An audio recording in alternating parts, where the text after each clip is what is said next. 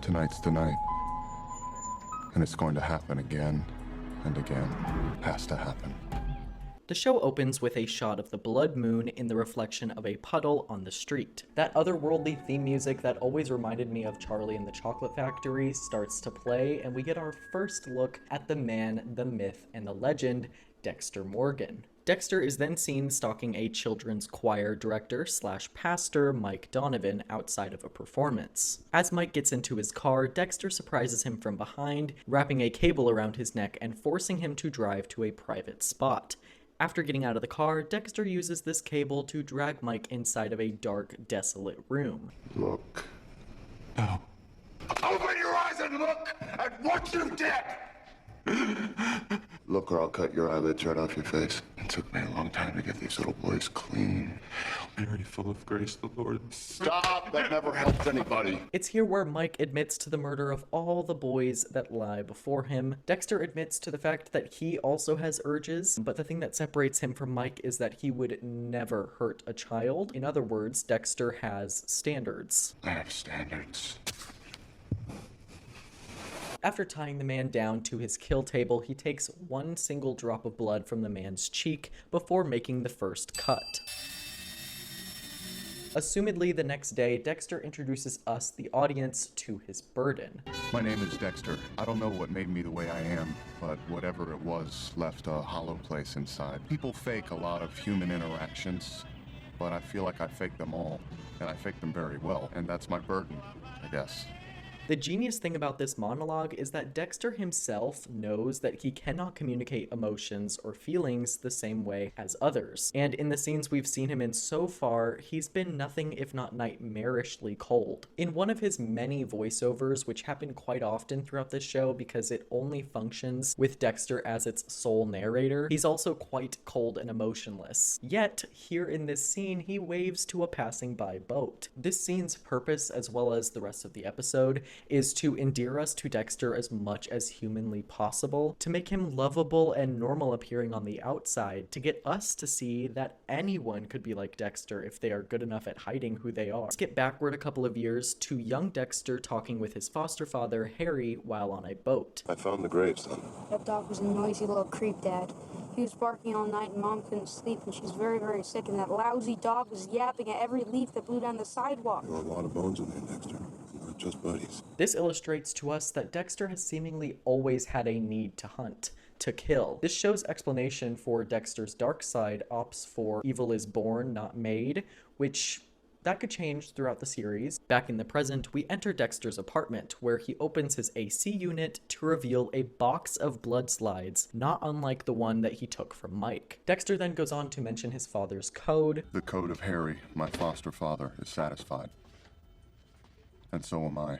Just so you're all caught up, the code is a set of rules that Dexter's foster father, Harry, now deceased detective at Miami Metro Homicide, came up with to help prevent Dexter from ever getting caught. He then opens a voicemail from his, quote, foul-mouthed little sister Deborah, which has her asking him to meet her down at a crime scene so that she can pick his brain about a recent case. We found another hooker in the pool. Another? Chopped up in bits and pieces. That's a third one in 5 months. Third? You mean there's a... Serial killer. That's right. We also learn here that Deb is working in Vice currently and wants to move to Homicide, where her father once worked. Outside, in an empty pool, Dexter is told by his contemporary Vince Masuka that there's no blood in or on or near the body at all. It's the weirdest thing you ever saw. No sticky, hot, messy, awful blood. No blood at all. Why hadn't I thought of that? No blood. Detective Angel Batista theorizes that the killer got interrupted because of an incomplete cut in the woman's leg. Dexter leaves the scene and is winked at by Lieutenant Maria LaGuerta, who is giving an interview to the press about the dead woman in the pool. Dexter claims to us in a voiceover that he just cannot get this bloodless body out of his mind. As mentioned before, blood is what sets Dexter's teeth on edge. I mean, it's no coincidence that Dexter ends up as what's known as a blood spatter analyst at Miami Metro Homicide. He chose a job that would go perfectly with his ability to cover up his own bloody tracks. Not only that, but he gets really excited about blood as evidenced by his neat little box of blood slides hidden within his AC unit. I mean, just look at how he cherishes the collection of Mike Donovan's cheek blood. Dexter is, as he describes, a neat monster, one to want everything a certain way. He's not just killing for the sake of killing. Dexter is doing this to satisfy a very specific need that he has, a need he can't fully comprehend or grasp yet. Every single detail has to go according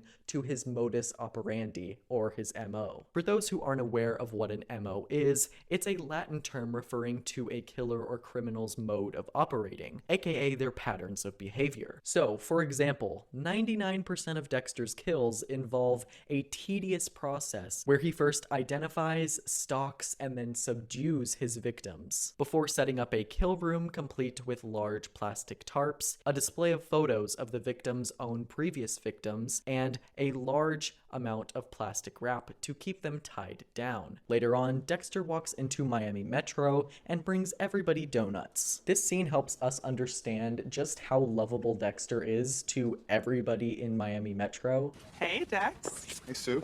Dan. See you at the next bloodbath. Never miss a party.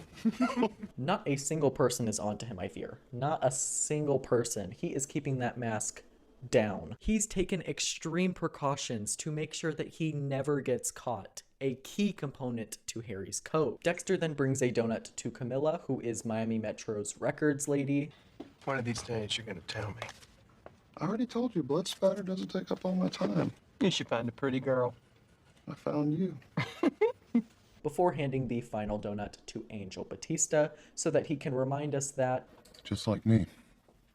Empty inside. we then get to know a little bit about the only person in Miami Metro who is slightly onto Dexter, Sergeant James Dokes. Where the hell you been? Crime scene?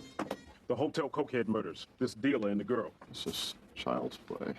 Messy work. All that blood on the walls looks like a finger painting. You give me the fucking creeps. You know that, Dexter? Fuck you. Okay. Is there something I can do? Yeah, you can give me your fucking analysis on the blood spatter on these killings. Dexter insists that this crime was one of passion, a loved one's revenge after a betrayal, perhaps. Dokes is, however, pretty forceful on the fact that it was a, quote, cokehead drug overlord murder.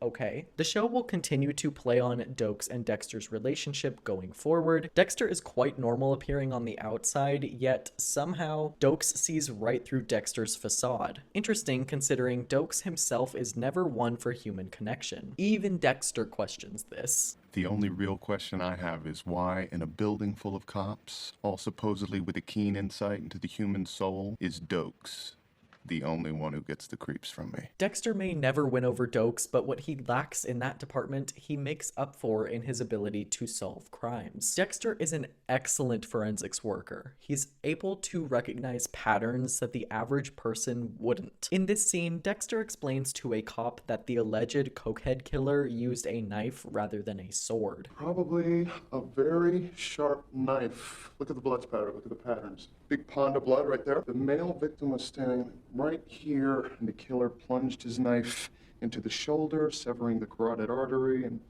notice the long, thick, heavy drips. Now over here you have nice, clean sprays of blood, and that can only happen when you're holding something light and moving quick. A little bit later on, we see Dexter stalking his next kill, Jamie Jaworski. He explains that Jamie killed a woman he allegedly loved, named Jane Saunders, but was able to get off due to a faulty search warrant. So Dexter the show uses the failing justice system and poor police work to sort of justify Dexter's actions, and most fans will justify it as well, because what Dexter is doing is sort of like taking out the trash. His methods, however, are very questionable. Whether or not you think murder is evil, which I'm sure we all can agree is the case, you can't help but sympathize with someone who, by all accounts, is a bit deranged, just trying to take out all of the evil in the world. Some of the people that he takes out, like Jamie and Mike, are just terrible human beings. Mike is exposed by Dexter to have touched choir boys and to have raped them and killed them. The moral dilemma of Dexter killing evil men in order to satisfy his own needs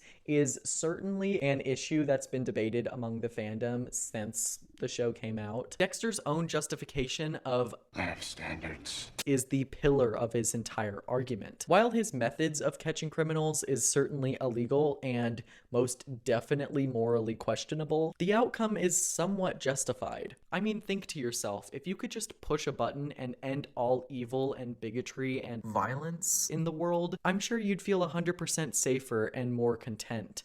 Soon you'll be packed into a few neatly wrapped hefties, and my own small corner of the world will be a neater, happier place.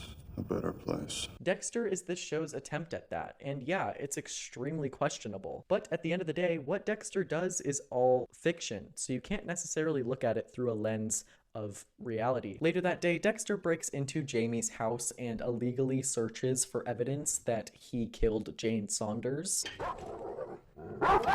Animals don't like me, especially dogs. Before finding a video camera and some bondage magazines. Days later, at night, Dexter makes his way to his date after monologuing about his aversion to sex. I don't understand sex. Not that I have anything against women, and I certainly have an appropriate sensibility about men. And after years of trying to look normal, I think I met the right woman for me. She's perfect because Rita is, in her own way, as damaged as me. Dexter then introduces us to his girlfriend Rita, who is absolutely mother. We then meet Rita's kids, Astor and Cody. Dexter explains that Rita's ex-husband repeatedly raped her, and since then she's been sexually closed off, which Dexter says, quote, works for him. Rita and Dexter go out for crab legs before Dexter sees police sirens in the distance, eventually making his way towards them and ditching his date Rita. Once Dex gets there, Angel says, Over here, rough, almost emotional. Then over here, not so much. And then over here, clean, all bone. The killer flayed the skin, the flesh, completely off. Dexter hypothesizes that the killer is, quote, raising the stakes with each kill. The reason that this pattern intrigues Dexter is because he also cuts his victims up in a very similar manner as this killer does. Later on, Dexter accidentally touches Rita while trying to explain the killer's MO. After returning home, Dexter investigates Jamie Jaworski on his laptop, finding out that he owns a site. Dexter then confirms that Jamie is the one. In another flashback, teenage Dexter explains to Harry that he only kills animals after Harry confronted Dexter about a bloody knife he had found. Harry then hints at a supposed tragic event in Dexter's past, something that may have influenced him at a young age to do what he does. In this scene, Harry suggests that they create a series of rules for Dexter to follow so that he can use his urges for good because, quote, some people deserve it. The next day, Deborah asks Dex what cell crystallization is because she heard the coroner talking about it. Dexter then reveals to Deb that cell crystallization means that the body must have been on ice for an extended period of time. Deborah is begging Dexter to help her figure this out because without it, she won't be able to make it onto homicide and she'll be stuck working in Vice. This is when Dexter realizes that the killer must have used a refrigerated truck to store the body in. And you got that look in your eye. I was there before you, and I noticed his body looked different than the other ones. The pieces were cold. They're like meat packing cold. So is that what cell crystallization means? My God, why didn't I think of that? It's beautiful. Cold slows the flow of blood. Refrigerated truck. He wants a cold environment to slow the flow of blood. Clean and mobile so we can dump the garbage afterwards. So I'm looking for a refrigerated truck now. During a meeting, Deborah is humiliated by Maria, who dismisses her cell crystallization theory. I have an idea. Something in a different direction. Please share it with us. Cell crystallization. On the last victim, I'd like to check and see if any refrigerated trucks have been stolen in the last week or so. Refrigerated trucks like ice cream trucks? Not ice cream trucks. A refrigerated vehicle that could cause that kind of tissue damage. That's very interesting. Very creative. Let's keep looking for the witness, okay? We know that he or she is out there. The forensic evidence, the interrupted cut, proves that there was an eyewitness. But just keep talking to all your hookers. That's all for today. After the meeting, Maria calls Dexter into her office in a flirtatious way, leading to Deb questioning if they are having an affair. Later on, while Dokes is still in the room, Dexter tries to convince Maria that the cokehead murder was not done by a drug lord and instead was done by a loved one. The murderer came to kill the woman, not the dealer. He did him quick and got him out of the way, but he sure as hell took his sweet time slicing up that lady, and you don't do that unless you have a close personal relationship with someone. Probably an ex-boyfriend. That's who I'd look for. Okay, it's a bit of a push, but Sergeant, you should check it out. I'm watching you, motherfucker. That night, Dexter stalks and subdues Jamie Jaworski with M99, a powerful horse tranquilizer that he commonly uses to disarm his victims. Dexter then prepares Jamie's body before using a butcher knife to chop his head off. Dexter then gets a call from Rita, who wants to reconcile after their awkward moment. On his drive home, he passes by a refrigerated truck, immediately suspicious due to the conversation he had with Deb earlier. He follows it onto the freeway, where the truck driver turns around and drives directly towards Dexter before doing this. Dexter gives his statement to the police before Maria clears up Dexter's motive for wanting to follow the ice truck. Dexter tries to get Maria on Deb's side, but Maria credits all of this to Dexter's thinking, I guess, and less about Deb's theory. The next morning, Dexter arrives at Rita's really early in the morning to apologize for not making their date, and Rita is like beside herself in this scene. It's honestly really comical. I mean, it's understandable. Rita tries to throw herself onto Dexter to try and satisfy what she thinks he wants before getting a call from her son, which kind of ends that transgression right then and there. You could definitely tell that Dexter was not feeling it, so crisis averted. At the end of the episode, Dexter returns home to find a doll's head taped to his freezer door.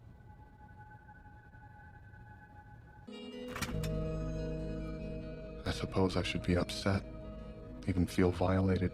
No, in fact, I think this is a friendly message, kind of like, hey, wanna play? Dexter interprets this pure invasion of his privacy as a greeting card from another fellow traveler. The episode then ends with Dexter saying, And yes, I wanna play. I really, really do. This episode is a perfect pilot and introduction to the character of Dexter Morgan. Each section of the episode explains a different aspect of Dexter's character and motivations. The first scene shows us the raw, unfiltered reality of what Dexter's needs entail, what his true nature is, the ritual, what he gets down to in his spare time. We then get an inside look into Dexter's personal life, the mask he puts on to hide who he truly is from the rest of the world. His coworkers, girlfriend, and sister each have their own unique reasons for being in his life. He keeps Deb close because the closer they are, the better he can hide who he truly is from her. His coworkers and day job are there to hide who he is to the public. No one would suspect a man in law enforcement to be a threat to public safety, especially a lab geek. His girlfriend Rita is in his life in part to make it look like he can have a relationship with someone and have there be actual emotions involved. Even if he actually does enjoy spending time with her, their relationship is clearly not what most people would consider normal, as the duo rarely bring up sex. Dexter uses each of these people to mask his true colors from the world. The flashbacks throughout the episode serve to give us hints into Dexter's psychology and MO, without fully revealing why he gets these urges. In later ones, a now teenage Dexter has yet to drop the habit, so Harry, who's likely had to harbor this secret for years, decides to come up with a set of rules to make sure his son never gets caught. Each section and element of this episode is there not only to develop Dexter, but also to get us as an audience to sympathize and understand a cold-blooded killer, something that is really difficult to do well. The second episode begins with Dexter floating in a river. I dream I'm floating on the surface of my own life. Look at them. They can laugh and play. It comes so easily for them, even though I'm not one of them. Even though sometimes I can really be a monster. Today, I'm just a sea monster. Later on, Deb drops by to complain about being saddled with more vice work in the midst of the ice truck discovery, something that she originally thought of. Maria just will not let this woman level up, unfortunately. Dexter then responds with, Look, just because LaGuardia has you looking for hookers on her time doesn't mean you can't look for the truck on my time. Dexter then plays with his doll. He stares at the doll's hand, which has a different color painted on each of the fingernails. Very curious. I wonder what that means. Later on, he makes an appearance in court before heading off for another hearing, where a man named Matt Chambers is being tried for the murder of Alexander Price. At the next crime scene, Dexter discovers a piece of human skin inside of the victim's mouth, signaling to everybody that the victim didn't just fall off of this overpass. He was probably murdered somewhere else and then dumped there under the overpass to make it look like a suicide. Later on, Dexter invites Deb over with her new boyfriend, Sean, to have dinner with him and Rita. Why don't you and Sean the mechanic join me and Rita the girlfriend for dinner tomorrow night? Also in this scene, LaGuerta reveals to everybody in the precinct that the man who was found under the overpass was indeed a cop. Later on, Dokes and LaGuerta head to the man's family to inform them that he is dead when they find a poor woman in a pool of her own blood who is Ricky Simmons' wife. Look. Ricky Simmons, a husband, that's number down. Dokes takes a personal interest in this crime scene, deciding to bag a phone they found underneath a couch himself, something that Dexter or Masuka could have done. That night, Dexter eats cookies with Rita and the kids and admits to us, the audience, that he didn't think he would ever get to this point with Rita. Lately, the thing that surprises me most about Rita is how much I like being with her. But whenever that happens with a woman, when I feel comfortable with her, it all goes wrong. That's why I think it's best to take it one step at a time. The next morning, Deb calls Dexter and proclaims that she found the ice truck that they are looking for. So Miami's the haystack, and the ice truck's the needle, right? Okay. Brother, I just found the fucking needle. Without a warrant, Deb, Dexter, and Batista open the truck to find a cube of ice with frozen fingertips in the center. They question how this is even possible. Drain the body entirely before these cuts were made. How do you do that? Some kind of pump? No. He hoists the body up, severs the jugular, the heart does all the work. It's the most effective method, really. Fucking butcher.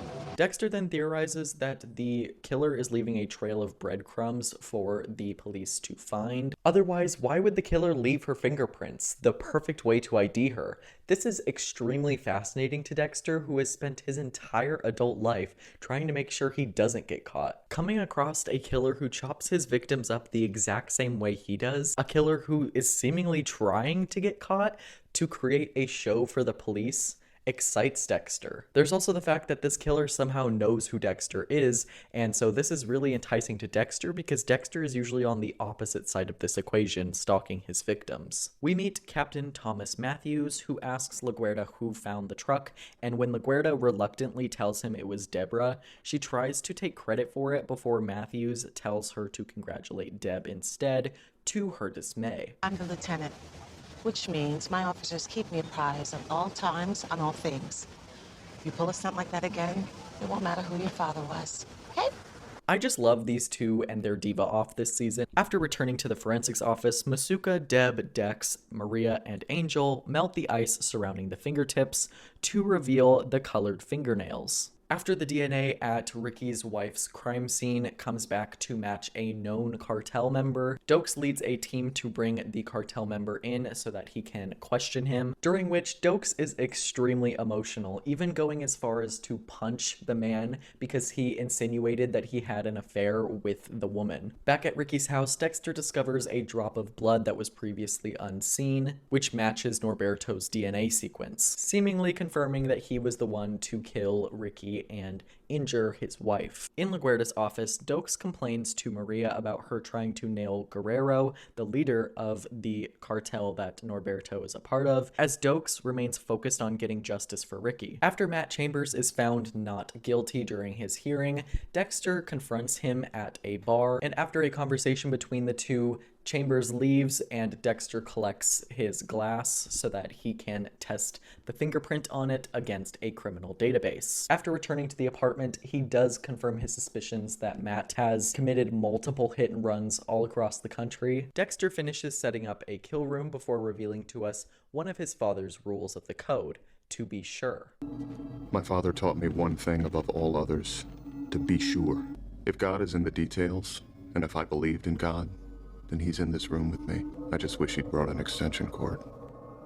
This isn't the first rule of the code, but it's arguably one of the most important ones. This rule is set in place to keep Dexter as morally responsible as possible to channel his urges for good rather than channeling them like Matt Chambers. On their double date, Deb and her boyfriend Sean are passionately making out in front of Dexter and Rita, who are more than a little bit uncomfortable. Dexter and Rita also kind of envy this sort of relationship. Seems like a nice guy. They could barely keep their hands off each other. I can kill a man, dismember his body, and be home in time for Letterman. But knowing what to say when my girlfriend's feeling insecure, I'm totally lost. That night, Dexter snuggles up to Rita, who tries to initiate a sexual relationship with him. Then Dexter makes her a little bit uncomfortable, so they just stop right there. Dexter then tells Rita that she doesn't need to throw herself at him because he doesn't expect anything from her, because he himself is also not ready for a sexual relationship. Later on, while in a holding cell, Norberto is stabbed by a random cop for what he did. This not only prevents Norberto from serving time, but also from Miami Metro to close in on Guerrero. The next day, Dexter explains to Deb that Sherry Taylor, the fingerless victim, had her fingers chopped off post-mortem. Deb is then called into LaGuardia's office and Captain Matthews finally promotes her to homicide. However, Maria remains cautious about this promotion because she doesn't believe in Deb. Interesting, because she's not even on homicide and she's basically done all your work for you. And at the end of the night, Maria reveals to Dokes that Kara died in the hospital. Dokes then confesses to sleeping with Kara and Maria threatens to have James taken off the case because he's too close. In another flashback, Harry reveals to Dexter that his partner was recently killed and the suspected killer ended up walking free. We see Harry try and justify what will become known as his code. Around this time, the series actually doesn't show us that much of Harry's moral dilemma. This is like one of the only flashbacks that you truly see Harry is confident in Dexter and the code that he's created for him. At the end of the episode, Dexter subdues Matt Chambers before showing him the video from his court hearing. After Matt Chambers confesses to killing the man in the hit and run, Dexter just shuts down any justification he has because he tries to use like 5 different excuses that Dexter's basically all heard before. After returning home, Dexter notices the doll head has been retaped to his freezer door and the rest of the doll's body is now missing. The worst thing about finally putting together a puzzle is finding there are missing pieces. At the start of episode 3, everyone attends Ricky Simmons' funeral, and Dexter tells us that he has a hard time faking grief. Duh, you have a hard time faking basically everything. After the funeral, Dexter stalks Jeremy Downs, a teen who was recently released from jail. I search for the ones who think they beat the system. They're not hard to find. Like Jeremy Downs. Jeremy got off easy. 4 years in a juvenile facility for manslaughter. To the coroner, the knife strokes looked random, impulsive.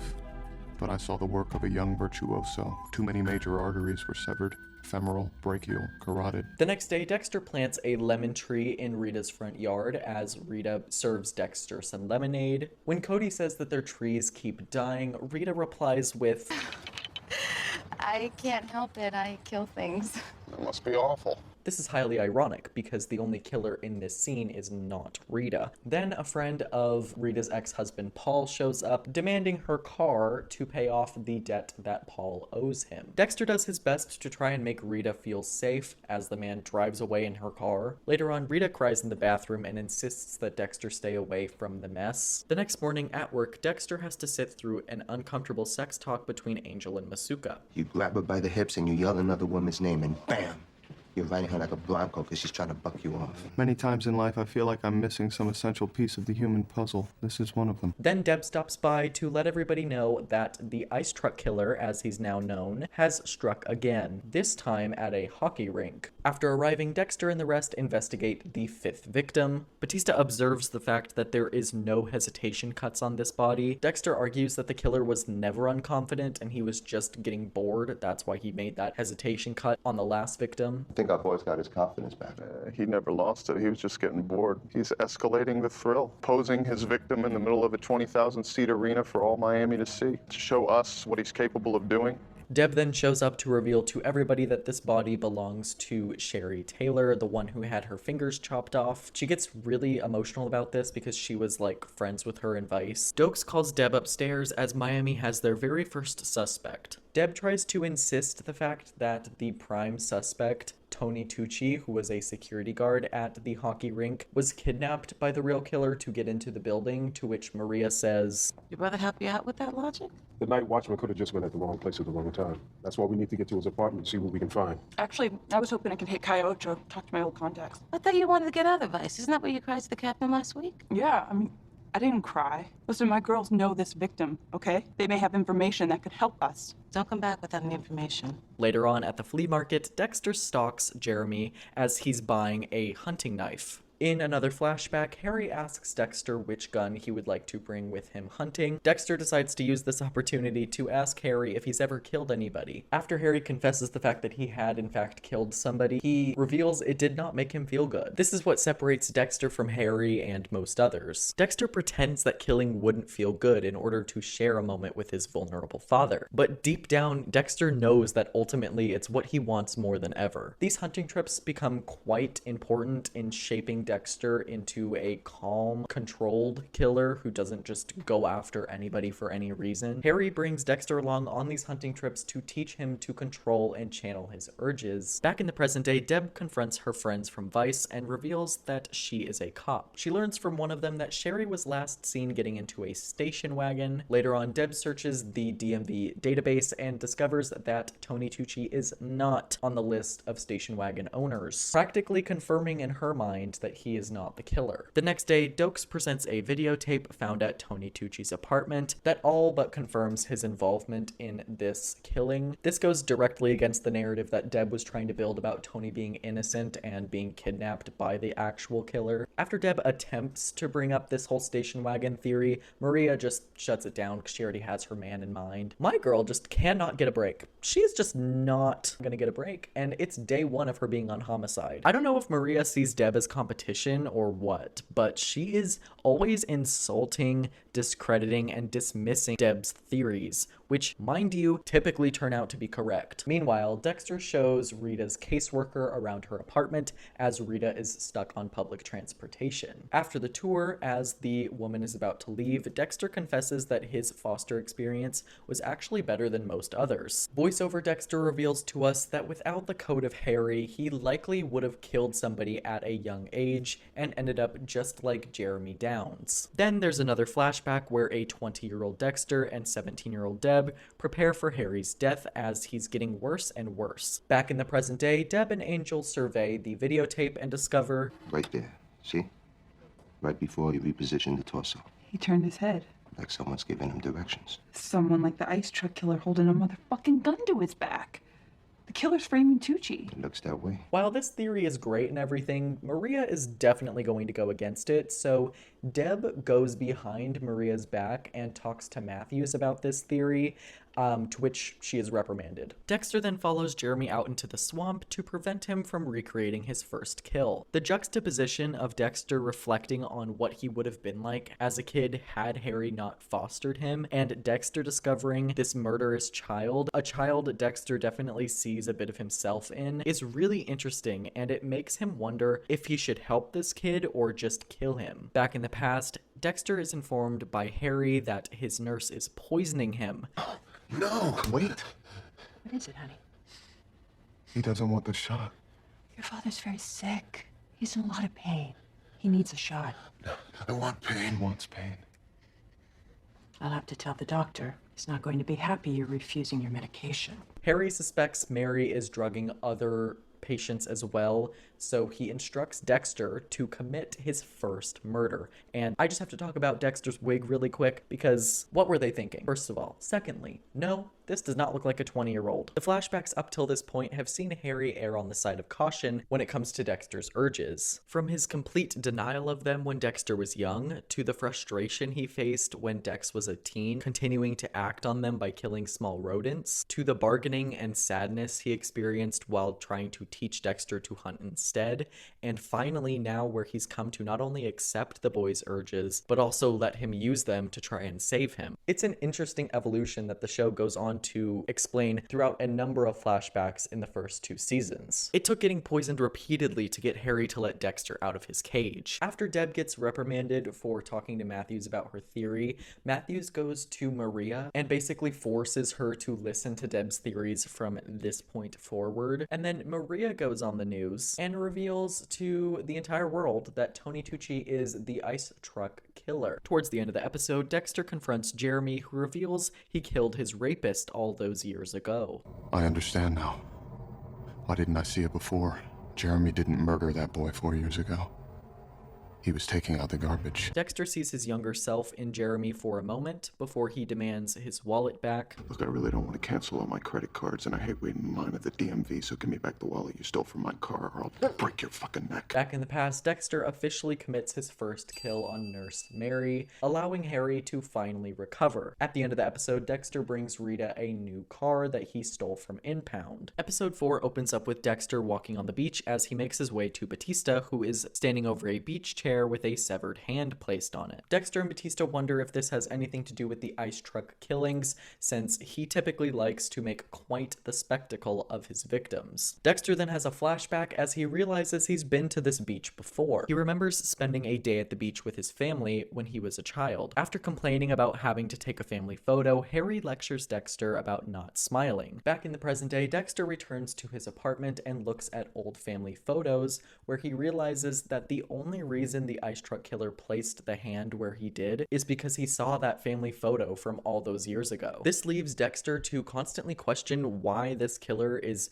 basically setting these crime scenes up for him specifically. He can only imagine what this killer wants, leaving him more and more excited and determined to find out his identity. While Dexter has many goals throughout this season, this is the main thing I would say that he definitely wants to know the most. Elsewhere, Matthews enters Maria's office before revealing that the hand found at the beach belonged to none other than Tony Tucci. This obviously frustrates Maria, as she just got done with the press where she basically dragged Tony Tucci's name through the mud. It also annoys Maria that Deborah, of all people, was correct about Tony being taken by the killer. Matthews then orders Maria to apologize to Tucci's mother for dragging his name through the mud, and you can just tell this poor woman doesn't even care about the apology. She just wants Miami Metro to find her son, dead or alive. Dexter then goes to the Halloween store and reveals to us that it is his favorite holiday because The one time of year when everyone wears a mask, not just me. People think it's fun to pretend you're a monster. Me, I spend my life pretending I'm not. The following morning, a severed foot, presumably belonging to Tony Tucci, is found in a public park. Dexter explains to Dokes that the ice truck killer is likely trying to send a message to Miami Metro, a message that is more important than the need to drain his normal victims of their blood. He then has another flashback and realizes what this killer is trying to tell him. In the flashback, Harry lectures Dexter, who is bullying some kids on a soccer field. What the hell is going on? You're just having fun. That didn't look like Simon was having too much fun to me. He's not corrupting the happy Hallmark images of my youth. He's revealing the ugly truth behind them. It's clear that the ice truck killer is trying to remind Dexter about the mask that he puts on to society in order to look normal. And he's also trying to remind Dexter how that mask came to be through these family photos. Back at the precinct, Maria forces Deb to look over hours of security cam footage to try and get another lead on the ice truck killer, which is just hilarious because she's the one that's been finding them all of these leads, and now she has to look through hours and hours of videos doing the grunt work, perhaps. I want you to check every frame. Oh, you are shitting. If we're lucky, we can see the ice truck killer coming and going. The next day, Dexter discovers that there's a possibility Tucci is still alive, as both of the limbs taken from him were taken off of a live body. This causes Maria to call Tucci's mother to assure her that they are going to find him, which, girl, it's a bit early to be making those kinds of assumptions now, isn't it? During a meeting, Dexter breaks the news to everybody that the killer is dumping the body parts at places that were once used for other purposes.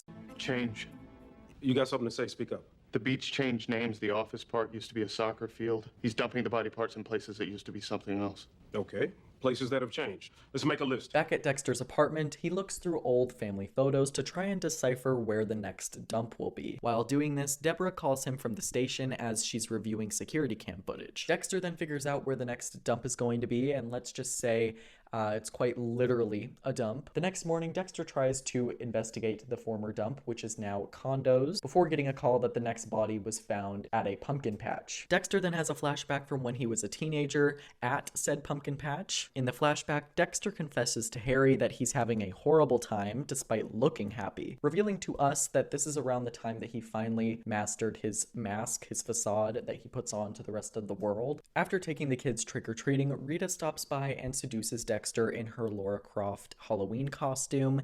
And you guys, Dexter is so silly in this scene. Trick or treat.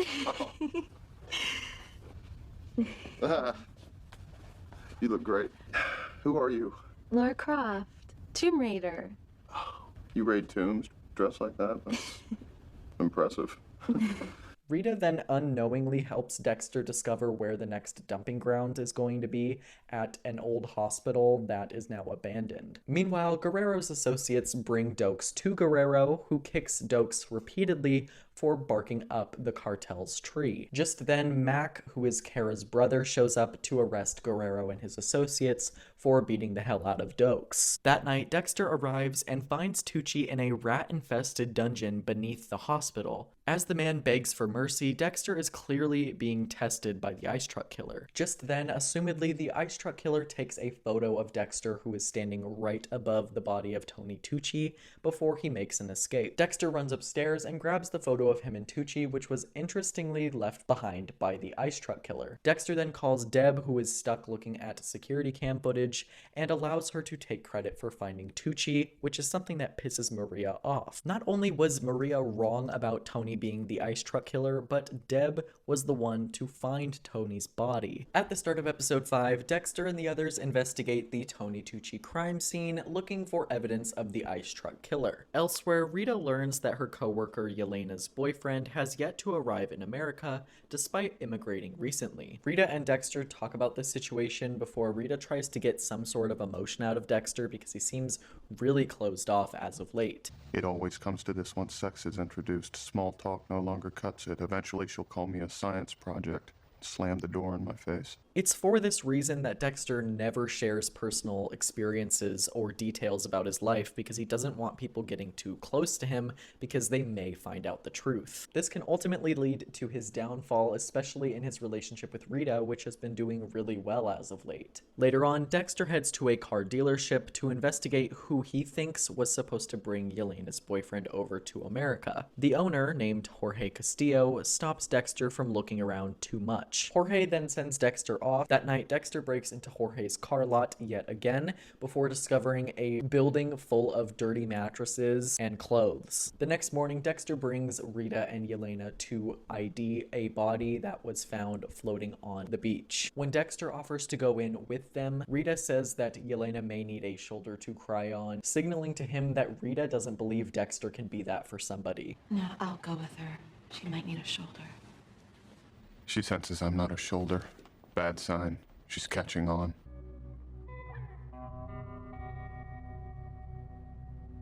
That must be what love looks like. After Yelena IDs the body, Dexter is even more motivated to take down Jorge and stop him from trafficking ever again. Deborah and Dokes then question Tony Tucci, who is in the middle of a meeting with a doctor who specializes in prosthetics. Deb then tries out a new method on Tony to get a lead, and that is to try and have him be blindfolded, which is like a big no-no for a trauma victim. Elsewhere, back at the station, Dokes and Deborah question a man named Neil Perry, who was a witness at the Tony Tucci crime scene. After this guy basically spouts a bunch of nonsense, Deborah tries to get more time with him, but Dokes and LaGuardia believe that he's just there to get some sort of attention. Dokes then lectures Deb for trying to think outside the box with her police work, like trying to blindfold a trauma victim. How do you know Perry doesn't know anything? Because I've been doing this a lot longer than you. Okay. This case is getting colder every minute you waste on bullshit like Perry. And wanting to blindfold a trauma victim, what the fuck were you thinking? Tucci's closed for business now, and you shut him down. I was trying a new approach. Maybe you should just learn the basics. before you reinvent the damn wheel. That night, Dexter snoops around Jorge's boat and finds a bunch of bodies hidden beneath it. After Jorge arrives at the boat, Dexter jumps off and hides on the dock. Also, Deb and Dokes talk to Tucci again. When he fails to recall a single detail about the killer, Dokes allows Deb to try the blindfold technique on Tucci. Tucci then suddenly remembers the smell of menthol cough drops that the killer used to suck on while he was dismembering him. While this isn't a huge lead just yet, they do know what to look for at the crime scene: cough drop wrappers. The next morning, they end up discovering a partial print on the wrapper. We have a partial print, a partial fucking print. Dokes has to congratulate Deb for thinking outside the box. And let's keep working the old hospital site, people. Never know when we might get lucky again. It wasn't luck. That night, Dexter stops by Jorge's lot and sedates him just before his wife stops by and opens the door to the room with all the mattresses, which is filled with Cuban immigrants. This reveals to Dexter that she is in on this entire operation, so he sedates her as well and puts her on his kill table just the same as her husband. He asks them how they make their relationship work in the midst of his relationship issues with Rita. I don't ask you the question. I want you to answer me honestly. How long have you been married? 12 years. How do you love each other? You're like me. You make it work. How? We want the same life. We want the same thing. Same life. You share the same dream. The next morning, as Dexter is getting ready to leave the kill site, he is seen by somebody inside of a trunk of a locked car. Before he leaves, he frees all of the Cuban immigrants from the lot before getting on his boat to dump the married couple's bodies in the ocean. Later that night, Dexter has dinner with Rita, and I just want to point out how gorgeous this shot is. The cinematography of Dexter in the first few seasons is absolutely immaculate. I'm not 100% sure, but I'm assuming they shot these first couple seasons on film before transitioning to digital. Do you have a dream? Of course. Do you? Might sound weird. I want to someday be content. Just to feel comfortable like everyone else. I want a normal life. That's all I want. He's finally able to open up to Rita in a meaningful way, which is exactly what she's been looking for from him. Episode 6 opens with Dexter getting called into his own crime scene. The ice truck killer was somehow able to grab the woman's body from the ocean and return her to the crime scene like she was never in the ocean. Masuka discovers a needle mark on the victim, but Dexter shoots his theory down to protect himself. Meanwhile, Deb, Maria, and Dokes discover Castillo's holding room and end up finding a phone number. Then they find a boy in the trunk of a car, the same boy who saw Dexter kill his last victim the night prior. In a flashback, teenage Deb tries to go with Harry and Dexter on their hunting trip, but Harry will not allow it. Back in the present day, Batista questions a witness who claims to have been held by Jorge Castillo. She reveals to Batista that somebody saved her and the rest of the immigrants before confirming that the wife was in on it, which kind of disproves their theory that Jorge killed the wife. Elsewhere in the station, Masuka reveals to Dexter that Miss Castillo's autopsy suggests that she had trace amounts of M99 in her system. Masuka then reveals to Dexter that he put a request in for all the recipients of M99. Also, Paul calls Rita and threatens to show up at Astor's birthday party because he's just been released from jail. Dexter then has a dream where Harry leads him to his own kill table before Deborah plays the part of Dexter and slices into his cheek. It's no surprise that Dexter is having bad dreams right now. He completely fumbled his last kill. Not only did a child see him commit this murder, but the ice truck killer literally dug the victim out of the ocean and repositioned her in the spot that the murder took place. The next morning, Dexter gets a hold of Masuka's list and removes his name off of it. Deb then goes to Dexter with her copycat killer theory, to which Dexter says, It's a little textbook, don't you think? But it totally fits this case. Or you're trying to make it fit. My advice, keep this to yourself. Really? Yeah, Deb, you're new to homicide. This blows up in your face. You've given LaGuerta the excuse she's been looking for to send you back to Vice. No. I'm onto something here. I feel it.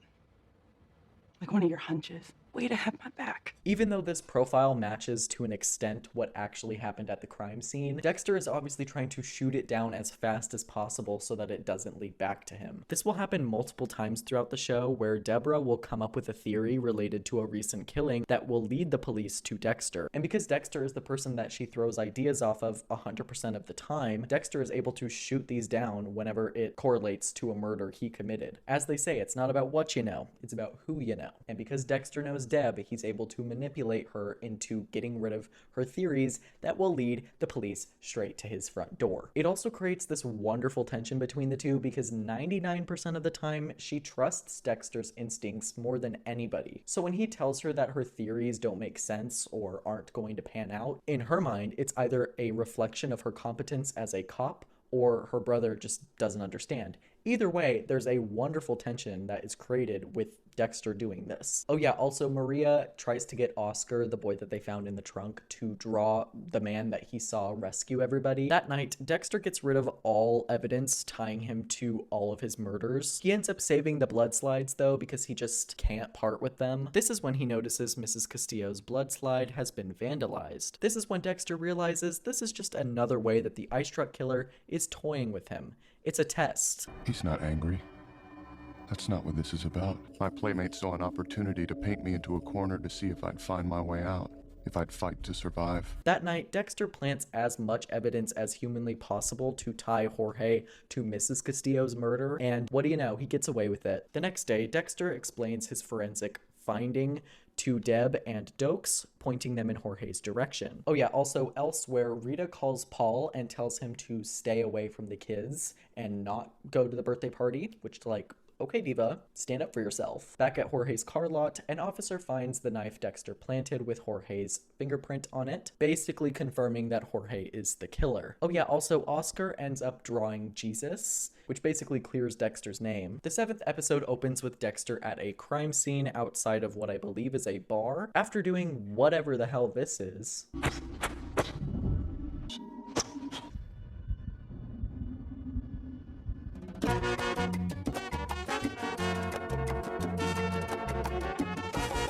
Dexter explains that each stroke of the killer's blade struck a major artery, meaning there was intention behind every strike. Meanwhile, Angel arrives at the precinct, and together he and Deb discover that Neil Perry, a previous witness in the Tony Tucci case, had a moving violation the day of one of the ITK crime scenes. Neil Perry, I know that name. Yeah, he came forward as a witness 2 weeks ago when pieces of Tony Tucci were showing up around town. Why would a voluntary witness be at 2 separate crime scenes? I don't know, maybe he was chopping up hookers.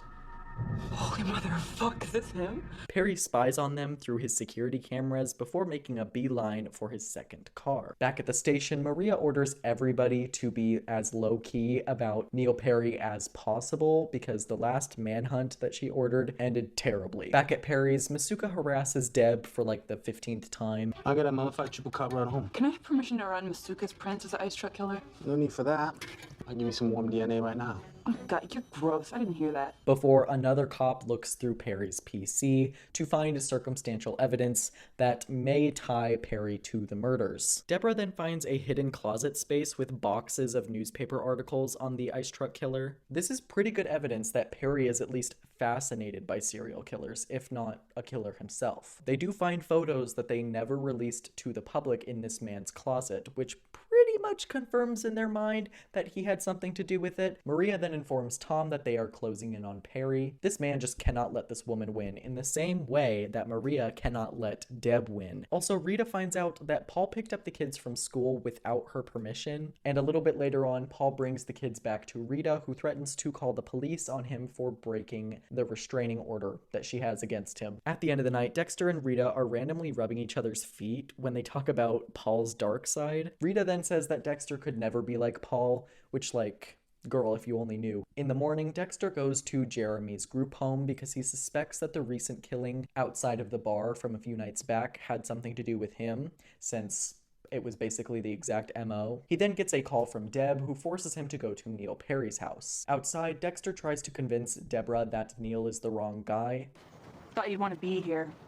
Something's buried down there. Masuka's been digging all night. I hate to break this to you, Deb, but you know you've got the wrong guy here, right? The ice truck killer drains the blood from his victims, freezes their bodies, and only then severs their limbs. Neil Perry, on the other hand, stuffs roadkill. Yeah, and turns it into fucked up fantasy shit. But the fantasies are all wrong. Just as he says this, however, a corpse is exhumed from the man's backyard. At the station, Maria interrupts Deb during the Neil Perry briefing to inform everybody that his cell phone records from the night of the ITK killings all came from the same motel. A little bit later on, at the motel, Deb and Angel find a potential victim in Perry's room. They decide to use this woman as bait in order to get Perry. At the park, Dexter almost gets caught vetting Jeremy just as Dokes is arresting him for the murder from the night prior. A little bit later on, Rita confronts Paul for showing up unannounced. No more surprise visits to the house, no more intimidating my friends, and especially no more Disney dad. You lost your right to be a father when you beat your children's mother. If you wanna get to know Aster and Cody, you're gonna have to work for that privilege. Whoa, babe, can I get a word in here, please? No.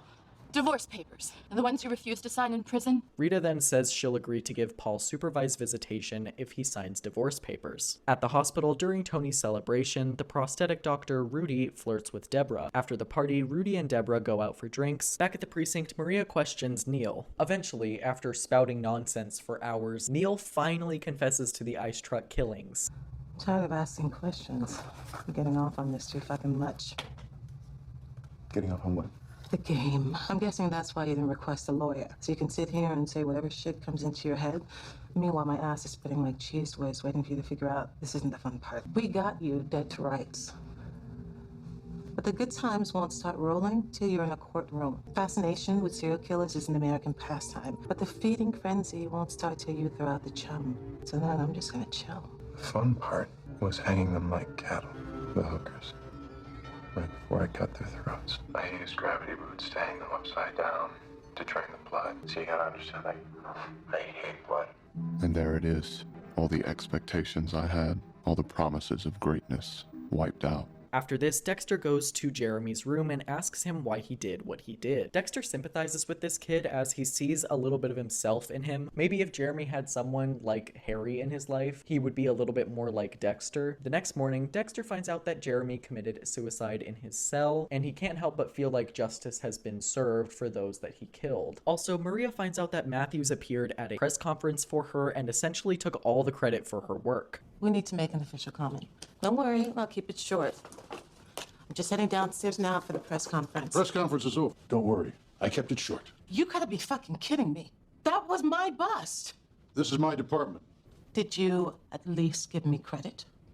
Yes, I just gave it to you. This is something that Tom and Maria will do to each other quite often throughout the show. They're always trying to one-up each other, and we'll see that happen quite a lot throughout the seasons, so pay attention for that because they have a feud going. And at the end of the episode, Dexter realizes that Neil Perry is not the ice truck killer. Hi. Fuck are you?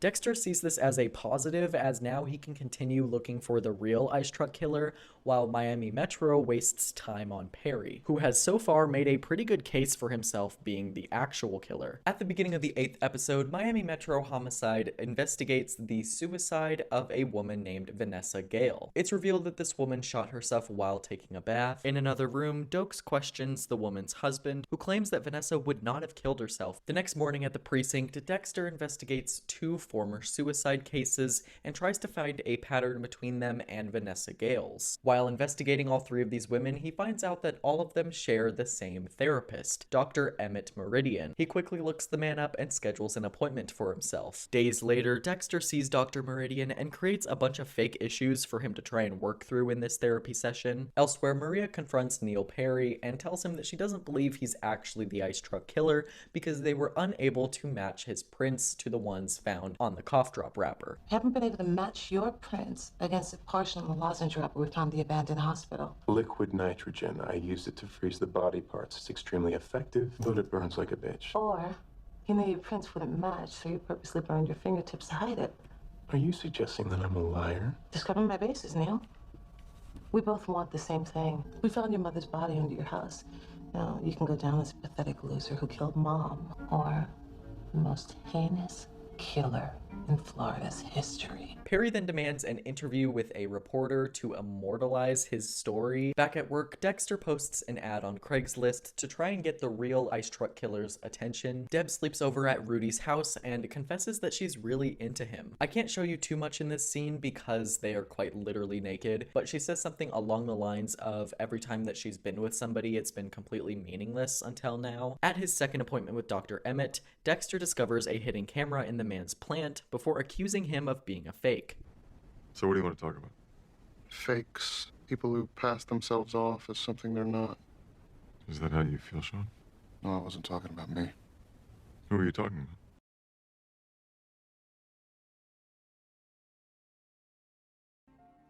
You. That's a common first-time reaction to therapy. You think I can't care about you. That I'm only pretending to care because I have another motive. Bingo. You got me.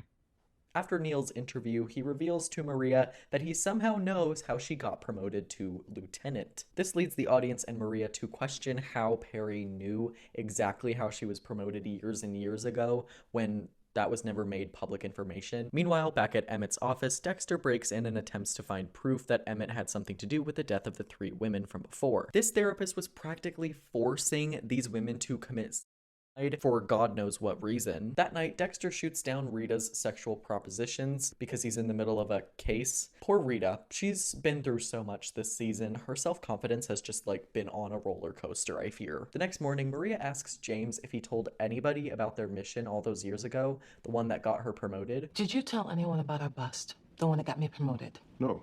Nobody in the press? Maria, we talked about this when it happened. It would fuck up your rep and make me look like a whiny bitch. So then the only way to access that information would be to read the police report, right? We have to have our firewall checked. This is where Maria realizes that Neil likely hacked into their database to find out details about Maria's promotion and the ice truck killings. During a therapy session, Dexter is told to remember back to a time where he felt completely powerless. He then has a flashback to a little boy crying with blood on his face. This therapy session actually kind of worked on Dexter because he heads straight to Rita's and basically proclaims his love for her. They begin going at it, getting down and dirty. Towards the end of the episode, LaGuerta gets Neil Perry to confess he's not the real ice truck killer when he gets squeamish around a decapitated head that she brings in. The DA and Tom then show up to proclaim to Maria that they are going to go ahead and move forward with a case against Neil. Dexter then attends his final therapy session. What do you want to focus on today? I'm glad you asked that. I'm going to tell you something that I've never told anyone before. I'm a serial killer. Oh, God. Oh, that feels so amazing to say out loud. I'm not joking. I kill people. Whew. There it is again. You should try it. I know. Your big bad wolf is racked up a tidy little death toll. I'm just kidding. I disabled the cameras and I copied the files. I don't know what you're talking about. Focus on your breathing. Maybe you remember. Dexter apprehends Emmett and ties him down before killing him for killing all 3 of those women. And at the end of the episode, Rudy Cooper, Deb's boyfriend, is revealed to be the one responding to Dexter's Craigslist ad. He then goes into his built-in refrigeration unit where he cuts up his latest body. So yes, Rudy Cooper is in fact the ice truck killer. When I tell you that this twist stands toe-to-toe with some of the best twists in television history, I mean it. While I would have liked it if they had waited just a tiny bit longer for this reveal, I am welcoming dramatic irony always. This leaves the audience with more questions like, why is Rudy Cooper doing what he's doing? Why is he trying to get in touch with Dexter? Why did he go after Deborah? Why is he targeting sex workers? Episode 9 opens with Batista and Dokes driving down the freeway. Dokes forces Batista to come to a stop before he chases a man down the road. Once he catches up to him below the overpass, shots are heard by Batista, so he makes his way down as well and sees the civilian dead. Later on, Batista and Maria ask James what happened. I saw a gun in the suspect's waistband. I went to question him and he took off running when he saw me. Angel, you saw all this. Yeah, I saw Bodyguard bolt, and I turned the car around in pursuit. He took a shot at me. I took cover and returned fire from that corner. Dexter points out that Dokes' story is inconsistent with the spatter pattern. No, not from there. Yeah, from fucking right there. If you shot him from right there, the blood splatter would go in that direction, but look at the pattern. You questioning me? Because I got a lot of questions for you. Whoa. The man's just doing what he's supposed to do. The man is a fucking creep job. At the station, Batista confesses to Dexter that he's not sure that Dokes' story adds up either. Also in this scene, Deb begs Dexter for another double date with Rita, this time with her new boyfriend Rudy, who, if you forgot, was revealed in the last episode to be the ice truck killer. Also in this scene, Dexter gets a notice in the mail claiming that his birth father, named Joe Driscoll, has passed away. Dexter then reveals to us that Joe Driscoll being his father just does not make sense because Harry quote-unquote told him everything about his past. In a flashback, Harry presents Dexter with his new birth certificate. Later on, Rita asks Dexter if he's truly processed his own father's death before insisting she go with him to clear out his things from his house. Dexter then picks up Rita from her house for their road trip. After arriving at Joe's house, Dexter takes it all in. He still questions whether or not it's even possible that Joe Driscoll is his father. Back at the precinct, Batista confronts Dokes about the shooting, with Dokes denying any accusations that Batista throws his way. That night, Rudy and Deb drop by Joe Driscoll's house to help clean the entire place out with Dexter and Rita. Dexter. Surprise! I know you can't ask for my help, but it's my duty to help while you deal with old wounds.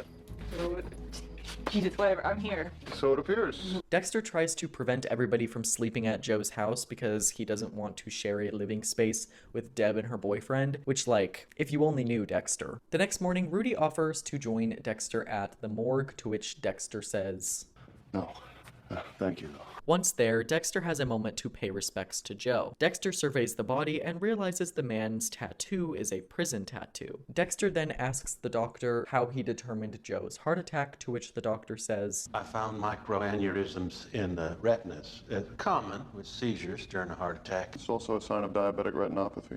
Son, I may be a small-town doctor, but I know a heart attack when I see one. This tattoo ends up making Dexter remember back to when he was in the car with his father at a very young age. Dexter asks for a moment alone with Joe so that he can further examine the corpse. Also in this scene, Dexter calls Masuka and has him test his DNA against Joe Driscoll's in order to establish a match between the two. In another flashback, Dexter requires surgery for getting sliced up after a fall. It's implied that Harry contacted Joe to donate some blood to Dexter, as Dexter has a very rare blood type. In the present day, everybody looks through Joe's things. They have an impromptu dance party before continuing to clean the house. At the precinct, IA questions Batista about the Dokes situation, and Batista lies to protect Dokes. Later that night, though, Batista does end up going back on his word and throwing Dokes under the bus. The next morning, Masuka calls Dexter and Deb answers the phone to find out that Dexter had Masuka test his DNA. Deb then goes outside to confront Dexter and lecture him about not trusting Harry. You trusted Dad your entire life, so why question him now?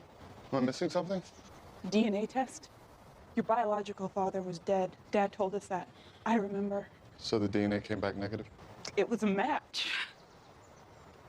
Joe Driscoll was your bio dad. Do you think Dad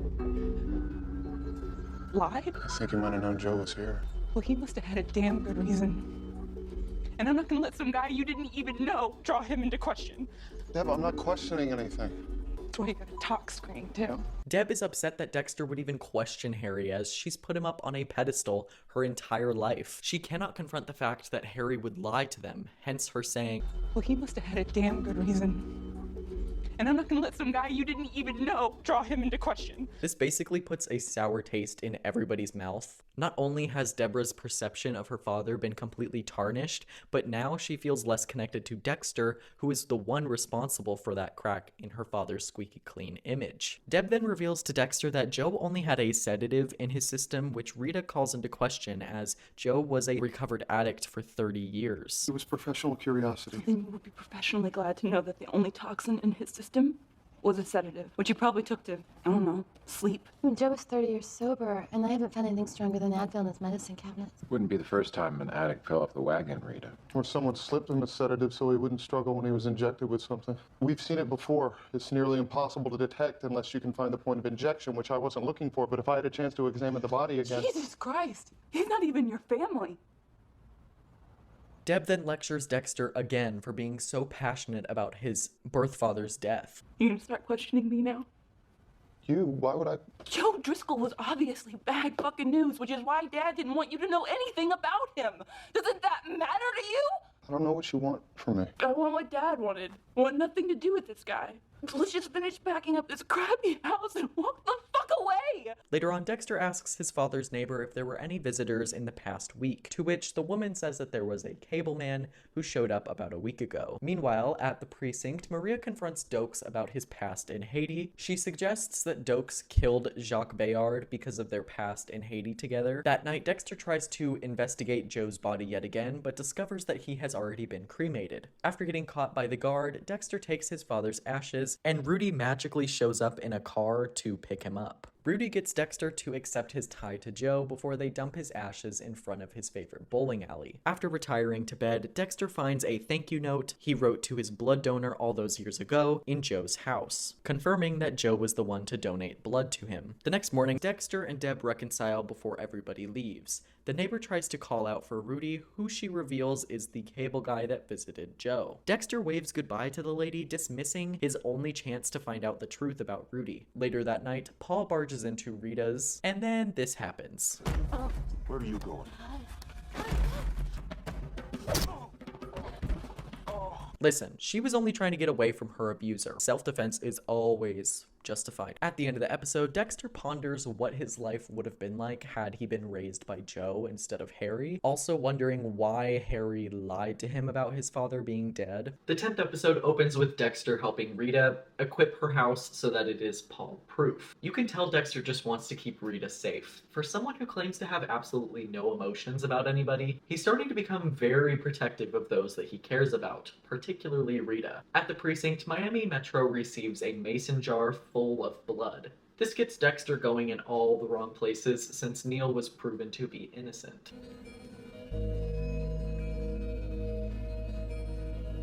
Marina View Hotel. Dexter relishes in the idea of another victim or clue to uncover more about his fellow traveler. It excites him. As early as episode 1, Dexter was incredibly in awe of this killer and his MO. What comes next, though, might be too much for him to see. Having seen the bloody scene first, Dokes sends Dexter in because he rarely gets squeamish at crime scenes. However, when Dexter opens the door, he has another memory of that kid sitting in a pool of blood. Dexter then collapses in this pool of blood, ruining the entire scene. He then runs out of the motel for some air. In case you haven't been paying attention, in Dexter's own words, blood, quote, sets his teeth on edge. Up until this point, we've seen him regain focus, establish a functioning mental state, and maintain a stable life, thanks to his fascination with blood. I mean, the man literally collects blood slides from his victims. He studies them, arranging them in order, and without even labeling them, knows which is which.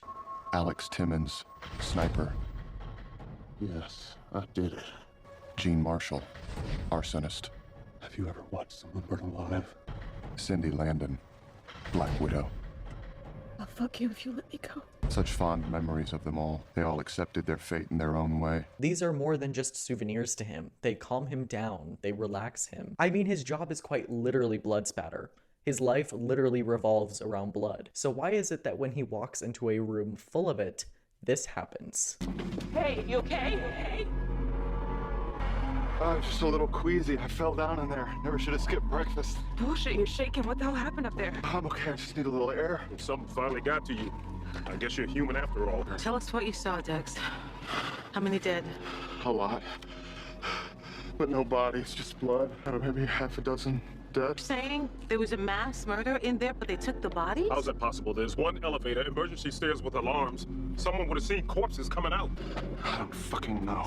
I can't go back in there. You don't have to. Fine. Just get yourself cleaned up and, I don't know, work from the hallway or something. In episode 1, it is established that Dexter cannot feel emotion, and therefore crime scene investigation was the perfect avenue for him. So this bloody scene must have had some significance for him to just fall down the way he did. Meanwhile, Rita is confronted by police who are there to gather a statement from her regarding her attack on Paul the night prior. Rita then calls Dexter, who assures her that he knows a lawyer. Normally, Dexter would would not bat an eye at this situation, but since he's really come to care about Rita, he grimaces at the fact that he now has to put this on his plate on top of everything that he's just been through. It's a little bit selfish, but it also shows that he cares enough about Rita to do so. Back at the precinct, Deb tries to reach out to Dexter about what he saw in that motel room. You can talk to me, you know? Just gotta open your mouth and move it. Why do you always do this? Do what? You shut me out.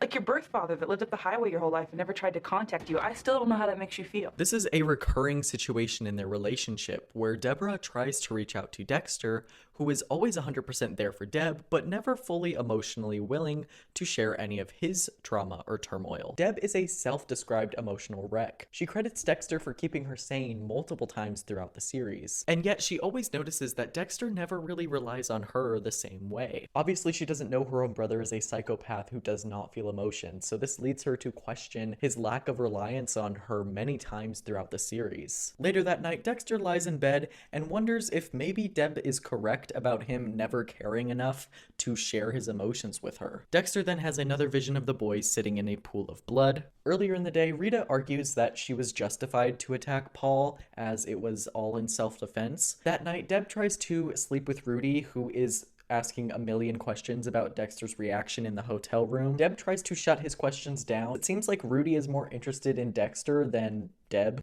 The next morning at the precinct, Dexter shows Maria and company a model he made of all the shoe prints of everybody who stepped foot in the motel room, noting that one set of footprints does not match anyone that they logged. Masuka then walks into the scene to reveal to everybody that there were at least 5 victims worth of blood dumped in the motel room, to which Deb points out the ice truck killer had 5 victims as well. This makes everybody wonder if the ice truck killer saved all of the blood from his victims just to dump in this motel room. That night, Dexter and Rudy have dinner together, and Rudy ends up revealing a crucial piece of his backstory about his mother who died in a car crash, which made him want to get into prosthetics. Okay, dude, whatever. Also, at the club, Batista notices a woman with a prosthetic hand, with the nails painted each a different color. The next morning, Maria tries to convince Tom that the blood found at the Marina View Motel did in fact belong to all of the ice truck killer's victims. Later on, Masuka points Angel in Rudy Cooper's direction when Angel asks Masuka about amputee fetishes. Said she had a very unique client, Data. An amputee devotee.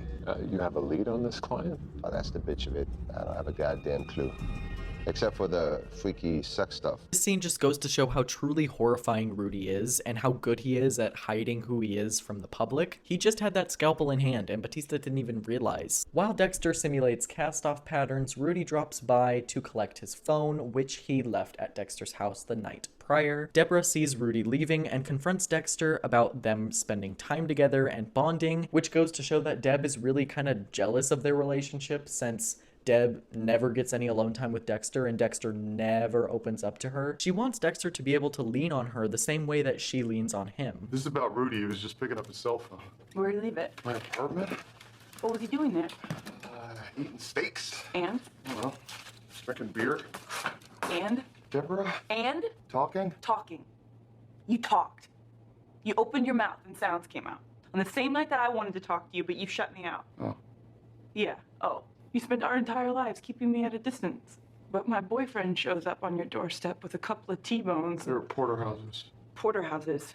And you end up tossing beers back into the middle of the night. Dex, you are all the family that I have, and I barely know you. She claims that she has earned her way to get close to Dexter. During her deposition, Rita confesses the fact that she went on vacation with Dexter and knowingly broke Paul's visitation schedule. It's here where she learns that she's going to have a psych evaluation. I feel so bad for Rita. Like, I just want to hug her and tell her everything's gonna be okay. Later that night, Paul returns with the kids and tries to get Rita to agree to unsupervised visits, noting that he will even drop the charges against her if she does so, to which Rita remarks, "Fuck you."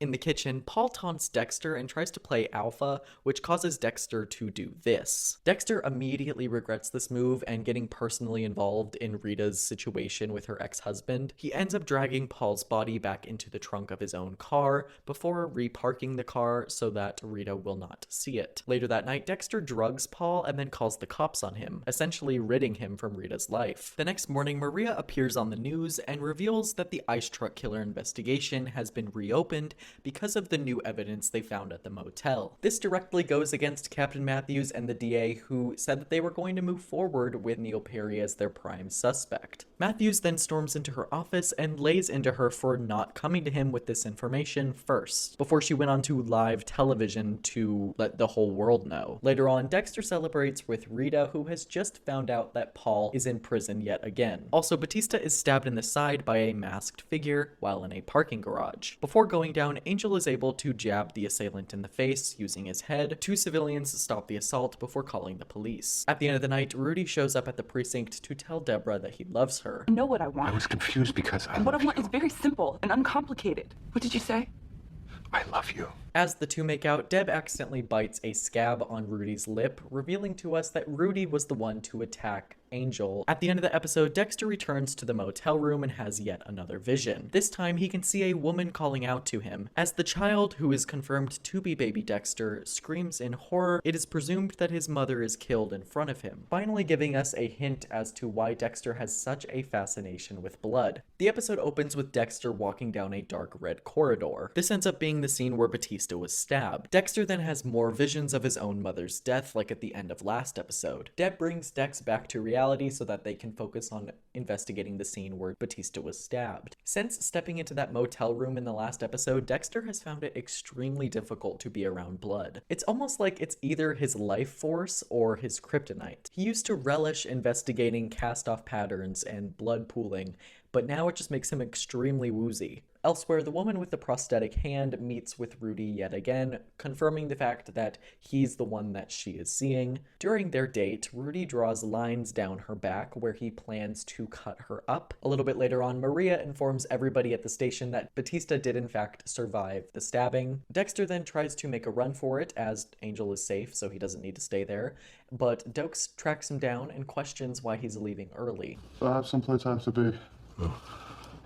Well, we all got someplace to be. But you just found out that somebody who's supposed to be your friend is going to live. Does that make you feel anything? Anything at all.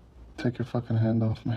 The next morning, Dexter goes to Camilla and asks her to dig up the file of the crime scene that Harry found Dexter at so he can gather as much information on his mother as possible. And Camilla is acting really weird in this scene.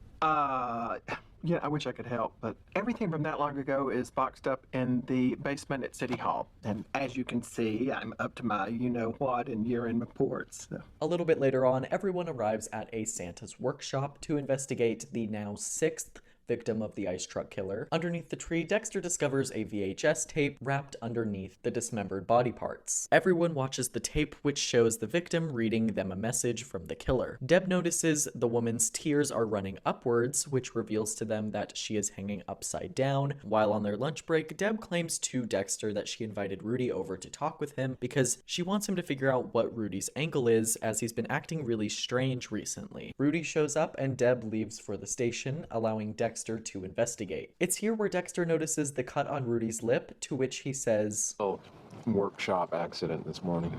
Doesn't look like it happened this morning. Cut's already closing up. Oh, did I say I meant yesterday morning? I think I'm working too hard. Later on, Dexter shows Maria a rogue drop of blood on Angel's shirt, which he plans to test for any possible matches. Elsewhere at the station, Dokes, Deb, and Masuka rewatch the tape and discover that camera tilts up in the last few seconds, revealing the killing took place in a refrigerated room. Later on, Dex reveals to Deb that Rudy wants to be a part of the family. That's why he's been acting so weird lately. And Deb reacts like this. Wait. Propose? I have to get to the library before it closes, but we'll talk about this later, okay? Oh my god. Oh my god!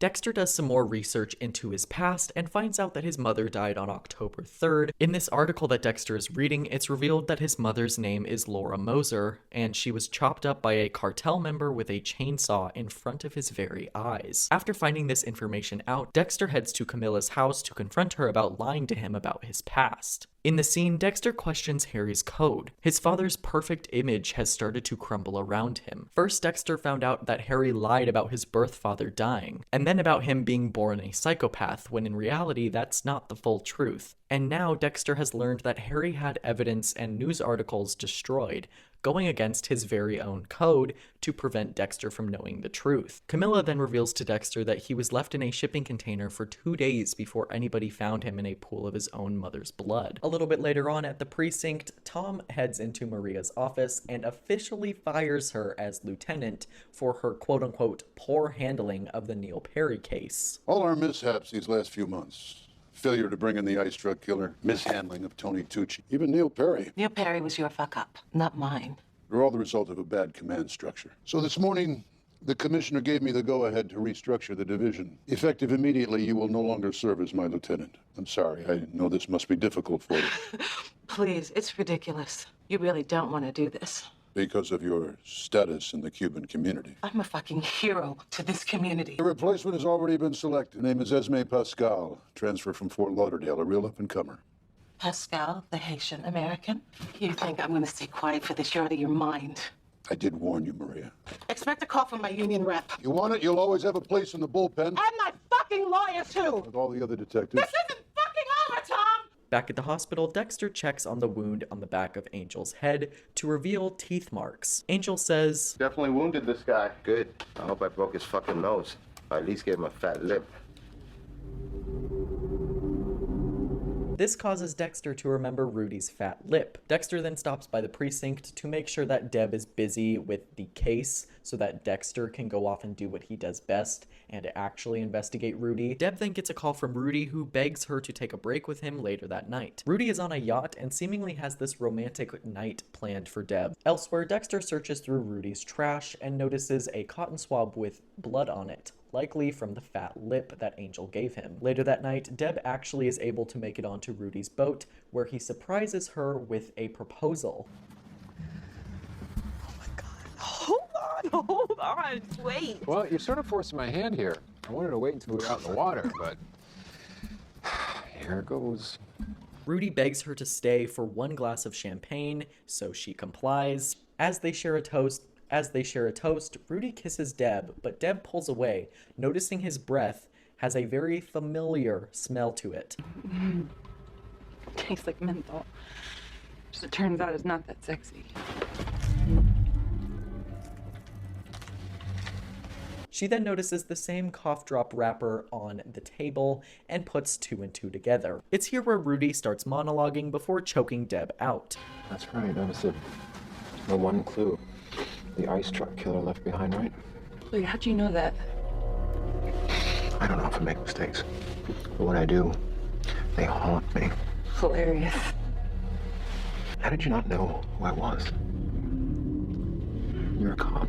I think a real cop would at least have a sense that she was the presence of the person that she was hunting. You're hurting me. I didn't show you the best part of my loft. I built it myself. Vince then stops by to inform Dexter that the autopsy on our Santa's cottage victim. Check it out. One arm was shorter than the other. I mean, our guy isn't sloppy. He's precise. No, Vince. Because our girl was a fucking amputee. I looked up her medical records. That night Batista was stabbed, he was following up on a lead he got from a one-handed call girl. Guess what the lead was about? The ice truck killer. Booyah. The samples you gave me were a match. They're from the same person. This is where Dexter truly realizes that Rudy is the ice truck killer, so he tries to make his way to Deb upstairs before realizing that she is no longer there. And that, my friends, is where the penultimate episode of Dexter Season 1 fades to black. Dexter returns to his apartment where he tears the entire place apart in search of a clue. Meanwhile, on the boat, Deb wakes up from being choked out, questioning how she didn't see it before. This isn't you. Pretty sure it is. No. No, there's more. I've seen it. I never wanted to hurt you.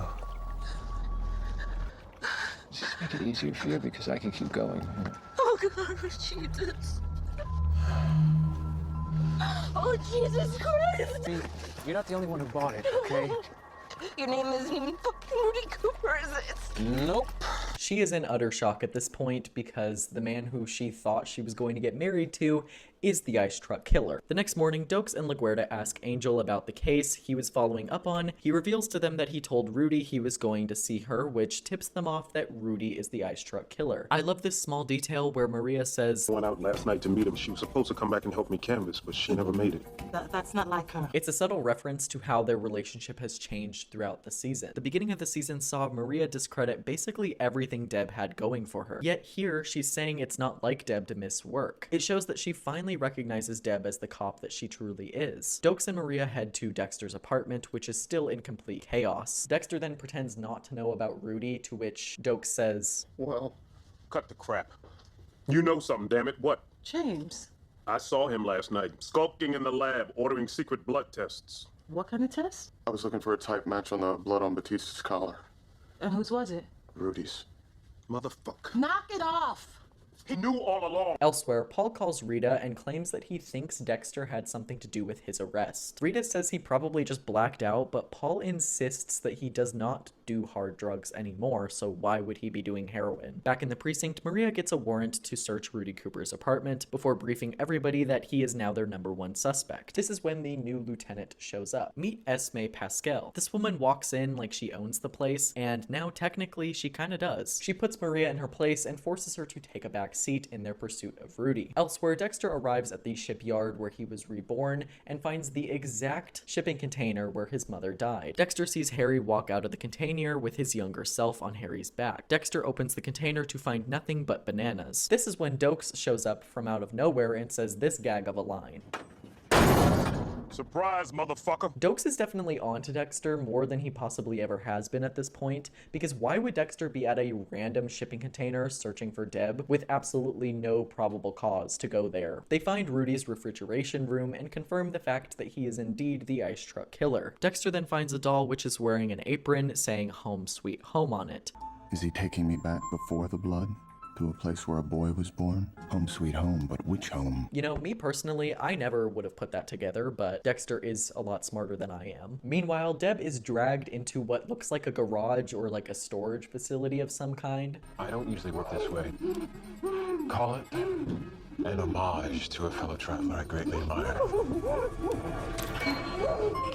Back at the hospital, Angel calls the station and orders them to run Rudy's prints against psych databases in order to dig up more dirt on him. Dexter then arrives at his childhood home. Then, in one of the show's biggest reveals, Dexter sees in his vision a younger version of Rudy as his brother, playing with him and his mother in the yard. Only Rudy's name isn't Rudy, it's Brian. Brian enters the yard and confirms that they were brothers. Dexter rushes into the house searching for Deb. He runs into yet another vision of himself and Brian before the older version of Brian uses M99 on him. Back at the precinct, Angel arrives still in his hospital gown and reveals to everybody that Rudy Cooper's real name is Brian Moser. This allows them to run his name through every database and eventually find the address where Deb is being held. Pascal storms in and tries to argue that Brian and Deb are likely still on a boat. Maria claims that going after this boat is a really bad strategy because Brian has likely taken Deb to his final dumping place. Back in the house, Dexter wakes up tied to a chair, where Brian reveals that Harry favored Dexter because he wasn't nearly as traumatized as Brian was.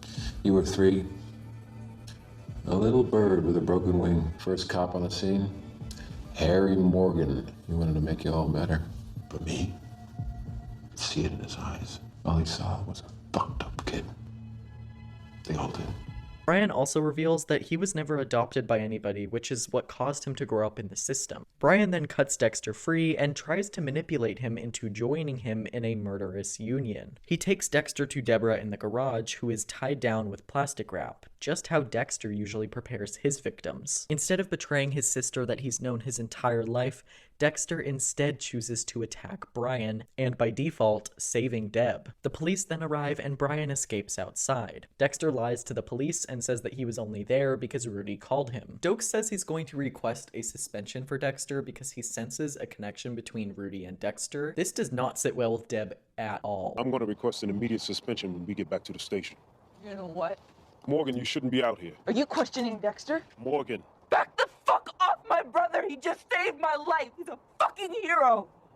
I want each of you to treat him that way, god damn it! Jennifer Carpenter was acting here. You guys don't understand. In the ambulance, Deb asks to stay with Dexter before asking, Why me, Dex? Why you choose me? Just lucky, I guess.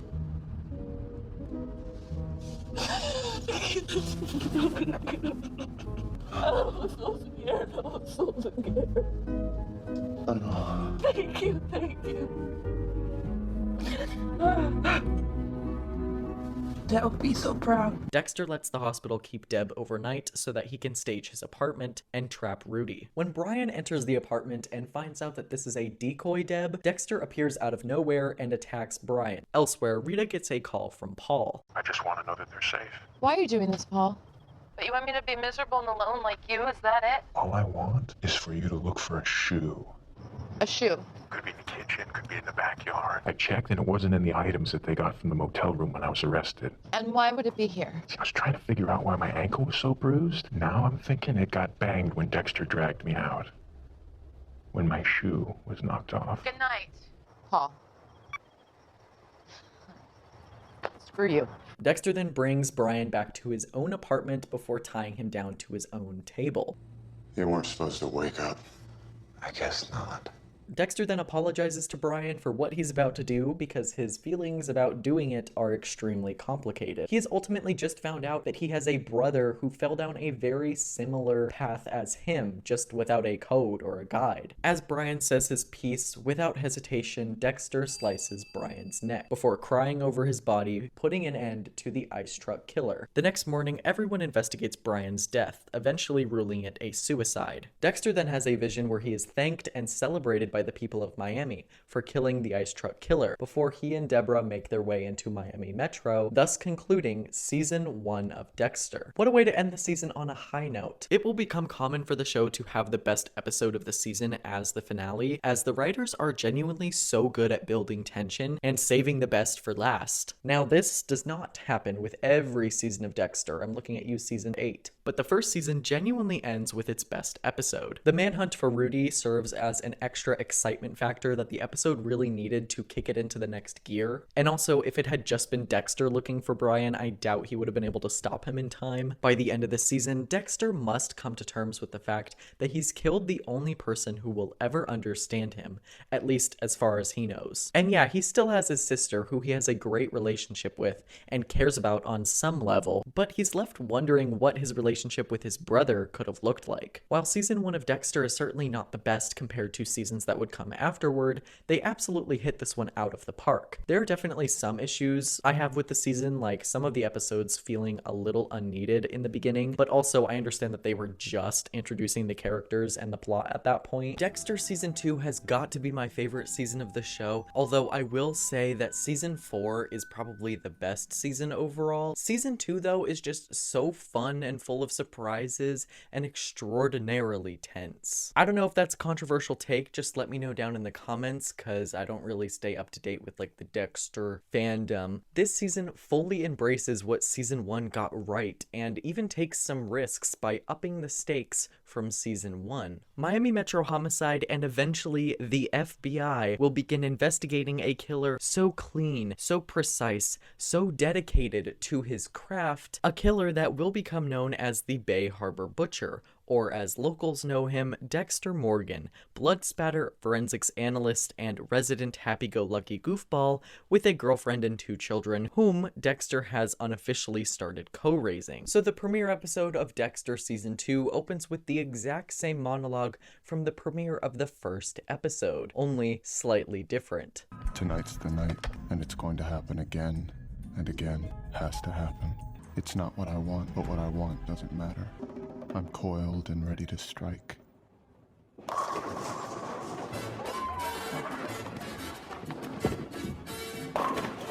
Dexter's not introducing us to his next kill, he's showing us his new hobby of participating in the Miami Metro bowling team. A small detail I love about their bowling team outfits are that it says on the back of it, "Till you bleed," which is a fun little nod to the fact that not only do they investigate homicides, but Dexter himself as a character commits them. I mentioned this in the season 1 video, but the writers love to sprinkle in little hints and like jokes and to poke fun at the fact that Dexter is a killer.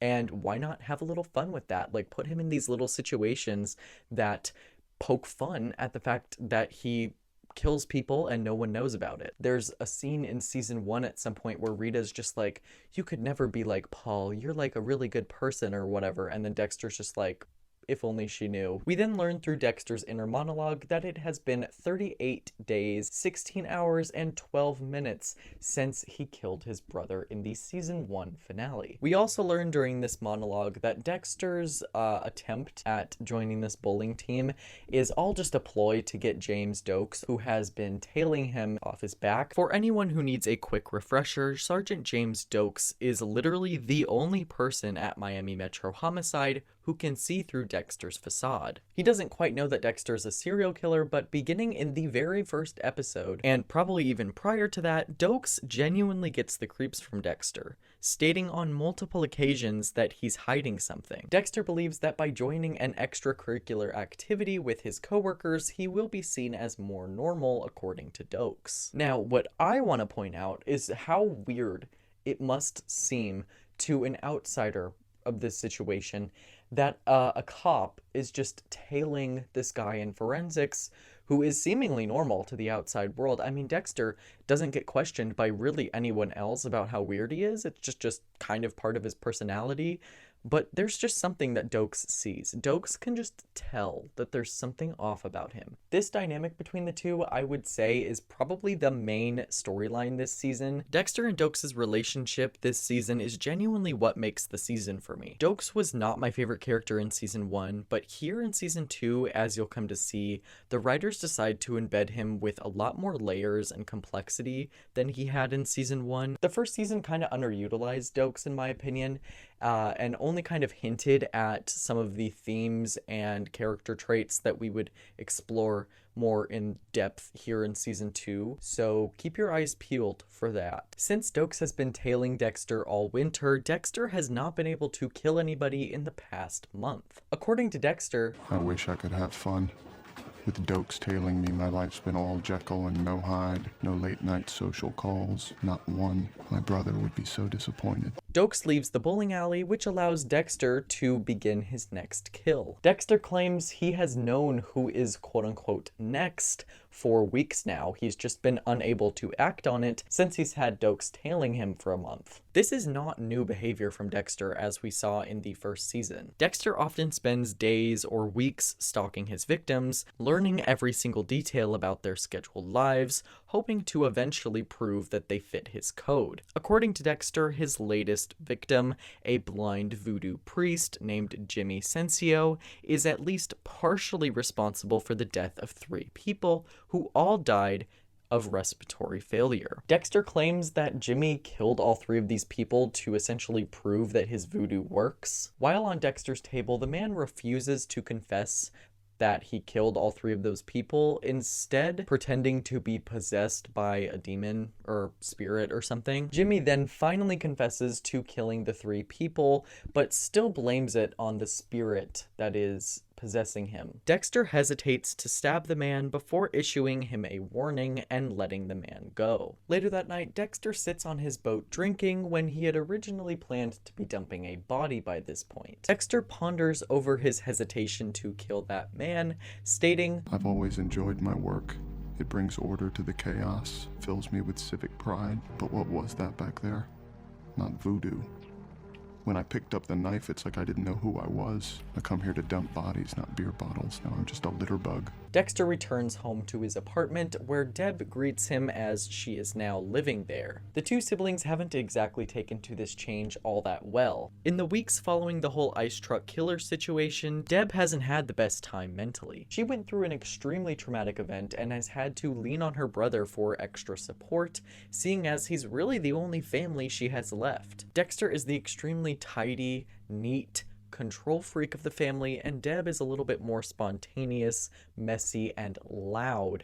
So that combination, living in the same apartment, is not exactly a joyous thing for Dexter, who needs his space. However, Deb is there because she just experienced a trauma, so Dexter understands. He can make a concession for a couple months to allow his traumatized sister to stay with him. Elsewhere, Deb finally returns to work and is promptly welcomed back by Maria, somewhat squashing their beef. Although, just because Maria acts nice to Deb, it doesn't mean that she actually always has her best interest in mind, because in the very next scene, Maria heads to Thomas Matthews, the captain of Miami Metro Police Department, and tells him that she doesn't think Deb is ready to go back to work yet, because she can just tell that Deb is still slightly traumatized, and putting her out in the field is probably not a good idea. For those of you who don't remember, Pascal is now the lieutenant in charge of Miami Metro Homicide, and I think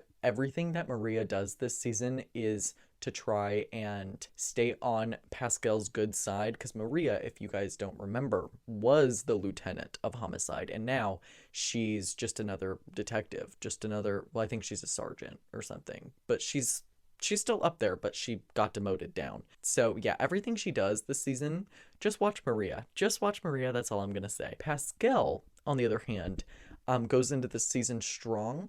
She's up here, and then things kind of take a turn. Later on, the team investigates a crime scene that they determine is gang-related. When Dexter steps accidentally into the victim's blood, Angel points out that Dexter seems a little off lately. Just before Dexter forgot to take the lens cap off of his camera, Dexter makes it a point to explain to the audience on multiple occasions that if he cannot fulfill his need to hunt people, then his ability to do his job and maintain his relationships falls a little short. This scene is a prime example of that happening right in front of our eyes. It's been too long since Dexter has gotten up to what he likes to get up to in the night. A little bit later on, a crying woman makes her way onto the scene and reveals the victim is her son, just before also explaining to Dexter in Spanish that the man was killed by someone named Lil Chino. In another scene, Deb is interviewing an eyewitness when a group of men attempt to get a rise out of her.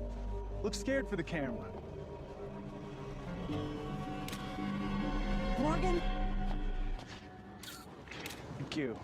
For some context, these guys on the sidelines know that Deborah is the ex-girlfriend to the ice truck killer, and they are just trying to provoke her to get her to act out or feel emotional. Maria watches all of this unfold and worries that allowing Deb onto the field was probably not a good idea. Not only because of what she might encounter out in the wild, but because of how she may react when she finds it. In the end, Deb remains strong and gives the boys pretty much nothing but a smile. Back at the station, Dexter gathers intel on Lil Chino from Deb, and just then, a behemoth of a man walks into the station, claiming to be Lil Chino himself. Later on, the victim's mother goes on record that Lil Chino picked up the victim the night of his death, which places Lil Chino as like the main suspect. And in the very next scene, we learn that the victim's mother is a heroin addict, and therefore she won't be able to testify in court because a jury's not going to take a heroin addict seriously,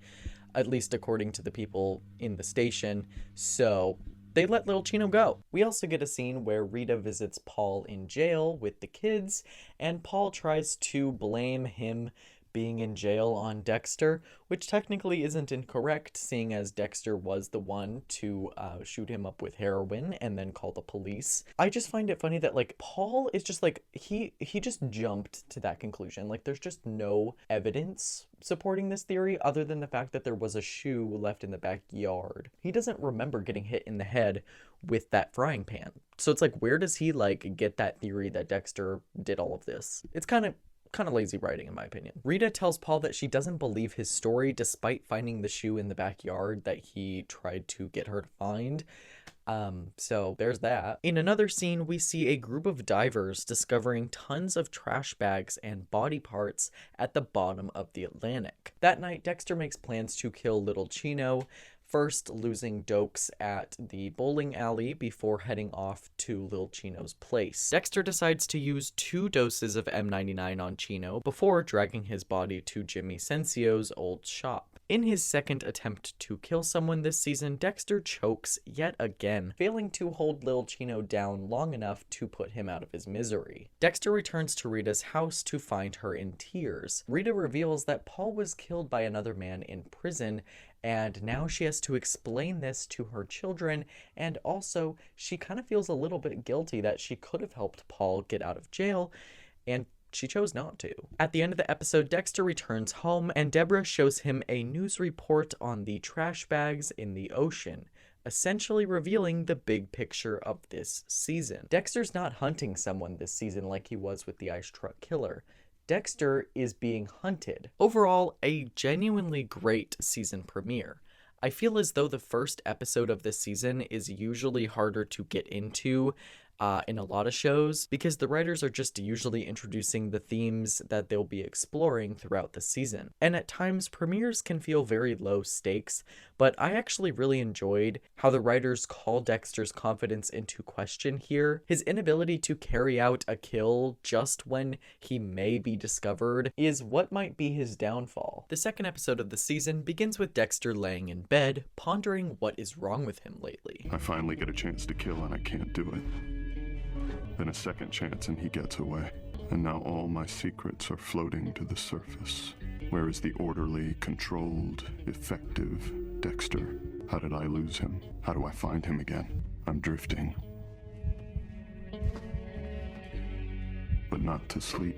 Elsewhere, Angel reveals that Ava, who is the mother of the kid who was killed in the last episode, has also been killed, likely by Lil Chino. The next morning, Dexter heads over to Rita's house, and she is in just a little bit of a sour mood in the wake of her ex-husband's death. Seeing what somber moods Aster, Cody, and Rita are in, Dexter has a hard time understanding how they can feel so strongly about Paul's death, despite his abusive nature. Again showcasing Dexter's inability to comprehend complex emotions. At work, Deb is taken off infield duty, essentially meaning that she's not going to be leaving the precinct anytime soon because of the incident that happened at the last crime scene. Also, the precinct learns that the FBI is sending Frank Lundy, a quote-unquote rock star serial killer hunter, to lead the investigation on the Bay Harbor Butcher, which is what the papers are calling Dexter. Just then, Lil Chino walks into the precinct with his lawyer to clear his name. Chino shows Angel a video with a timestamp that reads March 2nd, 2007, giving the man a viable alibi. The station is forced to cut Chino loose, essentially clearing his name yet again. Tom reveals during a meeting with everyone that the Bay Harbor Butcher's kill count is up to 14. Frank Lundy then presents the Miami team with loads of information about the case, even disproving the involvement of the ice truck killer, which was a theory that was floating around in the media for a while. Later on, Deb meets this guy at the gym and gets freaked out when he tries to tape her wrists, because he's like training her on how to box, and so like she needs to tape her wrists, and it like gives her PTSD from when Rudy was taping her and binding her together. That night, Dexter is ambushed by a group of Lil Chino's friends, yet again preventing him from taking Little Chino out. At the service, which is only being attended by Rita, the kids, and Dexter, Dexter uncomfortably sits in the pews, unsure how to act. It's here where Dexter gets visited by the ghost of Brian. I don't think it's actually a ghost. I think it's more of Dexter's conscience, or a figment of Dexter's imagination rather, that visits him. In the scene, Dexter begs Brian to leave him alone. Dexter eventually realizes he needs to let Brian go if he wants to move on and recover from the funk that he's been in. That night, Dexter finally apprehends Chino by cornering him in a warehouse elevator. Dexter ties Chino down so that he cannot escape this time before he commits the first kill of the season. And with that, Dexter finally has his his mojo back. He eventually dumps his body in the Gulf Stream, which would carry him all the way up the coast of the United States, preventing the feds from finding it in Florida. At the end of the episode, Rita confronts Dexter about Paul's shoe. Rita then asks Dexter point blank if he had anything to do with Paul's arrest, and Dexter has no choice but to confess.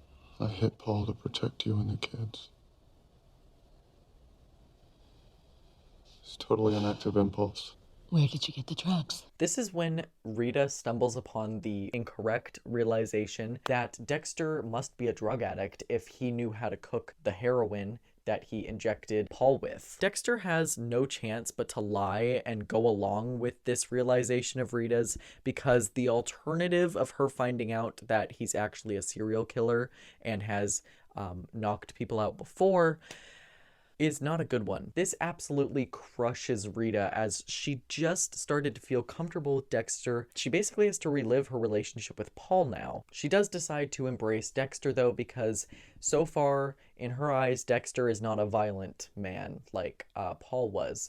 But knowing that he has a problem does complicate their relationship slightly. At the end of the episode, Dexter throws the doll head that he keeps on a keychain in the ocean to sort of say goodbye to his brother one last time, in hopes that he will be able to move on from this funk that he's been in. The third episode of the season opens with Dexter attending his first NA meeting. During the sharing session, Dexter is eyed by a woman with jet black hair and pale skin. And don't worry, she's important, we'll come back to her. Halfway through though, Dexter decides to leave the meeting because he realizes this kind of thing is just not for him, so he returns home. The next morning, Dexter arrives at work, making his way through a sea of loved ones, all supposedly tied to victims of the Bay Harbor butcher. Later on, Captain Matthews names Batista, Masuka, and Deb as some of Special Agent Lundy's task force members. This task force is basically on the front lines of the Bay Harbor butcher investigation, and so having Deb up there is really interesting considering the fact that she was only in Vice 6 months ago. Later on, Dexter investigates a car salesman who has ties to 2 deaths. At the dealership, Dexter fakes needing a new car before stealing the man's hairbrush to test his DNA against some DNA at some crime scenes. A little bit later on at the lab, Dexter realizes that this man's hair is synthetic, basically preventing him from confirming that he is the killer. This is when Vince shows up and reveals that he got Dexter put on the Bay Harbor butcher case. A little bit later on, they enter a tent full of bodies, and Dexter gets to see his work all brought back to him in gelatinous bags that were floating at the bottom of the ocean for God knows how long. Elsewhere, Deb interviews a woman who is said to be one of the Bay Harbor butcher's victims' family members. All of these interviews with the loved ones prove to be a little bit too exhausting for Deb because she's, like I said earlier, pretty much still traumatized, so she asks Lundy to take her off the case, which is something that pretty much every cop in that station is vying for. They want on the Bay Harbor butcher case, and the fact that Deb just wants to get off of it is a little strange to Lundy. That night, Dexter heads back to NA as he promised Rita he would. He collects his newcomer's chip and is somewhat forced to share his story. Dexter lies about his addiction, claiming to shoot heroin. He catches the eye of the woman with black hair from before that I told you about, and after the meeting, Dexter is confronted by her. The duo share a coffee at a restaurant nearby, and you can tell this woman sees right through Dexter's story. The woman's name is Lila. Lila ends up speaking to something inside Dexter, as her struggles with addiction sort of mirror his struggles with being a serial killer. Not to compare a serial killer to a drug addict, because one of those things is way, way worse than the other. Just as far as how Dexter feels on the inside, he kind of feels seen and heard for the first time since Brian died. After returning home, Dexter tells Rita that he doesn't want to continue going to NA as he feels it may trigger something inside him to relapse. And Rita, she's not going to settle for that, so she kicks Dexter out. Dexter returns to the car dealership the next morning, and in the dealer's office, Dexter runs into a woman. He recognizes the man's pattern at work and realizes that this woman is the man's next victim. Another brunette. Single. Neighbors at a distance. No guard dog. The credit check gives Roger all the details he needs. She's next. Elsewhere, Deb confronts Lundy about not taking her off the task force after she previously asked him to do so, and Lundy reveals that he only picked her to be on the task force because she has prior experience with a serial killer. No, I'm not talking about Dexter, obviously I'm talking about the ice truck killer, her former fiancé, Rudy Cooper, aka Brian Moser. Also, Tom confronts Maria about Pascal's outbursts as of late. I don't think I explained this yet, but Pascal, who is the new lieutenant of homicide, has been a little bit on edge as of late. She thinks that her fiance is cheating on her, and she's like taking a bunch of personal calls during work and using department funds to look into his background and stuff, and it's just like, it's a whole thing. So Tom is asking Maria basically like, what's going on? But Maria decidedly takes Pascal's side and says that there's nothing going on. So that's a little interesting coming from Maria, just keep that in mind. That night, Lundy is inside the tent around the same time Dexter enters to drop off some papers. The two get to talking, and Lundy pretty much lays out Dexter's very own code as a possible MO of the Bay Harbor Butcher, which is just like so funny that he was able to literally guess what this killer looks for in a victim based on the little evidence that he has. Okay, he does have a bunch of bodies, but like, whatever. It's just funny that it matches Dexter's exact MO. That night, Dexter takes a knife to Dokes's tire to prevent him from following him so that he can confront Roger the car dealer, and if you know what I mean. You're wrong, I wouldn't. No, you would, and you did, and you're about to do it again. That's why we're here. No, this is crazy. You got the wrong guy. I sell cars, for God's sake. I've never hurt anyone in my life. Definitely not a woman. Why can't I do that? Do what? Lie like that. When I thought I was good, but you. I don't lie. Okay, that one was weak. Okay, look, any car on the lot, it's yours. T-Bird, town car, you name it. Yours, free. I'll call it in right now. Lot's closed. I'll have them open it up. I'm the manager. They do what I say. The manager's name is Rick Buxton. Well, yeah, but I've been there longer than he has. You've been there 3 months. At the other lot. It's like watching someone ski moguls. You just hop from one lie to the next. No shame, no embarrassment. You just don't give a shit. That's the key, right? Not to care about anyone or anything. I care a lot. No, it was a compliment. I don't care either. The next day, Dexter attends an NA meeting and relates his experience as a killer to the attendees' experience as addicts. After his share, Dexter is confronted by Dokes, of all people, who was able to follow him despite not having any air in his tire. This is where Dokes kind of lays off of Dexter because he has sympathy for him. At the precinct, Deborah interviews yet another loved one of a victim who claims that he's glad his father is gone. He made our lives a living hell. When he'd go to prison, it was a blessing, but you kept letting him out. I need to tell my mother, my sister, that they're safe and that he's rotting in hell. Call me when you can tell me that. This allows Deb to sort of put two and two together that pretty much every single victim so far that she's looked into has had a past of either being abusive or a criminal or has been in and out of jail. So she brings this theory to Lundy, who was kind of already thinking the same thing. So that kind of narrows their search a little bit about identifying the rest of these bodies. At the end of the episode, Dexter tells Rita he's sorry for doubting the program, as now he's decided that, you know, maybe NA works, because after sharing his feelings with everybody, he actually feels a lot better today than he did before. Oh, also, the next day after this, right after, like at the very end of the episode, Rita finds out that Dexter's new sponsor is, in fact, Lila, that woman from before, who Dexter low-key was like enamored with. This is sort of a spoiler for the rest of the season, but Dexter's new NA sponsor, Lila, will become an important character to say the very least. As Dexter pretends to have a drug problem that needs fixing, Rita feels torn about his decision to stay the course. It was kind of her idea to attend the NA meetings in the first place, and yet going forward, she finds herself questioning whether Dexter can remain faithful to her with a woman as his sponsor. Given how Lila's words affected Dexter so, it's no shock Dexter wants to continue attending his meetings.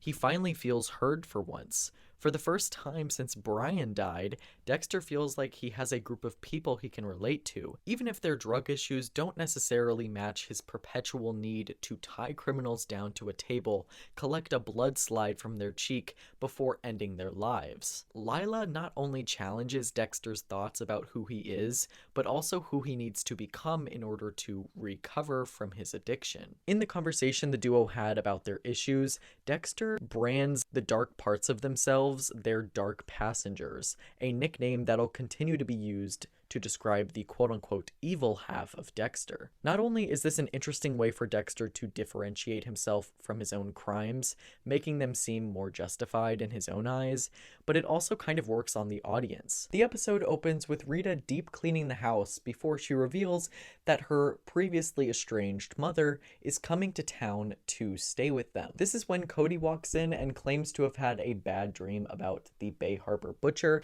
He would never hurt you. My sister Deborah, who is a secret police agent ninja warrior, said he only kills bad people. You're not a bad person, are you? Cody leaves, and then Rita says, Makes me so angry that there's some monster out there scaring my son. You know, I hope they catch him today. And I'm not a violent person, but I hope they hurt him. Have a good day. Make up your mind. At work, Lundy shares his theory about the Bay Harbor butcher only targeting criminals and killers. Just then, Masuka reveals to everyone that he's just discovered a breakthrough in the case. Flustered about what Vince might have seen or discovered, Dexter decides to leave work early to visit Lila at her apartment. After stealing a bunch of wind chimes for some reason, Lila asks Dexter about his addiction. What do you use? I don't know, it's just part of who I am. And who are you? I'm a bad person. You haven't got the first idea who you are, have you? Dexter? Meet Dexter. I'm going to help the two of you get to know each other. Later on, Dexter gets called into a crime scene of a woman who suffered a gunshot to the chest. Dexter tries to get the inside scoop about the supposed big breakthrough in the BHB case, prompting Dokes to yell at Dexter for focusing his attention on something other than the case at hand. It's here where Dokes points out that this woman was killed in a very specific way that he recognizes back from his times in special ops. And the killer, get this, is supposedly the husband of the woman. Elsewhere, Masuka, Angel, and Deb enter the morgue tent before being introduced to the identified BHB victims. Lundy has everyone look into the bodies that have no criminal records to see if they can find a connection to a previous crime that they could have committed. They're doing all of this so that they can fit all of these victims into their vigilante theory. As they're about to leave, Lundy tells Deb that he has a date set for later that night before suggesting she get out and date people, which is like kind of an HR violation, like just a little bit. So yeah, Deb takes his advice and goes on a date, or rather hooks up with that guy from the gym and has to handcuff him to the bed because she's scared that he's going to kill her. The next morning, Deb explains to Dexter that Masuka found microscopic algae on the bodies. Algae which will help prove which marina these bags came from. Later on in the station, Pascal has a bit of a mental breakdown when Masuka says that he can't test a shirt for a smell. There's no amount of forensics magic that can be worked in order to find out what something smells like. This whole incident causes Tom to confront Maria yet again and basically give her her old job back and fire Pascal. Also, Dokes confronts Curtis Barnes, the man who it was said to have killed his wife. The duo come to a standoff, and after a tense couple of seconds, the man is about to kill himself, which Dokes prevents by shooting him anyway. On his lunch break, Dexter tries to end things with Lila. However, right after this, Dexter is confronted by Lila at his work. Lila then begs Dexter for another chance at being his sponsor, and Dexter cautiously gives her another chance. In the next scene, Dexter decides to show Lila the tent in response to her claiming he's not evil. This is practically him disguising his own evil as someone else's to prove not only to himself that he is evil,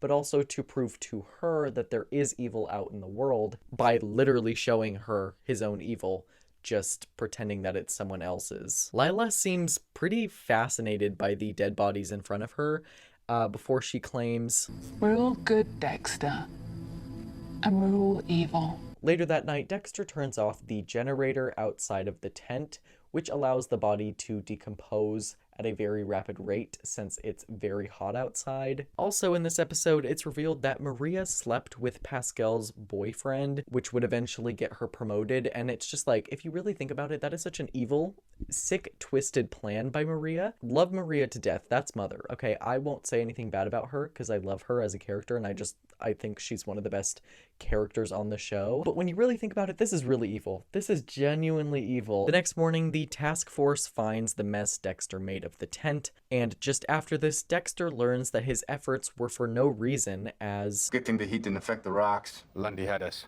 store them separately. The rocks? Yeah, the algae we found on the rocks.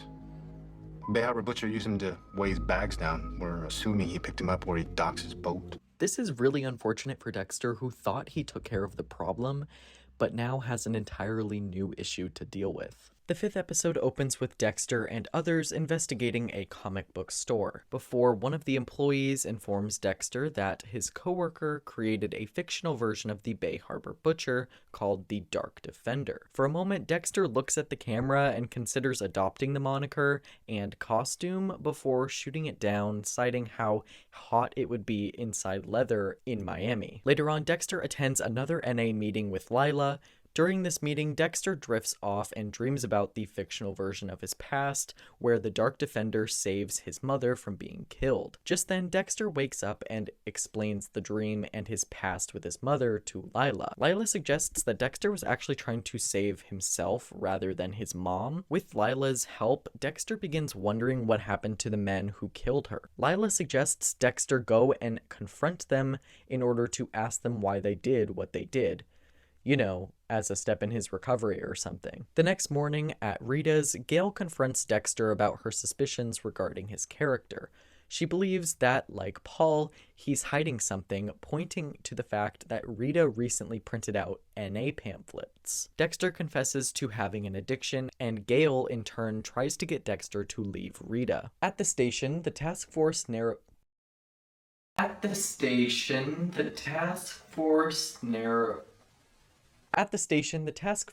narrows down the location of where the algae came from down to 3 marinas, one of them obviously being Dexter's. Elsewhere, Dexter investigates his mother's passing, gathering old files on the men who killed her. The last surviving member of the gang that killed his mom, named Santos Jimenez, is currently working in a bar outside of Naples. We also learn that Jimenez has been in witness protection for the last 30 years. Also in this scene, Dexter listens to a tape recording of his father and his birth mother discussing their operation together. This is where Dexter learns that his mother was Harry's CI. Back at the comic book crime scene, Maria excitedly tells Dokes that there will be no charges against him regarding the shooting of Curtis Barnes. She then asks whether or not he's received any kind of therapy, seeing as he's been involved in 2 on-duty shootings in less than 6 months. Dokes is only focused on the case at hand, and he's basically already put Curtis out of his mind like it was nothing. Later that night, Dexter and Lila decide to go on a trip to Naples to confront Santos Jimenez so that Dexter can get answers as to why he killed his mother. At the man's bar, Dexter expresses his emotions to him.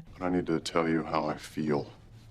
No, what you need to do is leave, because you've been eyeballing me all night. You really shouldn't do that. You stole my life. What the fuck?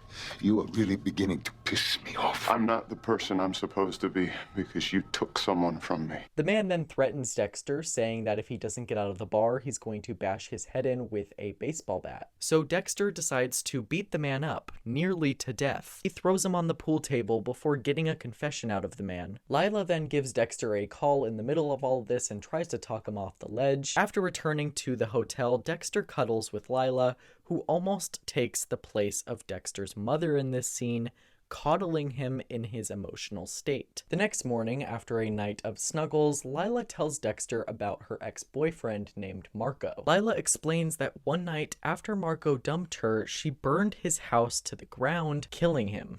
One night, I was so fucked up, God. I went to his house and I burnt it to the ground. they didn't know was that Marco was passed out inside. They blamed the fire on his drugs. That night I went to my first meeting. Seeing that side of myself was terrifying. I could possibly do that to another person. After this confession, Dexter tells Lila that she didn't do anything wrong, actually, because her boyfriend, quote unquote, deserved it, essentially applying his own code to Lila's own crime. Later on, Dexter returns to Rita's house. Rita and Dexter essentially decide that they're staying together despite what Gail wants. Gail then reveals that she's moving to Miami to live with her daughter and her daughter's boyfriend, a decision that everyone in the house is a little bit uncomfortable about. So we're gonna see where that takes everyone in the next episode. That night, Dexter decides to clean every square inch of his boat in anticipation of Lundy finding something on it. This would have been a really smart plan had Dexter remembered that Deb said that the feds were going to put all 3 marinas under investigation, under surveillance, had he also noticed that this had already been done. And there was a security camera on him the entire time.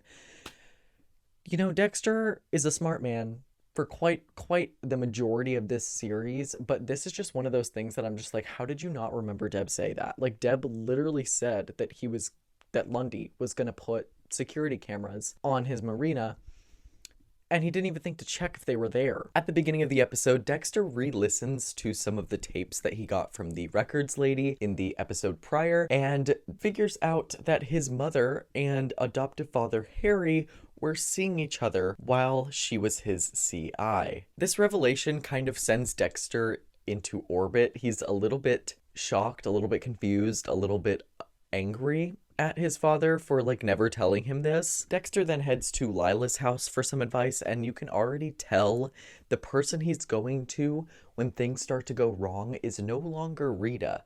It's Lila. A little bit later on at work, Lundy asks Dexter to join him on a special mission to like go look at a tip that came across the station that morning regarding the BHB. At the scene, a man claims to have been tied down by the BHB inside of a train car. However, Dexter knows that this so-called victim is lying, as he was nowhere near the scene the time that this man claims. With Dexter at this scene, he has to be extraordinarily careful and precise about what words he chooses to say when discussing the BHB with Lundy, because one wrong slip up and Lundy might be on to Dexter. Dexter has to kind of go along with Lundy's theory, but also not point him in his own direction. At the station, Dexter learns that the cameras at the marina from the night before recorded him, but they don't have access to the files yet because this is like super early 2000s and like things aren't like immediate yet. So he has to wait to get the files to delete them, but he's in the clear for now. That night at Dexter's apartment, Rita and Dexter are about to get down and dirty when Lila leaves Dexter a voicemail stating, Calling to check in. Thought we could do the debriefing on dinner. Rita's sweet. Very Martha Stewart. I love Martha Stewart. Got her mum. She's got quite the rod up her ass, doesn't she? By the way, I am such a twat. I can't believe I almost slipped up about your mum. Mind you, it could have been worse. Could have spilled the beans about our road trip. That would have been a bloody Don't you dare. You imagine Mita's face if I told her that you and I had spent the night together in a hotel. Anyway, You and Lila stayed in a hotel together. God, I am such an idiot. I can't believe I defended you to my mother while you were off sleeping with another woman. Rita, wait. I thought you were different than Paul, but you're the same. Actually, you're worse. You made me trust you. This kind of fucks up Rita and Dexter's relationship for a good portion of this season. They basically break up from this moment forward. And the next morning, Dexter tells Deb about his breakup with Rita. Deb is particularly frustrated at Dexter because she sees how perfect Rita is for him and how good that relationship was.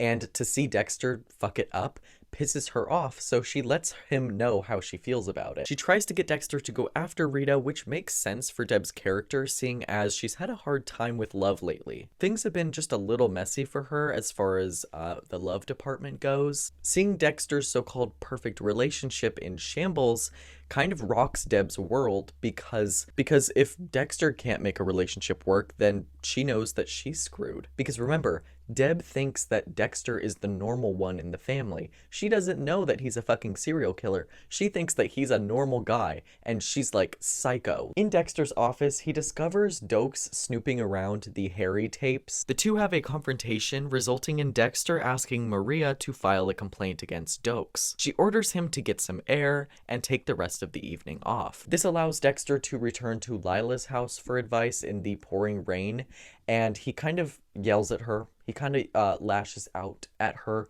for letting it slip that they spent a night together in a hotel room over voicemail when Rita was in the room. And then this kind of results in them hooking up. It's official, Dexter is now seeing Lila, which is totally not a breach of their sponsor-sponsee relationship at all. After this transgression, Dexter gets a call from Rita claiming that she wants to try and work things out with Dexter and hear him out. Back at the station, Batista and Lundy question the prime BHB suspect, whom they eventually come to realize is a copycat. Elsewhere in the station, Dexter pulls the fire alarm to cause an evacuation, which allows him to delete the files of himself at the marina from the night prior. And later that night, Dexter attacks the copycat BHB, later getting a confession from the man before finally killing him. That night, during his meeting with Rita, Dexter accidentally reveals the fact that he did sleep with Lila,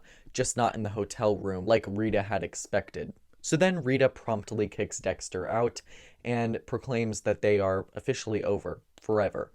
And then Dexter returns to Lila's place, and that is where the episode ends. The episode opens with Dexter leaving Lila's place before returning back to his to get lectured by Deb yet again for leaving Rita. At the station, Angel reveals to Dexter, as well as us, the audience, that the BHB sent in a manifesto. It's here where Dexter reveals that the manifesto was sent in by himself to kind of thwart the police and like get them off his trail.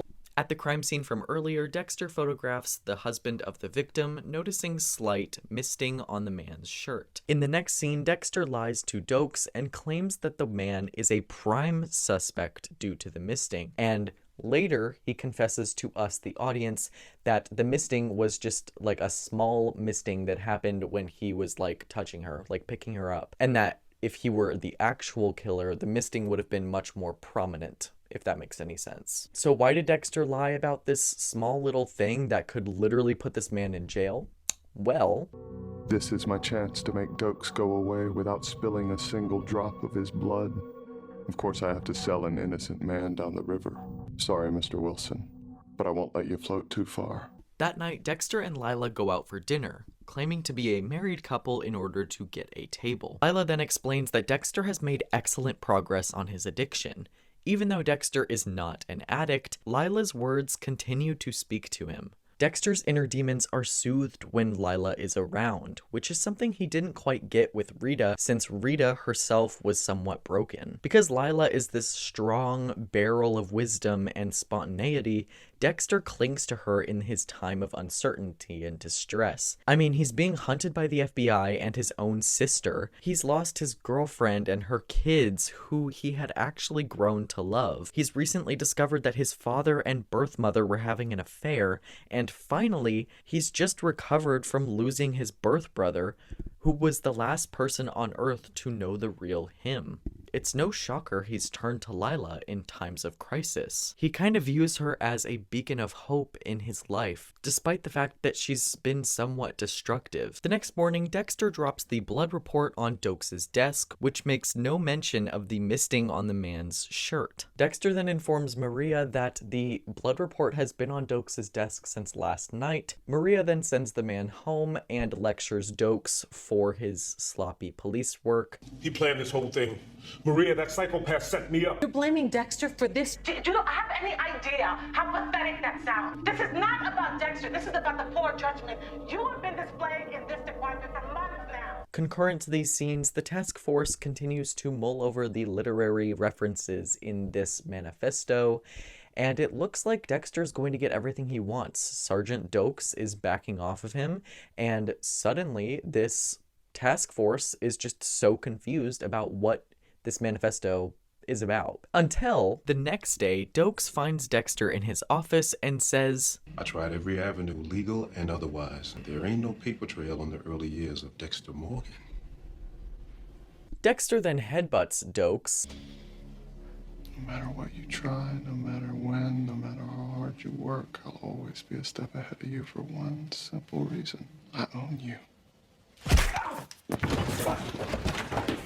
Ah, fuck.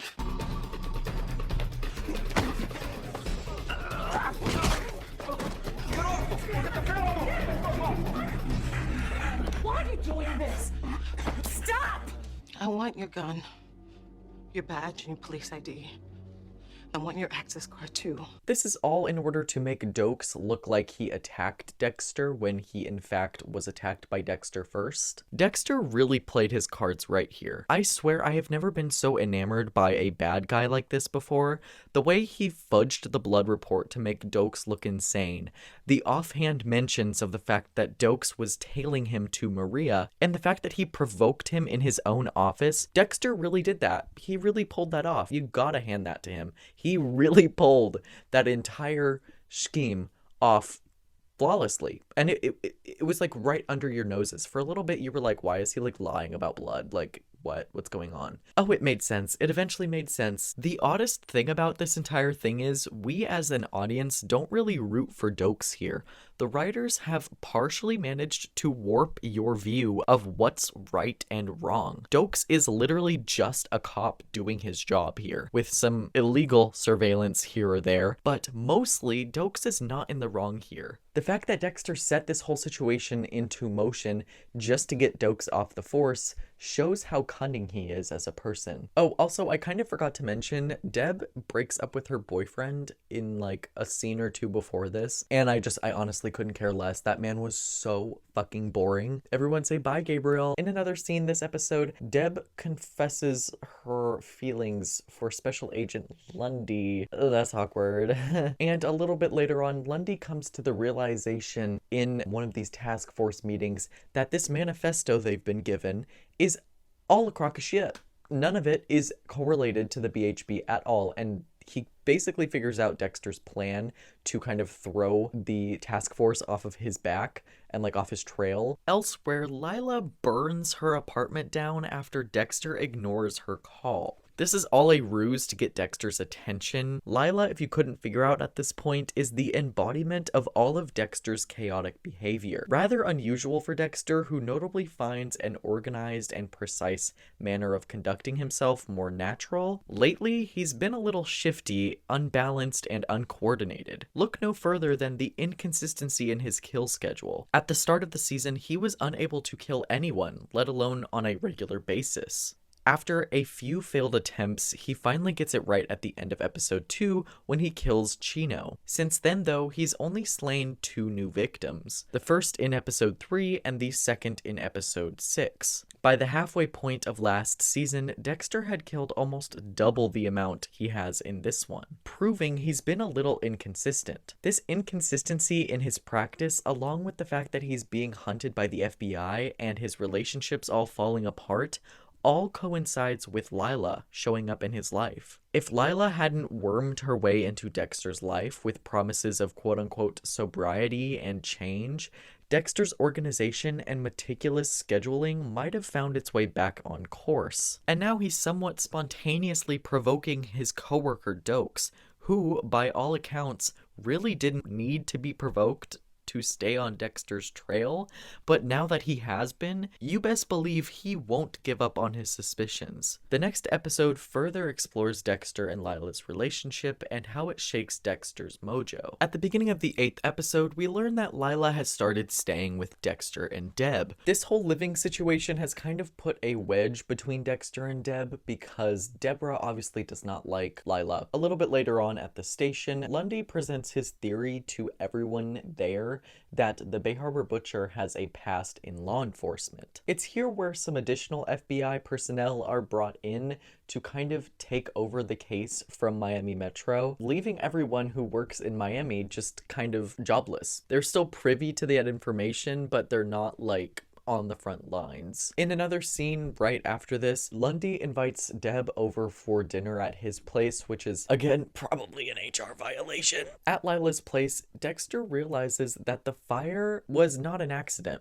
By looking at the different points of origin that Lila used with the blowtorch, fires don't start in multiple different places unless someone sets them. Back at the station, Dexter has a meeting with Lundy where they discuss his past working on some of the Bay Harbor Butcher victims' cases. Like before they were victims, when they were criminals, Dexter basically worked on quite a lot of their cases, and Lundy obviously is interviewing everyone in the station to kind of clear their name as from being the Bay Harbor Butcher, and Dexter has worked, I believe, on 4 of the cases that they have open. So yeah, this causes Dexter to be extra nervous during this meeting. At one point, Lundy accuses Dexter of some sloppy blood work during one of these cases being the reason that this person was let go from persecution, stating that had Dexter not done sloppy blood work on this case, this person would be behind bars and not in a trash bag at the bottom of the ocean. While he's definitely not accusing Dexter of anything, he's certainly giving him a hard time about it. The Rodrigo case. Let's talk about that one. Kind of blew it, didn't you? Sorry? Anthony Rodrigo, crack dealer with an apparent habit of killing people who got in his way. They finally tied Rodrigo to one of his victims, built a solid manslaughter case. Would have got him off the street for a few years. But the case largely rested on the blood work that you did. Dexter apologizes and claims that he was overworked, which Lundy finds to be a lazy answer, but an acceptable one at that. That night, Lila attends Dexter's bowling game and flirts with Batista and Masuka. Outside the bowling alley, Santos Jimenez, yes, that Santos Jimenez, the man who killed Dexter's mother, shows up and attacks Dexter in the parking lot. The next morning, Doak stops by the station and avoids getting questioned by Lundy. Elsewhere, Dexter follows Santos out into the middle of the Florida Everglades. They finally reach a cabin in the swamp. Dexter turns on the radio to bring Santos outside in order to subdue him. And in the following scenes, Dexter finally kills the man who killed his mother. Here we are again. What the? I know, I keep asking myself that same question. Let me out of here. I'm finding it's best to accept things you can't change, you know? Normally I'd have a chat to make sure you understand why you're here. I think you have a pretty good idea. I'll fucking kill you! No, Mr. Jimenez. I'm gonna kill you tonight for what you did to my mother. And because, well, this is what I do best. It's kind of fitting, don't you think? Just after this, though, Dexter finds out that Lila is the one who set up the attack by Santos in that parking lot. She called Santos and told him to be there to attack Dexter in order to get him to return to her place and embrace her. This is all because Lila wants Dexter to stop pulling away from her. Oh yeah, Dexter also learns that Lila stole his key to Rita's house, allowing her to break inside. Dexter rushes back to Miami and learns that there is no sign of Lila at Rita's. A little bit later on, Dexter confronts Lila about calling Santos. Oh yeah, and another scene, this episode is insane by the way. Dokes raids Dexter's apartment without a warrant, because he's not on the force. He raids his apartment and finds the blood slides in Dexter's air conditioning. I repeat, Dokes finds the blood slides. Oh yeah, in another scene, Deb and Angel discover that the Bay Harbor Butcher used a drug dealer's car to kill a suspect from 2002. This confirms for them that the Bay Harbor Butcher works for Miami Metro because the only way to get access to this drug dealer's car is if you were an employee at the police station. Having this confirmed for them is a really emotional situation because they just learned that one of their coworkers is a killer. The morning after killing Jimenez, Dexter wakes up from a dream where he drags Jimenez's body into the station for everyone to see. When he awakens, he is reminded of the mess he has to clean up at the cabin. Dexter actually wakes up in front of Rita's house and apologizes for sleeping in her front yard. You see, Dexter was just keeping an eye out for Lila in case she decided to show up again in the night. I want to say something. I'm sorry. All right. I feel such regret, which is rare for me. It's here where Dexter realizes he's also being followed by an FBI agent, which is curious. He decides to head to work instead of the cabin to clean up Jimenez. At the station, Lundy and the rest of the FBI agents gather like a swarm of bees in the bullpen. Maria, Angel, Dexter, and others are left to speculate on what has them all frazzled. The Miami Metro employees all come to the conclusion that they must have found a prime suspect in the BHB case for them to be gathering like this.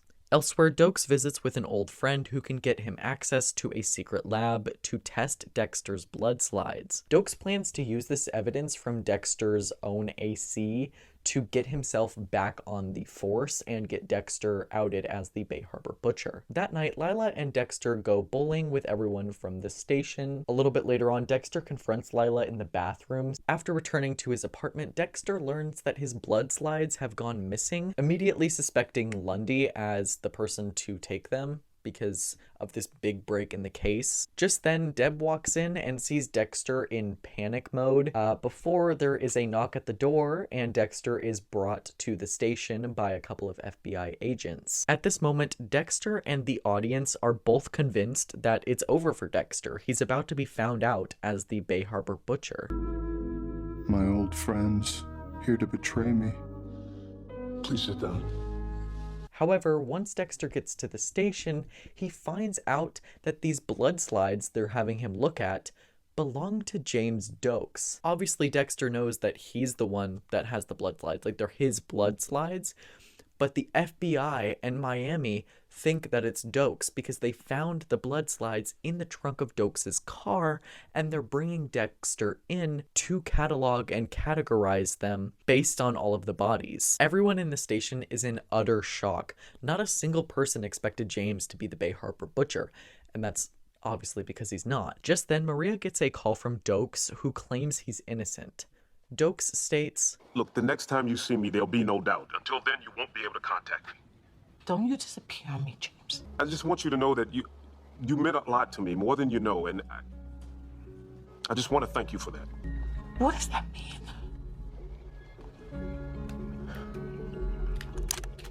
But wait.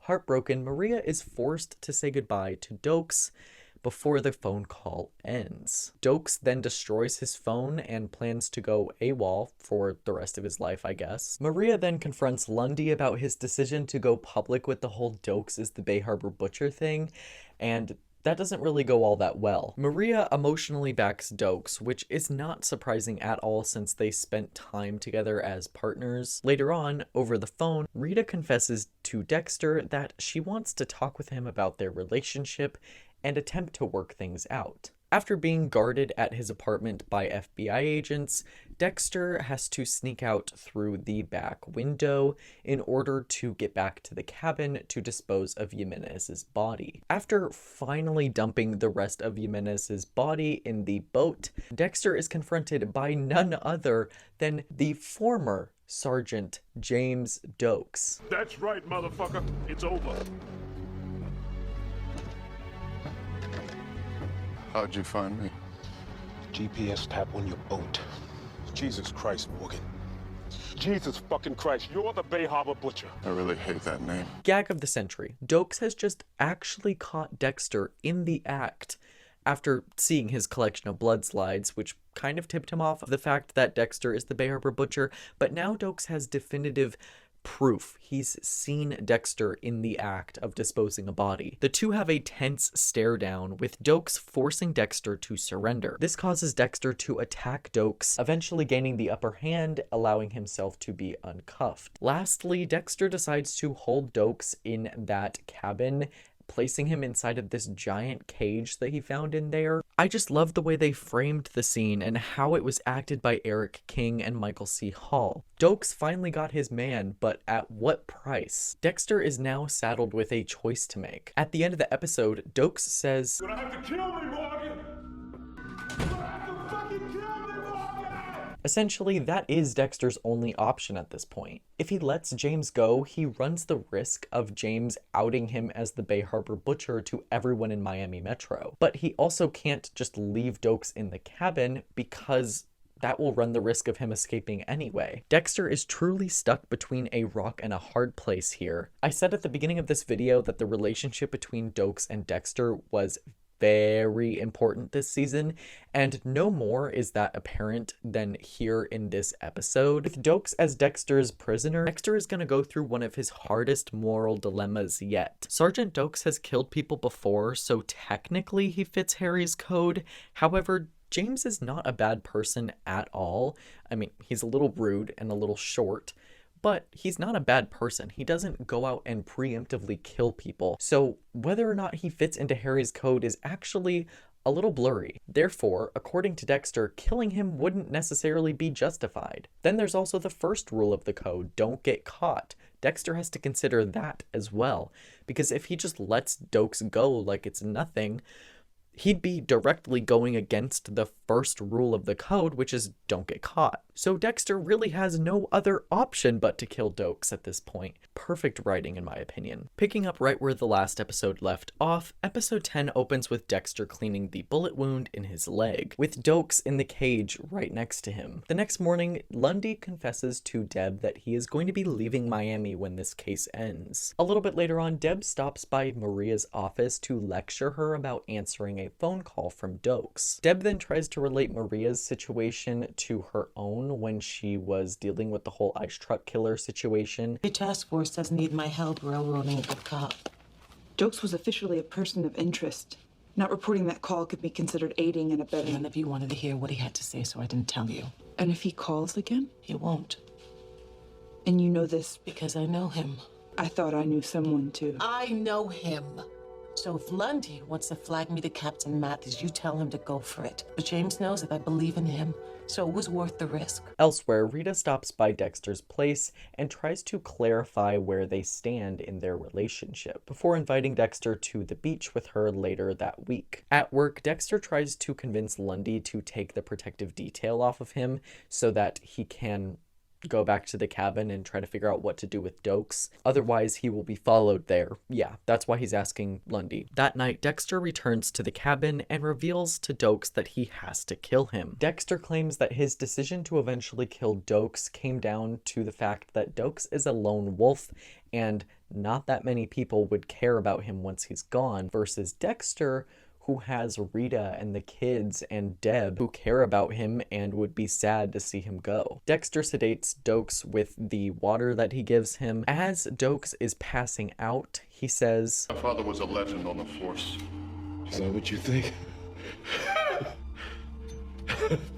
They never told you. Told me what? Hey! Instead of killing James, Dexter decides to plant his fingerprints on Dexter's tools in order to provide the FBI with hard evidence that Dokes is the Bay Harbor Butcher. At the cabin, Dokes reveals to Dexter that his father's passing is not what it seems. The next morning, Dexter confronts Matthews about Harry's death. Matthews reveals that Harry actually killed himself and he didn't actually overdose on accident. This realization rocks Dexter to his core. This common theme of revealing more and more about Dexter's past as the seasons go on are part of what makes these first few seasons so compelling to me. The sheer amount of twists regarding Harry in this show is kind of astounding when you think about it. At the station, Maria gives Lundy definitive proof that Dokes isn't the Bay Harbor Butcher. This, however, is not enough to convince Lundy to take the bait, and take Dokes off the suspect list, he tosses her evidence out. Also, in another scene, Lila and Angel are having dinner together. Lila roofies herself to make it look like Angel was trying to date rape her. More on that later though. Back at the cabin, Dokes tries to talk Dexter off the ledge. Dokes watches as Dexter kills an intruder in the cabin, and he is absolutely disgusted by Dexter's behavior.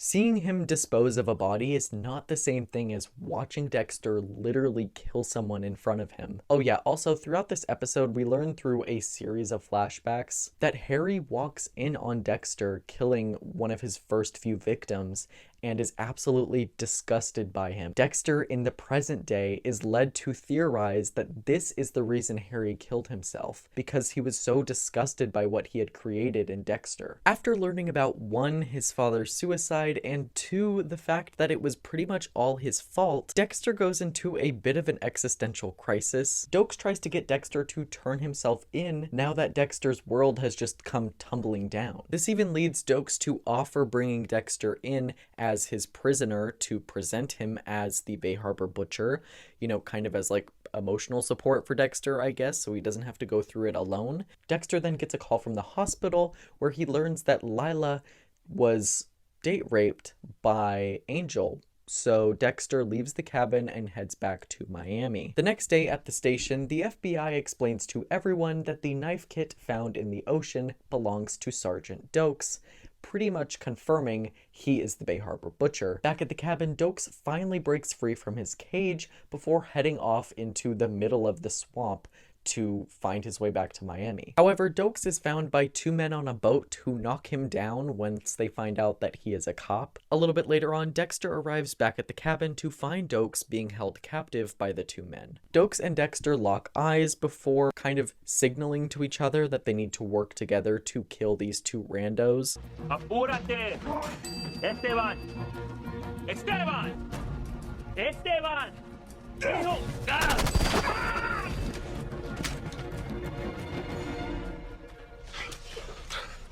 Dexter then kind of entertains Dokes' idea to bring him in as the Bay Harbor Butcher and clear Dokes' name. Toying with an idea. I've been under federal investigation for 2 months. My trophies were stolen. Sorry. The code I live by has been shattered. I have a co-worker in a cage. Things aren't going so well. No shit. Harry killed the wrong person. Morgan, you're not thinking about... Kill myself? No, that's pathetic. But I can't live in this house of cards anymore. Waiting for it all to fall down. I need to do something, you know? I'm thinking about turning myself in. That's a good call, Morgan. That's a tough call, but that's a good call, man. I need some fucking relief. Yeah, you can't keep running, man. That's for pussies. You're just gonna end up in exactly the same situation. Yeah. Prison. I could finally get some sleep. The long run would be easier on Deb. Rita. Better than watching me dragged in like an animal, which, let's face it, will happen. Someday. Dokes eventually gets through to Dexter, and Dexter pretty much says he will go along with it as long as his crazy sleepless schedule and anxiety goes away. In the morning, Dexter tries to force Lila to back off the lawsuit, citing the fact that he's leaving Miami and trying to expose Angel of a crime he didn't commit without reaping the benefits of getting back with Dexter would be pointless since Dexter's leaving. Lila steals Dexter's GPS out of his car, and a little bit later on, Dexter says what he believes is going to be his final goodbye to Rita and the kids while on the boat. Back at the station, Deb reveals that Lila's fingerprints led her to finding out that Lila has an expired visa that expired 2 years ago, and Deb can legally deport Lila from the country because she's not a legal US citizen. So Deb heads right to Lila's house and basically explains the situation to her that she's going to have her deported if she doesn't self-deport. Instead, Lila decides to use Dexter's GPS to lead her back to the last location he went which was the cabin out in the middle of nowhere. Oh wait, also at the end of the episode, Dexter has made a decision about this whole turning himself in thing after having dinner with Deb, stating, Harry may have rejected me, but Deb clearly believes in me, so why shouldn't I? I'm not turning myself in. This isn't Harry's life. I made a plan to frame Dokes, and I'm going to stick with it.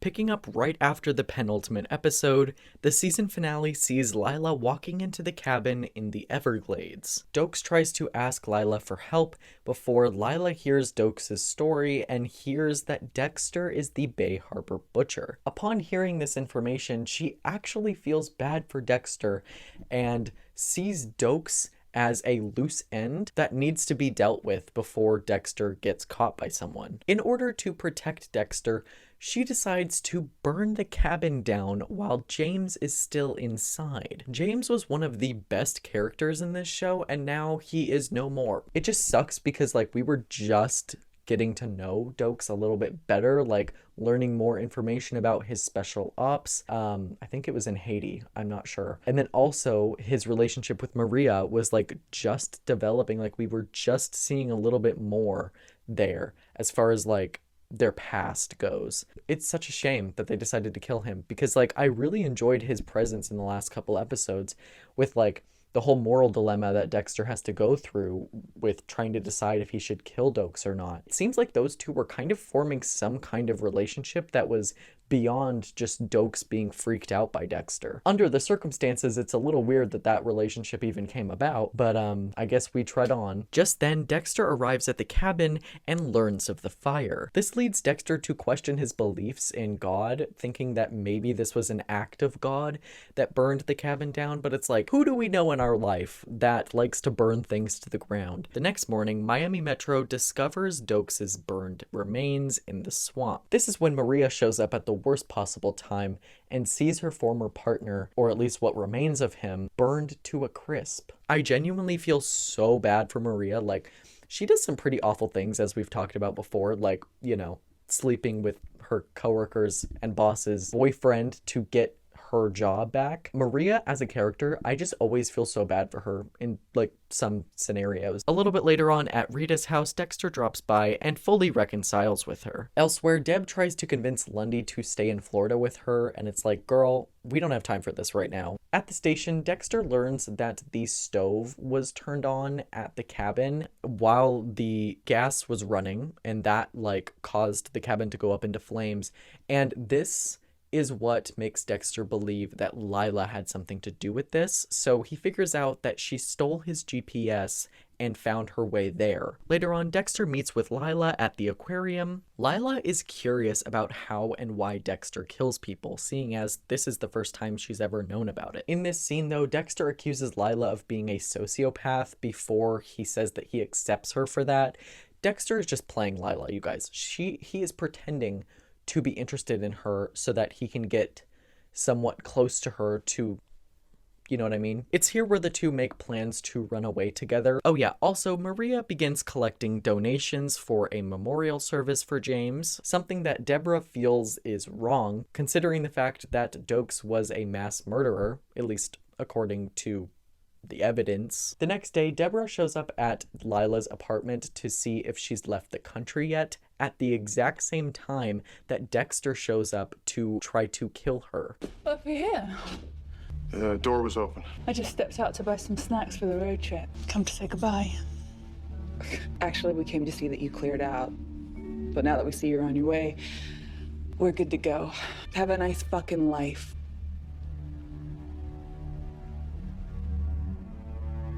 You're not coming with me then? Oh my God. What did you do to make her so pathetically crazy for you? Dexter leaves without his bag, and a little bit later on, Lila opens the bag and sees that he has the syringe full of M99 in it, the syringe that was meant for her. Elsewhere, Lundy tells Deb that he has gotten another job across the country forcing him to break up with Deb. A little bit later on, Lila breaks into Rita's house and kidnaps her kids. Dexter learns about this and heads to Lila's place to rescue them. After Dexter arrives, Lila then burns her own apartment down for the second time this season. One thing about Lila, she loves a flame. This forces Dexter to break the kids out of the apartment, saving their lives. A few days later, at the end of the episode, Dexter catches a flight to Paris and subdues Lila in her new apartment, making her his final kill of the season. Dexter quickly plunges a knife into her chest and disposes of her body. I will say this scene is extremely rushed, and I wish they would have taken a little bit longer giving her a proper send-off. The next day, Dexter is seen attending James Dokes' service with Maria as the lone attendees. Dexter then claims, "The code is mine now, and mine alone. So too are the relationships I cultivate. They're not just disguises anymore. I need them, even if they make me vulnerable." This is a huge switch up from the first season, where Dexter only needed people in his life to hide who he was. Now, he needs the people in his life in order to survive. Without Rita in his life, Dexter was lost. His stability was rocked. In a similar vein, the thought of the possibility of getting caught made him cherish his supposed final moments with Deborah, causing him to reconsider giving up. If anything, James and Lila both taught Dexter something about himself, even if it was unintentional in both cases. Dexter is not an emotionless monster. Dexter has feelings. He loves Rita, and he loves Deb, and he loves those kids, and that's enough for him currently. The opening of Dexter Season 3 sees Dexter utter the words, "Ah, life. Life is a ritual. Routine, and an essential part of that routine, regular oral hygiene." as he savors the quiet moments he's grown all too familiar with since the end of Season 2. Moments like going to the dentist for a regular checkup, or hanging out with Rita and the kids. The things he had sort of started to take for granted prior to the whole whirlwind that was Season 2. On another note, Dexter is invited to Cody's dad day at school, and it's just really cool to finally see Dexter step into the role that Rita always knew he could. After a 10-minute opening to the episode that makes us feel refreshed, the tone immediately changes when Dexter gets to stalking his next victim, Fred Bowman, or simply known as Freebo. So keep that in mind, because I will literally never refer to him as Fred Bowman from this point forward. Kills 2 college girls in skates on a state police screw-up, otherwise known as Florida's catch and release program. He does the deed, gets away with murder, and falls off the radar.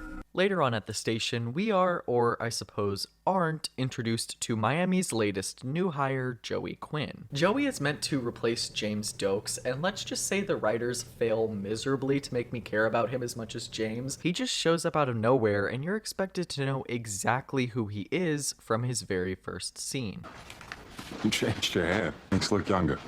I don't want to look younger. By the way, nice work on the Rinaldi case. I feel like this character would have made more of an impact right away if they had decided to bring him in from episode 1 and have all the characters meet him at the same time as the audience, because the way that they wrote this makes me feel like I missed an episode. Joey and Deborah, who has an atrocious haircut this season, are going to have a storyline here where Deb is suspicious about Joey's background, and it ends up leading to absolutely nothing, so if I don't spend too much time on them, that's why. In a short scene right after this, everyone in the bullpen learns that Detective Angel Batista is moving up to Sergeant and replacing Dokes. Now, I don't know exactly how long it's been since Season 2 ended, like within the show, timeline-wise. It's implied that it's only been a couple of months, and that means that they've been without a sergeant for like months. I don't know much about police hierarchy, but it seems kind of strange that they have been without a sergeant for like 4 to 5 months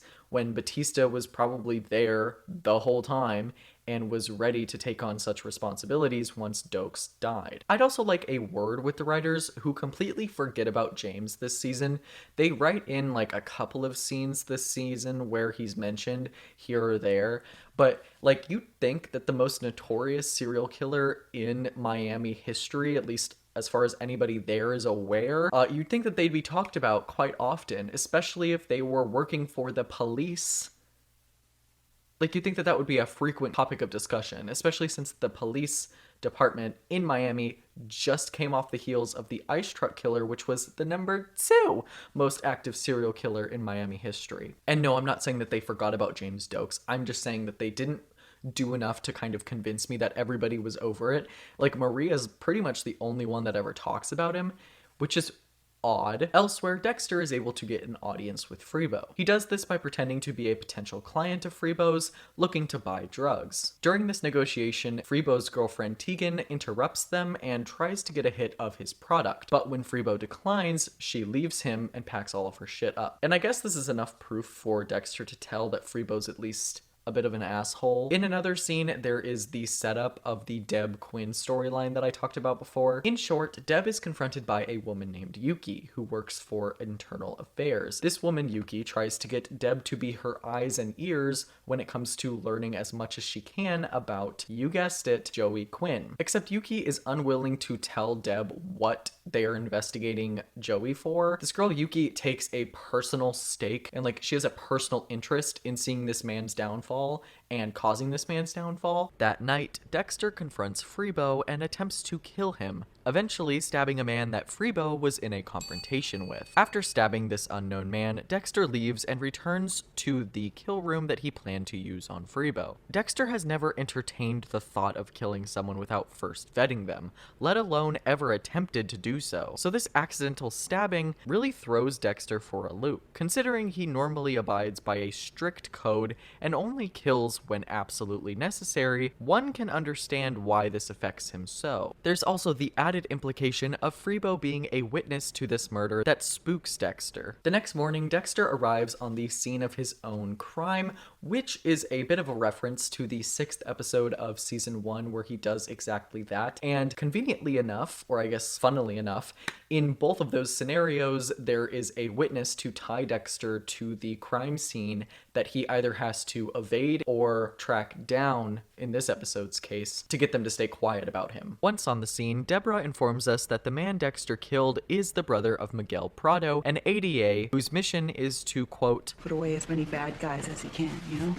A safe Miami is the only Miami. Dexter, as well as the audience, also learn in this scene that Miguel's other brother is a hard-ass lieutenant at the sheriff's department. So not only does Dexter have to fool his own department during this investigation, but he also has 2 of the victims' brothers, who, might I add, both have a background in either criminal justice or law enforcement, that are both willing to do absolutely anything to catch the man responsible for Oscar's death to worry about as well. During a meeting, Dexter learns that Freebo is now the main suspect. His mission now becomes trying to find Freebo before the cops can, so that he can keep Freebo quiet. A little bit later on, Dexter tries to justify his killing of Oscar by searching every criminal database he can get his hands on to try and prove that he had some kind of background that would justify his death. Once Dexter realizes that there is no justification for what he's just done, he grapples with the fact that he's just broken Harry's code literally for the first time ever. Today is Harry's birthday, according to Dexter through his voiceover,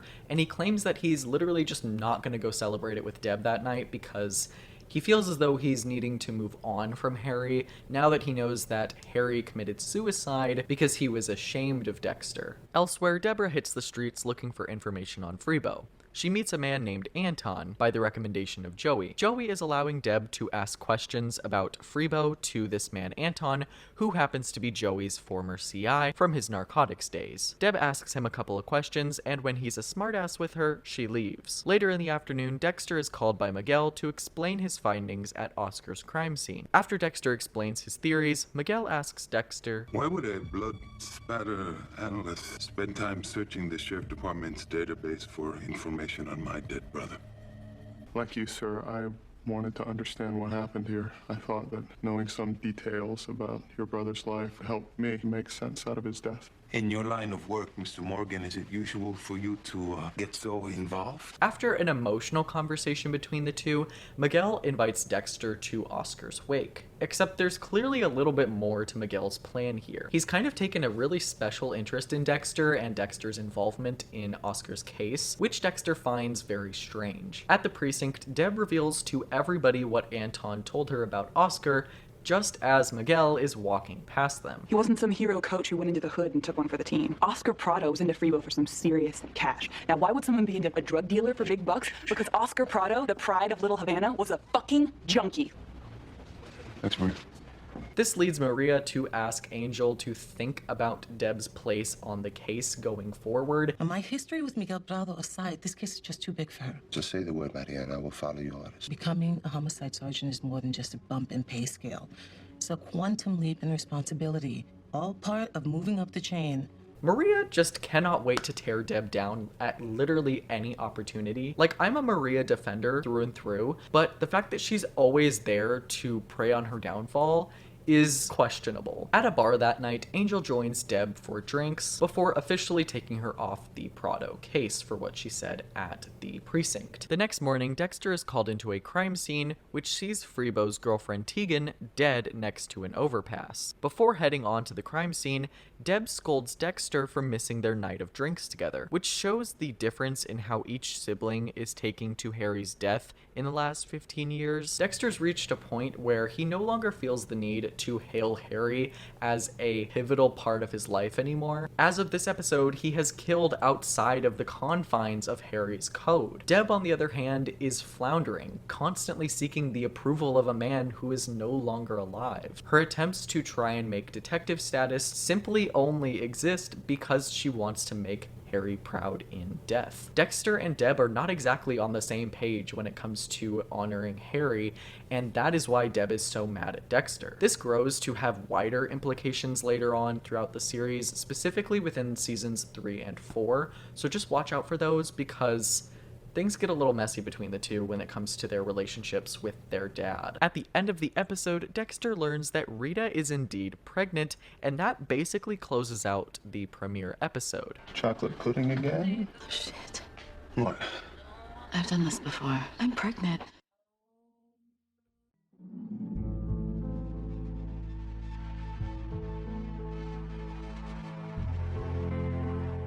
The second episode of this season opens with Dexter pondering the consequences of his and Rita's actions. With the confirmation of Rita's pregnancy behind them, Dexter is now forced to confront how a kid of his would turn out. Dexter says it himself, he's not in the business of giving life usually. What does an emotionally vacant man have to offer a child? He loves spending time with Rita's kids and making them breakfast and going to dad day with them. But being a father is much more than that, and Dexter knows that. Actually producing an offspring and molding them into a person that you can be proud of and also can function as a normal human being in society is a lot different than pitching in as a father for 2 preteens. Dexter has never considered fathering a child up until this point, and honestly, why would he? Up until about a year ago, he didn't even have a girlfriend, so that was literally never on his radar. And now that all of these things are changing so rapidly, Rita expects Dexter to keep up. Dexter's silence regarding the whole ordeal is quite upsetting and concerning to Rita, who before all of this felt quite strong and secure in their relationship. Rita's worried that Dexter will flake or try to force her to abort the baby. Dexter has no intention of doing either, but he clearly has no idea how to be there for Rita either. Elsewhere, Miguel scolds Maria for her handling of the Bay Harbor Butcher case, and we get our one and only mention of James Dokes this season. This is a good team. This is the same team, by the way, that shared a roof with the Bay Harbor Butcher. Maria advises Miguel to keep his distance from his brother's case, and this scene ends up giving us a lot more insight regarding the duo's past relationship than any other previous scene. Maria and Miguel were once romantically involved, and that's why Maria has such a personal stake in helping the man solve this case. She feels like she owes it to not only Miguel, but also due to her mishandling of the Bay Harbor Butcher earlier in the year. It was only like 3 or 4 months ago that she directly tried to sabotage the investigation against James Dokes. She feels like she has to get this next one right. Elsewhere, Yuki bombards Deb again, and I'm already so over this storyline. It's pretty much a carbon copy of the scene from episode 1. Also, just the writing of this scene is absolutely abysmal. Oh God, that really matters to you, doesn't it? Your cop friends. It's your whole life. Them, the job, the shield. Without that, you've got nothing. Except you're a treadmill. Kind of a cunt, aren't you?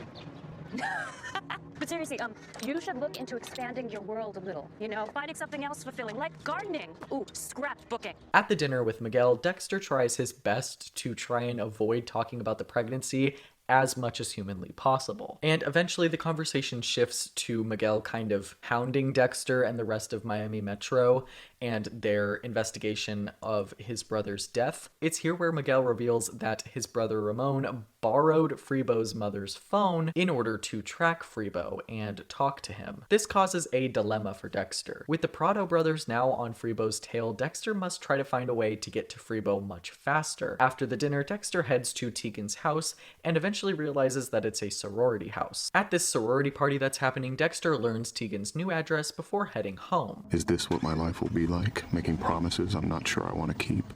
The pros and cons of responsibility. The next day, Dexter and Rita attempt to write out a pros and cons list for having a child. Because Dexter has never had children before, he can only focus on the surface level pros and cons of fatherhood. You know, they're cute, they're fun, that kind of thing. But Rita can't help but look at how impossible it would be to add another child to their household. It would mean getting a new place and having Dexter move in with them, which is a lot of change very quickly. Elsewhere, Deb gets a new lead on Tegan's identity from Anton. This lead ends up bringing her to a man named Javier, whom Tegan was previously acquainted with. The woman laying on Javier's couch gets Javier to admit he knows Tegan. Javier explains that he, quote, passed her on to Freebo, and this is where Deb puts it together that Oscar Prado and the Jane Doe cases are directly related by Freebo. There's also a development in a case I haven't really mentioned before yet, and that all has to do with a man named Chicky Hines. Chicky Hines just so happened to have committed a murder and is awaiting sentencing,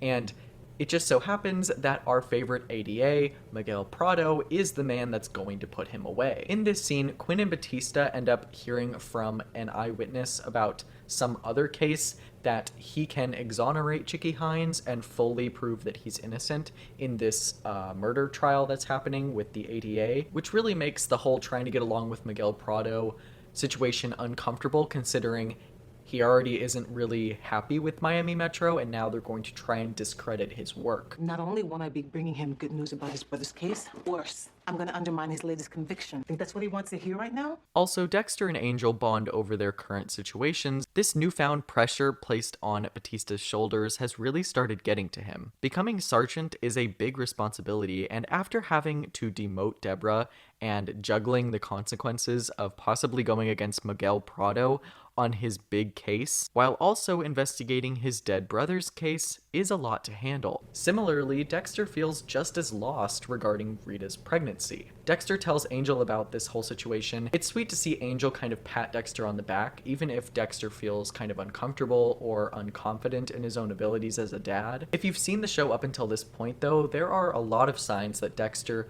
could be a good dad if given the chance. It was only 2 episodes ago that he rescued Rita's kids from a burning building. Granted, he kind of ended up putting them in that situation in the first place by introducing Lila to the family. I digress, he ended up saving them in the end. This is Dexter's main fear surrounding having kids though. He doesn't feel like he's going to do enough to separate a potential baby from his extracurricular activities. It's a pretty understandable fear considering how young Dexter was when all of this traumatized him. The next day, Maria tells Miguel about the Chicky Hines situation, and Miguel actually assures her that this was the right thing to do, but you can tell he's still like not really happy about it. That night at the precinct, Deb explains to everybody that her theory about the Jane Doe and Oscar Prado cases being connected. This forces Maria to allow Deb to join the case again after just being taken off of it in the last episode. Dexter overhears this whole situation and makes a run for Freebo, knowing that the police are now getting closer and closer to finding him. Elsewhere, Dexter finds Freebo hiding out at Tegan's house. He leaves Tegan's house and heads home, planning to eventually return to Tegan's and dispose of Freebo that night. Before he can do so, though, Rita stops by his apartment and tells him that she does not want to keep the baby. And Dexter ends up confessing that he feels the exact same way, but this ends up being a test by Rita to see if Dexter is ready to take on fatherhood. Rita gives Dexter a choice to either pick her and this baby,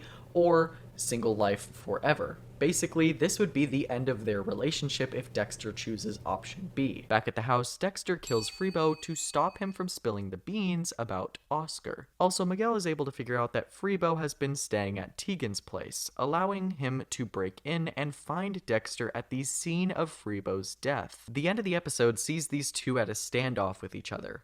Dexter pleads self-defense, and Miguel believes him. Miguel then unpredictably hugs Dexter and thanks him for taking care of Freebo for him. Dexter tells Miguel he has to leave, essentially sparing him from becoming tied to the case.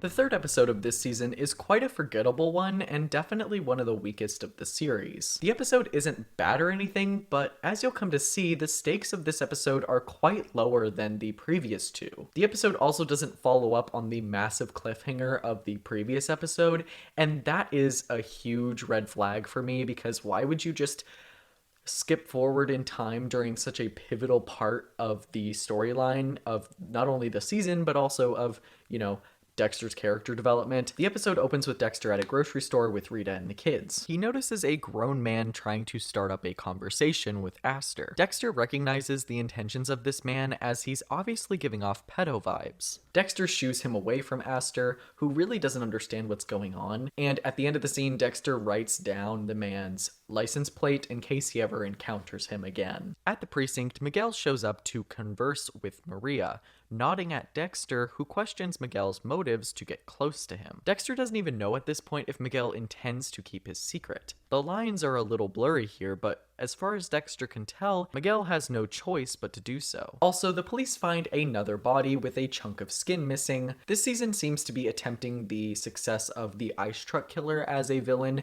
with the Skinner this season, and I gotta say, it's quite uninteresting in comparison. One by one, each new witness in this case will start to show up as a new victim in it, and that is just one such a boring way to choose victims. Like, why would the killer choose victims like that? I mean, it makes sense, okay? But it's so predictable. This season literally tells you which characters are going to die next, or like which ones are going to be in trouble next, and that is not interesting or compelling in my opinion. I'd also like to mention that the ice truck killer was so sophisticated in his methods versus the Skinner, which literally just chops sections of people's skin off, whereas the ice truck killer, there was, like I said, precision involved. And you may be confused as to why I'm comparing the ice truck killer and the Skinner, but ultimately this is the first two seasons to actually include a serial killer that's getting hunted, minus Dexter in season 2. The show is obviously from Dexter's perspective, so I'm not counting him. Basically, we've got the ice truck killer, the Skinner, okay? In both of these scenarios, they're presented very similarly. A killer starts cutting up or killing victims, and they start showing up in Miami pretty much every episode or every other episode. Just for some comparison here, the ice truck killer was out here slicing people into 9 equal parts with such precision that it impressed the cops. The Skinner is just killing random people that are witnesses to a completely random case that he or they are not associated with. So it's just like not as interesting. The ice truck killer's motives were very much based in the fact that he wanted to fuck with Dexter, and the Skinner doesn't really have anything to do with that. He's just some fucked up guy. There's just no comparison there, and the Skinner, I would say, is probably the show's weakest villain. What's even more annoying about this is that this storyline was clearly added because the Dexter-Miguel storyline couldn't take up all 12 episodes by itself. This latest victim, Javier, is tied to Freebo, just like Tegan was, so the police assume he is probably responsible for this, and he's probably the Skinner. However, Dexter and Miguel know that that's not true,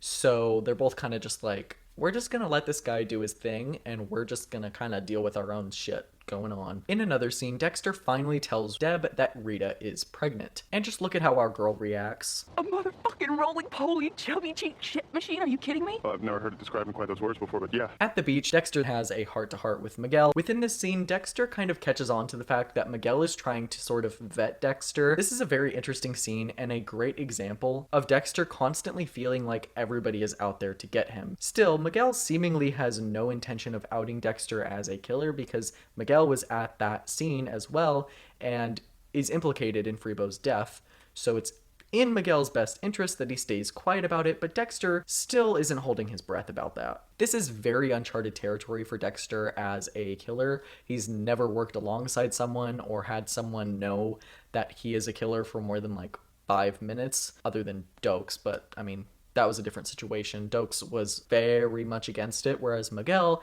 seems to not really care that much. Although let it be known that Miguel doesn't really know that Dexter is a killer, he just knows that he killed someone, which is kind of the same thing, but you get what I'm saying. That night, Dexter investigates Nathan Martin, the man who was watching Astor in the grocery store. The man that was talking to Astor in the grocery store. During this, Dexter is visited by Miguel at his apartment, and the duo get to talk. Miguel goes on to explain his complicated relationship with his father, and Dexter actually relates to this. This scene between the duo is a pretty core tentpole of their relationship going forward, as they feel like they've both simultaneously been robbed of the relationship they had with their fathers, and they both resent their fathers for different things. Dexter was never fully abused. Actually, that's kind of arguable, but Harry certainly forced certain labels and emotions on him that maybe Dexter wouldn't have had he grown up without Harry. As a result of all of that trauma, Dexter now in this season has to kind of prove to his dead dad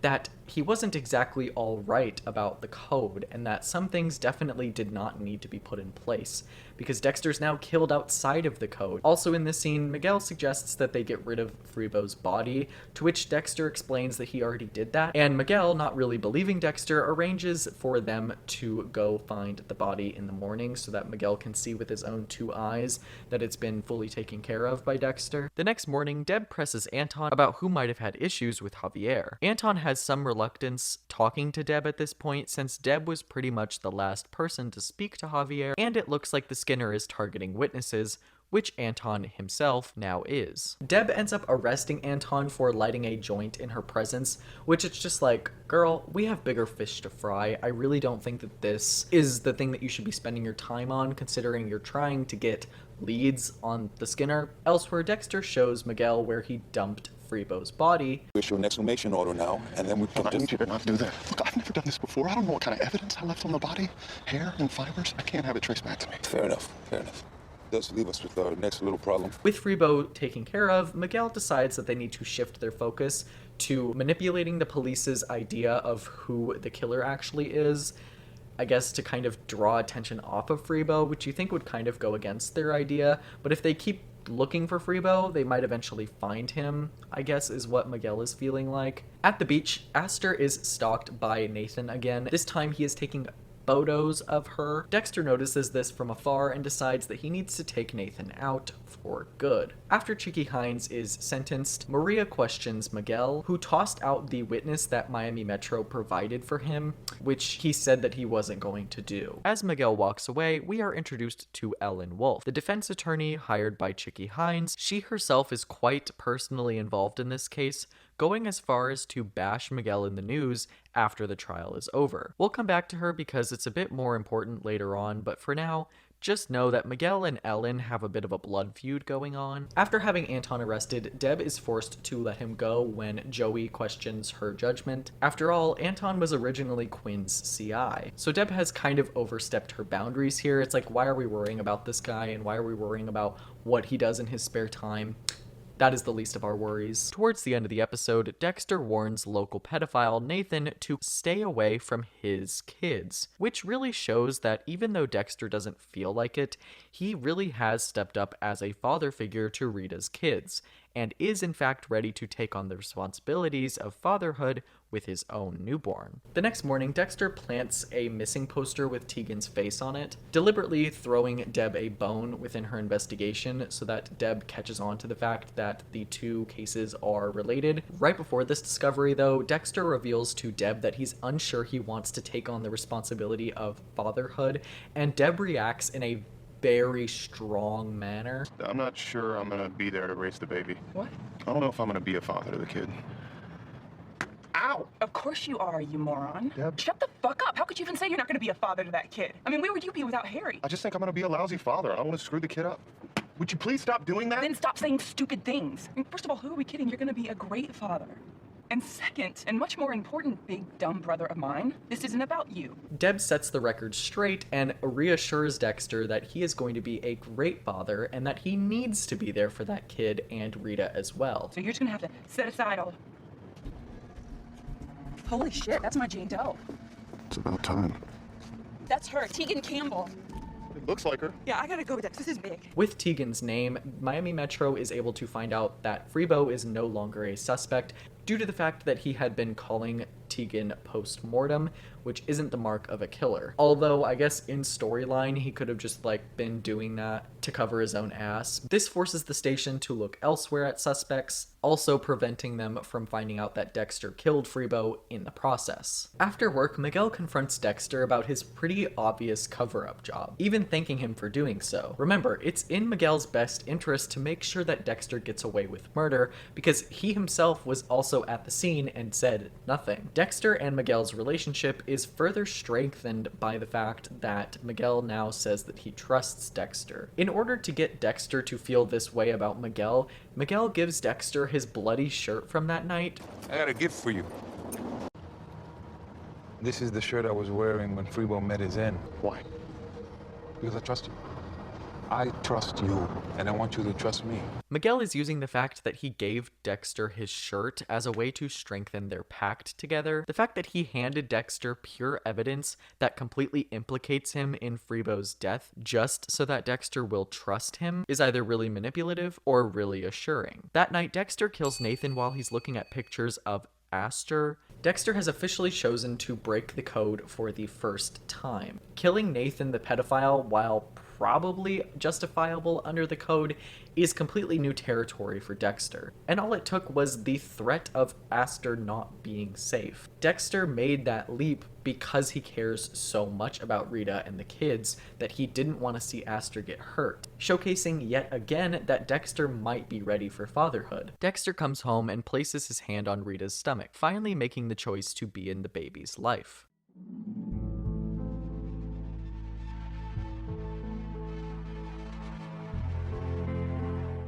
The fourth episode opens with Dexter and Rita telling the kids about her pregnancy. Dexter, who is unable to approach the situation with sensitivity, accidentally just blurts the news out, which receives an underwhelming reaction from the children. It's also in this scene that the kids ask if Dexter is going to marry Rita, to which Dexter says, "Should we? I mean, it's not the worst idea in the world. Should we what? Get married." Dex, that was ridiculous. Later on at Miguel's barbecue, Rita tries to explain to Dexter regarding his botched proposal, and Dexter tries to understand why what he did was so wrong and why getting married would be such a bad idea. Dexter is a very logical person, so he breaks situations down based on how beneficial they are rather than how he feels about any given subject. Like with having a kid, his hesitation surrounding fathering this baby rests not on the fact that he doesn't want a kid, but rather on the fact that there was a potential for that baby being just as screwed up as he was as a kid. Rita just cannot comprehend why Dexter decided to propose in that way, or why he said he never considered it before so nonchalantly. Also at this barbecue, Ramon grows increasingly fed up with Miami Metro's handling of his brother's case. Dexter hypothesizes in his monologue that no amount of sweet talk from Miguel is going to calm Ramon down. The next morning, Dexter and Deb arrive at a new crime scene featuring a woman covered in her boyfriend's blood. At the hotel that Rita works at, after a bout of morning sickness, she gets a call from Aster, who makes her feelings regarding the botched proposal known to Rita. Aster feels as though if Dexter becomes her stepfather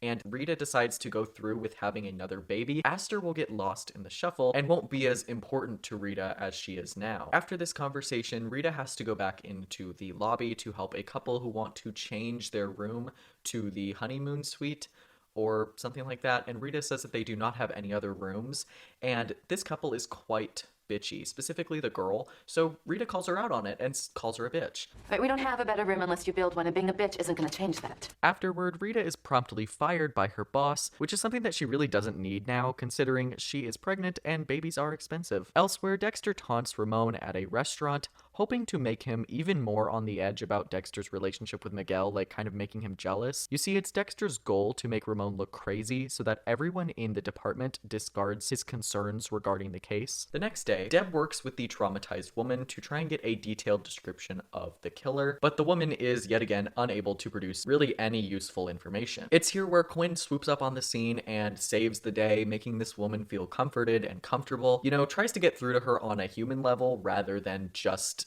using her for information. A bit later on, Deb drinks with Anton, and she's using Anton in this scene to get more information on Quinn, and it's just like, again, girl, this is the least of our worries. Like, the last episode, or the episode before, you arrested this guy for smoking a joint in front of you, and now you're investigating your partner for literally no reason. At Rita's house, Dexter tries to convince Rita to marry him yet again with a more analytical tone, which is obviously kind of frustrating to Rita because getting married, you shouldn't really think about it from that perspective. You should think about it from a perspective of love, and Dexter hasn't really made his intentions and feelings clear to Rita yet. He's kind of just said, oh, it'll be great because we can, you know, file taxes together and we can have insurance together and all of these, how things look from the outside rather than like what it would do for their relationship and what it would do for their household. There's also a storyline introduced in this episode that will have absolutely no importance going forward regarding Batista hiring a prostitute who ends up turning out to be a woman in Vice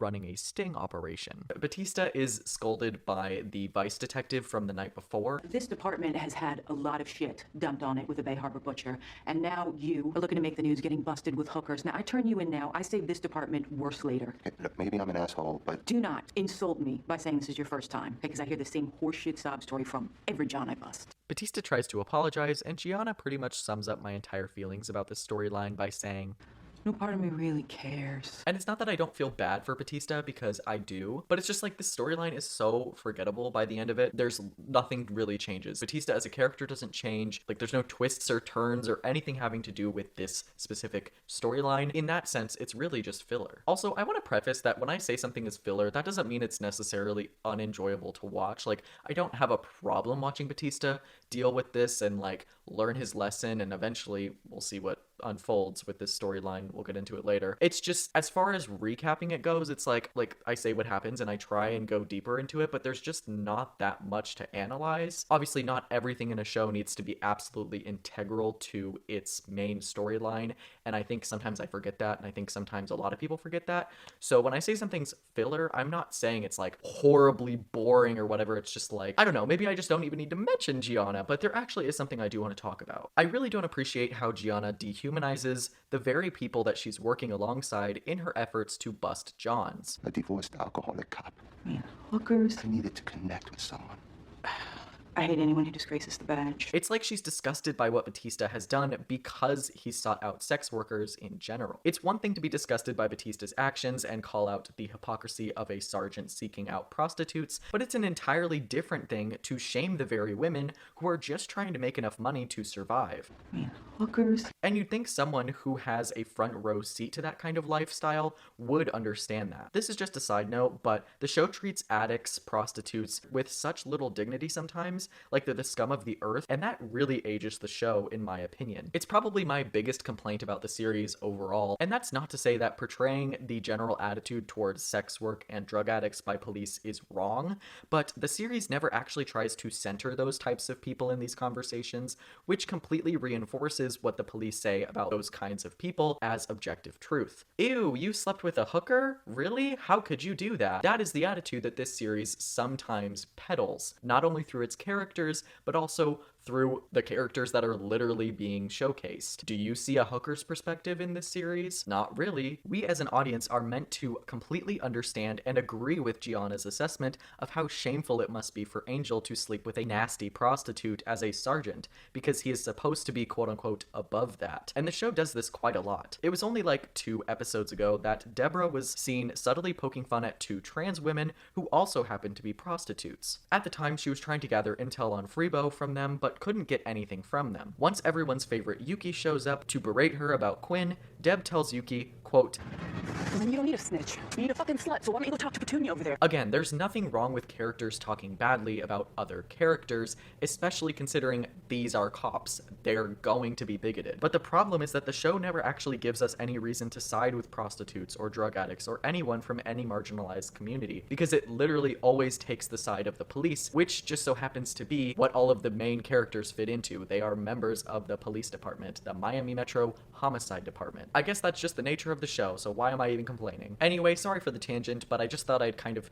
briefly mention that here because it's something about the show that I've always kind of felt is a little awkward. In another scene, Ramon shows up to the precinct to berate Maria and her department for their handling of finding Freebo. Ramon explains he received an anonymous tip claiming that Freebo is still in Miami. It's only through Dexter's narration that he reveals to us that he is the one that sent in that anonymous tip just to set Ramon off and make him look insane. Meanwhile, Dexter explains to Deborah that there's no way that Fiona's killer was a 6-foot tall dude. This is because of the cast-off patterns of blood, which could not have been made by someone who was 6 foot stabbing a much shorter man. Deb hypothesizes that someone about Fiona's size could actually be the killer due to the accuracy of the cast-off patterns that he and Deb discovered. This points them in the direction of Fiona, who actually kind of makes sense as the killer to them because she's been so emotionally not there and hasn't offered really any details about the killer that she supposedly saw. In the interrogation room, Deb catches Fiona in multiple lies. Deb points out to Fiona that all of her boyfriend's friends had literally never heard of her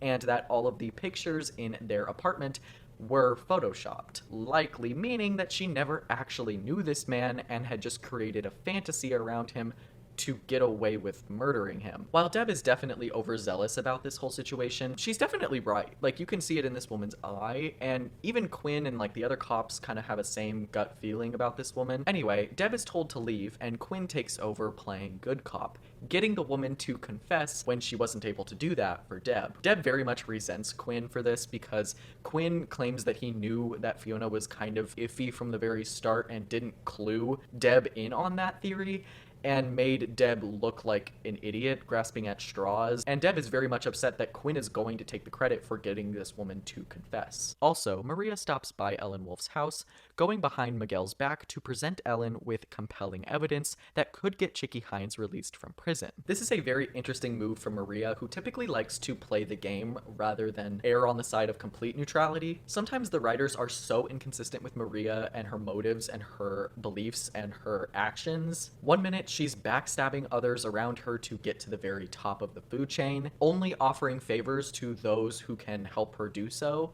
And then the next minute, she's betraying an old friend like Miguel in the name of justice because she flip-flops. She's either all in it for herself and the people who she cares about most, or she's betraying everybody around her, and it's just kind of I guess it's not necessarily inconsistent because it points to the fact that Maria is a very layered character and isn't completely one note. I just wish that they were kind of less flip-floppy about it and they had planned out a full character arc for her where she fully evolves from point A to point B, whichever one comes first. But it just kind of seems like one episode she's trying to get Deb taken off the case because of her loud mouth, and the next episode she's trying to tear down an old friend that, in character, she wouldn't really normally do that. But either way, maybe those situations aren't necessarily comparable. Maria and Ellen end up having a friendship this season, but they don't ever do enough to kind of solidify their friendship, and I really wish that they had spent more time on these two, because I do enjoy their scenes. It's very clear that they just threw Ellen in this season to add some tension between Maria and Miguel, which is needed, I will say that. That night, Dexter and Miguel find Ramon at the bar. Ramon has had one too many drinks, even laying his hands on Dexter for simply being there. This whole situation is completely orchestrated by Dexter to get Miguel to see how much of a loose cannon Ramon is, further dividing the duo and making Ramon's ramblings look crazy. As Dexter leaves, he tells a random man that That guy over there, the drunk one, he just put his hand on that girl. She's pretty upset, and I think I saw a gun.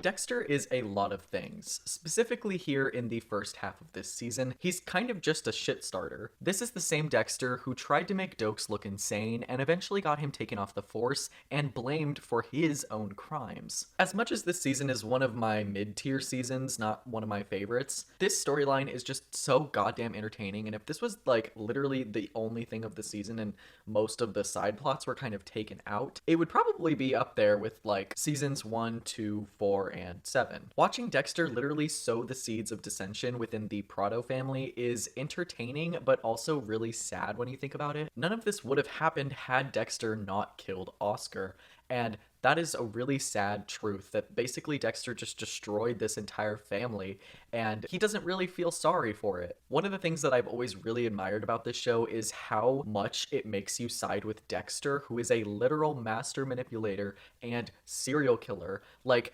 why am I, as an audience member, cheering for that? Like, why do I want to see this poor family destroyed? That is the beauty of this show, is that it can fully just manipulate you into siding with this person that, yes, has had a lot of trauma in his life, and that's what has ultimately led us here, but is still a serial killer. Back at the precinct, as Deb is leaving, she is yet again confronted by everyone's favorite character, Yuki. I'm honestly just so tired of this storyline at this point. Yuki tries to make Deb feel insecure about the fact that she didn't really have a whole lot to do with getting Fiona to confess. The thing about Deborah this season is her entire goal is to make detective. And while she's made some significant progress, she's also had a lot of setbacks, and having Quinn take the credit for something that she did is really upsetting to her. The next morning, Miguel confesses to Dexter that he doesn't feel like he can trust his brother Ramon anymore, which has basically been Dexter's plan all along. The end of the episode sees Dexter officially propose to Rita in front of the kids, giving a really romantic speech in the process,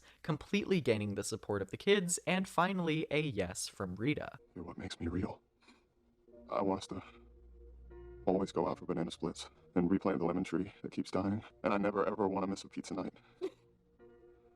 And that's how I know I want to marry you. Please, say yes. Yes.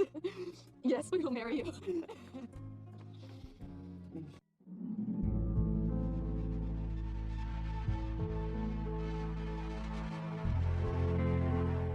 At the start of the episode, while at a checkup, Rita and Dexter listen to their baby's heartbeat before learning that Rita is 12 weeks pregnant. A little bit later on, Dexter goes golfing with Miguel, who explains how he approaches his job as an ADA, citing his impeccable penchant for justice. Miguel is a man who wants to take the law into his own hands. He's seen far too many cases get swept under the rug and killers let free to turn a blind eye any longer. Dexter actually sympathizes with Miguel, and this is exactly Dexter's motivation to kill people in the first place as well. I mean, besides the fact that he's kind of fucked up. Here in this moment, it's like Dexter is looking into a mirror at himself, only he is not a blood spatter analyst at Miami Metro. He is the most popular ADA in the entire city. The only other difference between the two is that Dexter had a Harry, Miguel did not. As of this episode, we've reached the next evolution of Dexter and Rita's relationship problems. After Dexter was fully able to cope with having a baby, and now the fact that they are going to be getting married, Syl just has to come in and suggest that the two buy a house, because Syl, if you didn't know, is a real estate agent, and this situation only kind of makes sense to her, at least, if they buy a house. And Dexter was really hoping that this wouldn't have come up if they did get married and have that kid, because Dexter needs his space. Even if you didn't know Dexter was a serial killer, you probably would have been able to guess that he expects privacy based on like how he acts. Dexter's never really thought about living with Rita full time, let alone buying a house with her. That is a big commitment, but that is the situation that Dexter has found himself in, you know, after the pregnancy and the proposal. Suddenly this marriage and the baby and the whole living together with Rita thing kind of is too much for him to handle all at once, so he regresses a little bit in this episode and has decided to turn down any idea about buying a house that Rita has. From Rita's perspective, Dexter makes no sense. He was the one that suggested they get married in the first place, but she doesn't understand why he doesn't want to live with her, and she can't understand why he doesn't want to live with her, because then she'll know the truth about him. That night, Dexter researches Ethan Turner, a free man whom Miguel claims is guilty of murder. Dexter obviously goes behind Miguel's back to vet met the man. In another scene, Quinn, Angel, and Masuka enter another Skinner crime scene. The crime scene falls under the jurisdiction of the sheriff's department, so our guys return to the precinct and confirm with Maria that the murder is linked to the Skinner. She also reveals that a little bit later on, the sheriff's department is going to be sending over a liaison to work with Miami Metro. Also, Deb questions a teenager tied to Freebo named Wendell, although Wendell does not budge. Deb's arc in this episode sees her trying to become more like Quinn in her interviewing strategy, as in calmer and more understanding. Deb and Wendell actually end up bonding in this scene, showcasing her improved ability to get through to witnesses. However, Quinn has to let Wendell go because his mother wouldn't consent to questions. Understandably, this pisses Deborah off because this might have been her one shot to find Freebo. Just then, Ramon shows up as the sheriff department's liaison, which is just a bad move on their part because Ramon is, as Deb says, That guy's wound way too tight, and coming from me, that's saying something. Not only is he too personally involved in trying to find his brother's killer, but he's already got a bone to pick with Miami Metro due to the fact that they've been so unlucky with suspects. Maria tries to settle the man down and put him in his place, but to no avail. That night, Rita tries her best to convince Dexter to buy a house again. Dexter flat out tells her no, citing the abruptness of this change as the reason he's so hesitant. The problem here is that Dexter can't have his cake and eat it too. Proposing to Rita, agreeing to go to events for kids, and agreeing to have a child with Rita is him practically agreeing to that white picket fence life. He can't live separately from them and also try to be a good dad and husband. Rita knows this, but she chooses to ignore the elephant in the room because it's still a very heated discussion between the two. Dexter follows Ethan to Bimini on his boat, where he has a vision of Harry telling him that he's going to have to make a decision between being a bachelor and living with Rita and the kids, raising his baby, and getting married to Rita. Harry explains that he can't make time for both of them,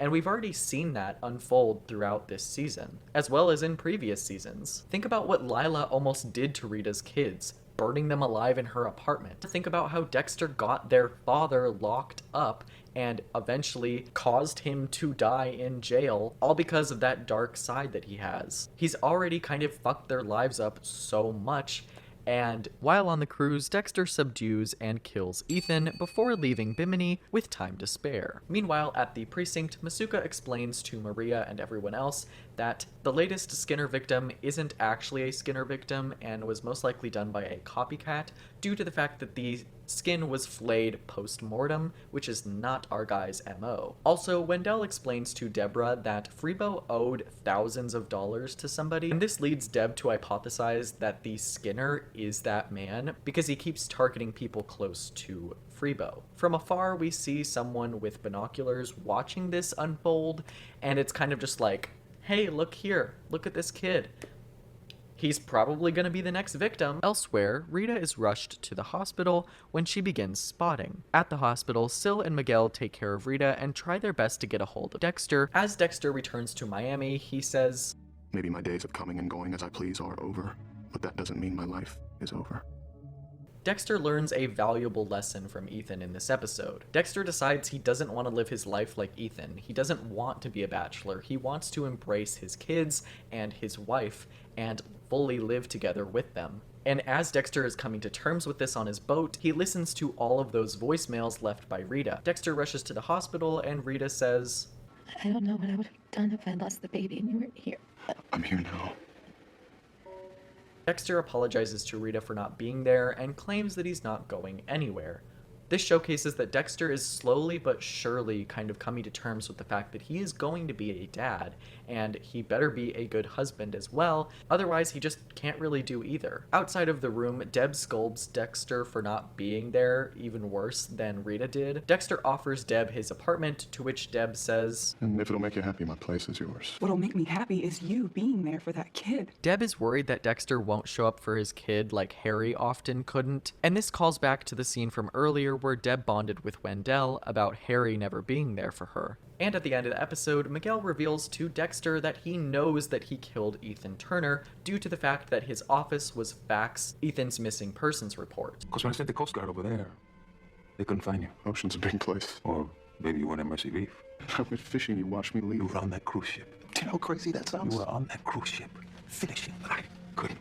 At this point, we know that Miguel has a dark side to him. He has even said in the past that he wishes he could have been the one to kill Freebo. And in this scene, he thanks Dexter for taking Ethan out too. Dexter still denies the claim that he did do that, but Miguel knows it's the truth because he set this whole thing up. He baited Dexter and basically tried to figure out if Dexter would do the whole Freebo thing again. The episode ends with Dexter coming to terms with the fact that Miguel is proud of his darkness, unlike Harry, who was very, very ashamed of it.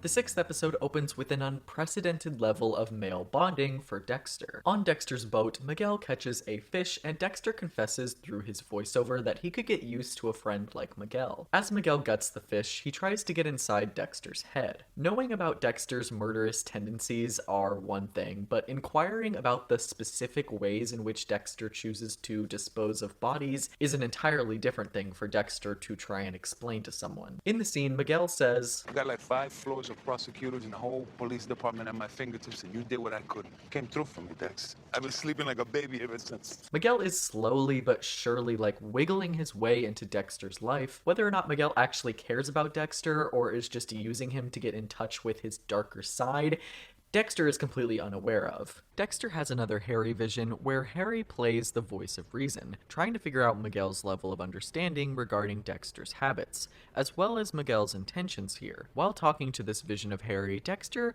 compares and contrasts Miguel's acceptance of him and his darkness to how Harry reacted. Famously, Harry was very ashamed of Dexter, especially when he saw him in the act. The next day, Dexter arrives at the next crime scene to see Deb in shambles. The victim, predictably, is Wendell Owens, the 15-year-old doorman of Freebo. Deb is specifically upset because she really did bond with this kid, and she personally feels like she could have done more to protect him. At the station, Deb asks Dexter his opinion on whether or not the Skinner is targeting witnesses. I feel like that's kind of an obvious assumption here in this juncture, considering literally every single witness tied to Freebo has gotten the axe. Dexter then points Deb in the direction of Ramon as the Skinner. From an outsider's perspective, it makes sense. Ramon has a motive to find Freebo. The Skinner victims didn't start popping up until after Oscar died, so it kind of looks like it could make sense. A rogue cop going off to kill people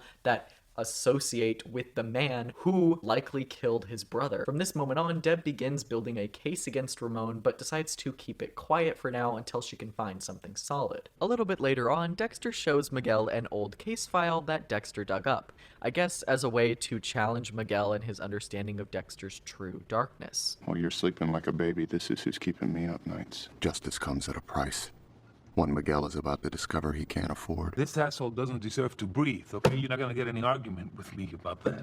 But he's in custody. So it's either Dexter's goal to have Miguel break him into this maximum security prison because Dexter just can't help his need to kill this guy, or he's trying to, like I said, challenge Miguel and kind of test him to see where he stands on an operation like this. Part of me thinks that it's the latter because we haven't seen Dexter ever go this far in order to try and kill someone who's already been convicted of a crime. Sure, he's interrupted his own precinct's investigations before to prevent somebody from going to jail, but to my knowledge, Dexter has not broken someone out of jail in or prior to the series. Dexter even says in his narration, Reason leads to self-preservation, a potent force. We both would be seriously exposed here. He'll see the pros are heavily outweighed by the cons, and we'll be back to mojitos and barbecues. He's just pitching this elaborate idea to get Miguel to back off a little bit so he can continue his work privately. Shockingly though, Dexter's manipulations to get Miguel to back down end up failing,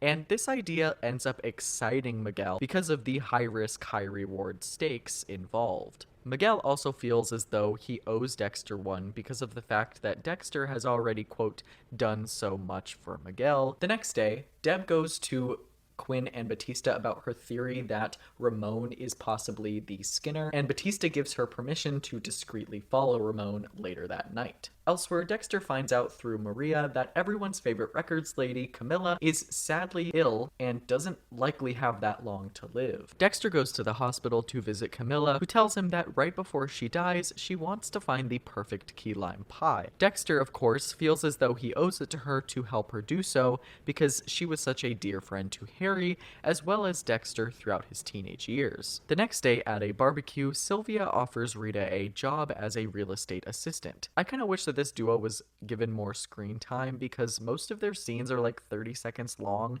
and they usually specifically talk about their husbands. And with such little screen time as a duo, it kind of makes sense that their whole relationship revolves around the fact that they both have husbands that are friends with each other. This one small conversation between the two about how Rita needs a job is probably the only time that they talk about anything other than their husbands, if I'm not mistaken. Anyways, during the next scene, Miguel tells Dexter that he has issued a subpoena to have the Nazi guy testify at an unrelated trial because he's supposed to be an expert witness. The whole reason Miguel has done this is to get him out of that maximum security prison and into a courtroom, which is Miguel's home turf. Miguel seems to have way more aptitude and appetite for this than I ever imagined. Later on, Dexter and Miguel successfully break the Nazi prisoner out of lockup, and eventually Dexter is able to kill him, but he does so at a secret location, giving Miguel a decoy house because he doesn't feel entirely comfortable letting him in on his process yet. Dexter is still scared of how Miguel will react when he sees a victim's body tied down in plastic wrap and stabbed in the chest. Dexter's ritual is incredibly sacred to him, and the only other person that I can remember who has fully seen him in the act is Harry. Dokes did kind of see it, but not really up close and personal. He really only heard it from the inside of his cage. Fully letting Miguel in on his process is a pretty big step, and Dexter's not really sure that he's willing to fully commit like that. Pretty much this whole season, Miguel has been very curious about Dexter and his needs, and what he gets up to in the night. This is mostly because Miguel has a part of him that's very similar to Dexter, and he sees Dexter as an unexplored facet of his personality. Elsewhere, Deb tails Ramon and discovers him knocking a civilian out before dumping him in the trunk of his car and driving off. Deb eventually follows him to an abandoned building to find him torturing the man. Deb calls Quinn for backup, and together they discover that Ramon cannot be the Skinner because all he really does in this scene is spray some Coca-Cola up this man's nose before letting him go. Later on at the station, Deb and Quinn bring Ramon in and get LaGuardia's permission to arrest him.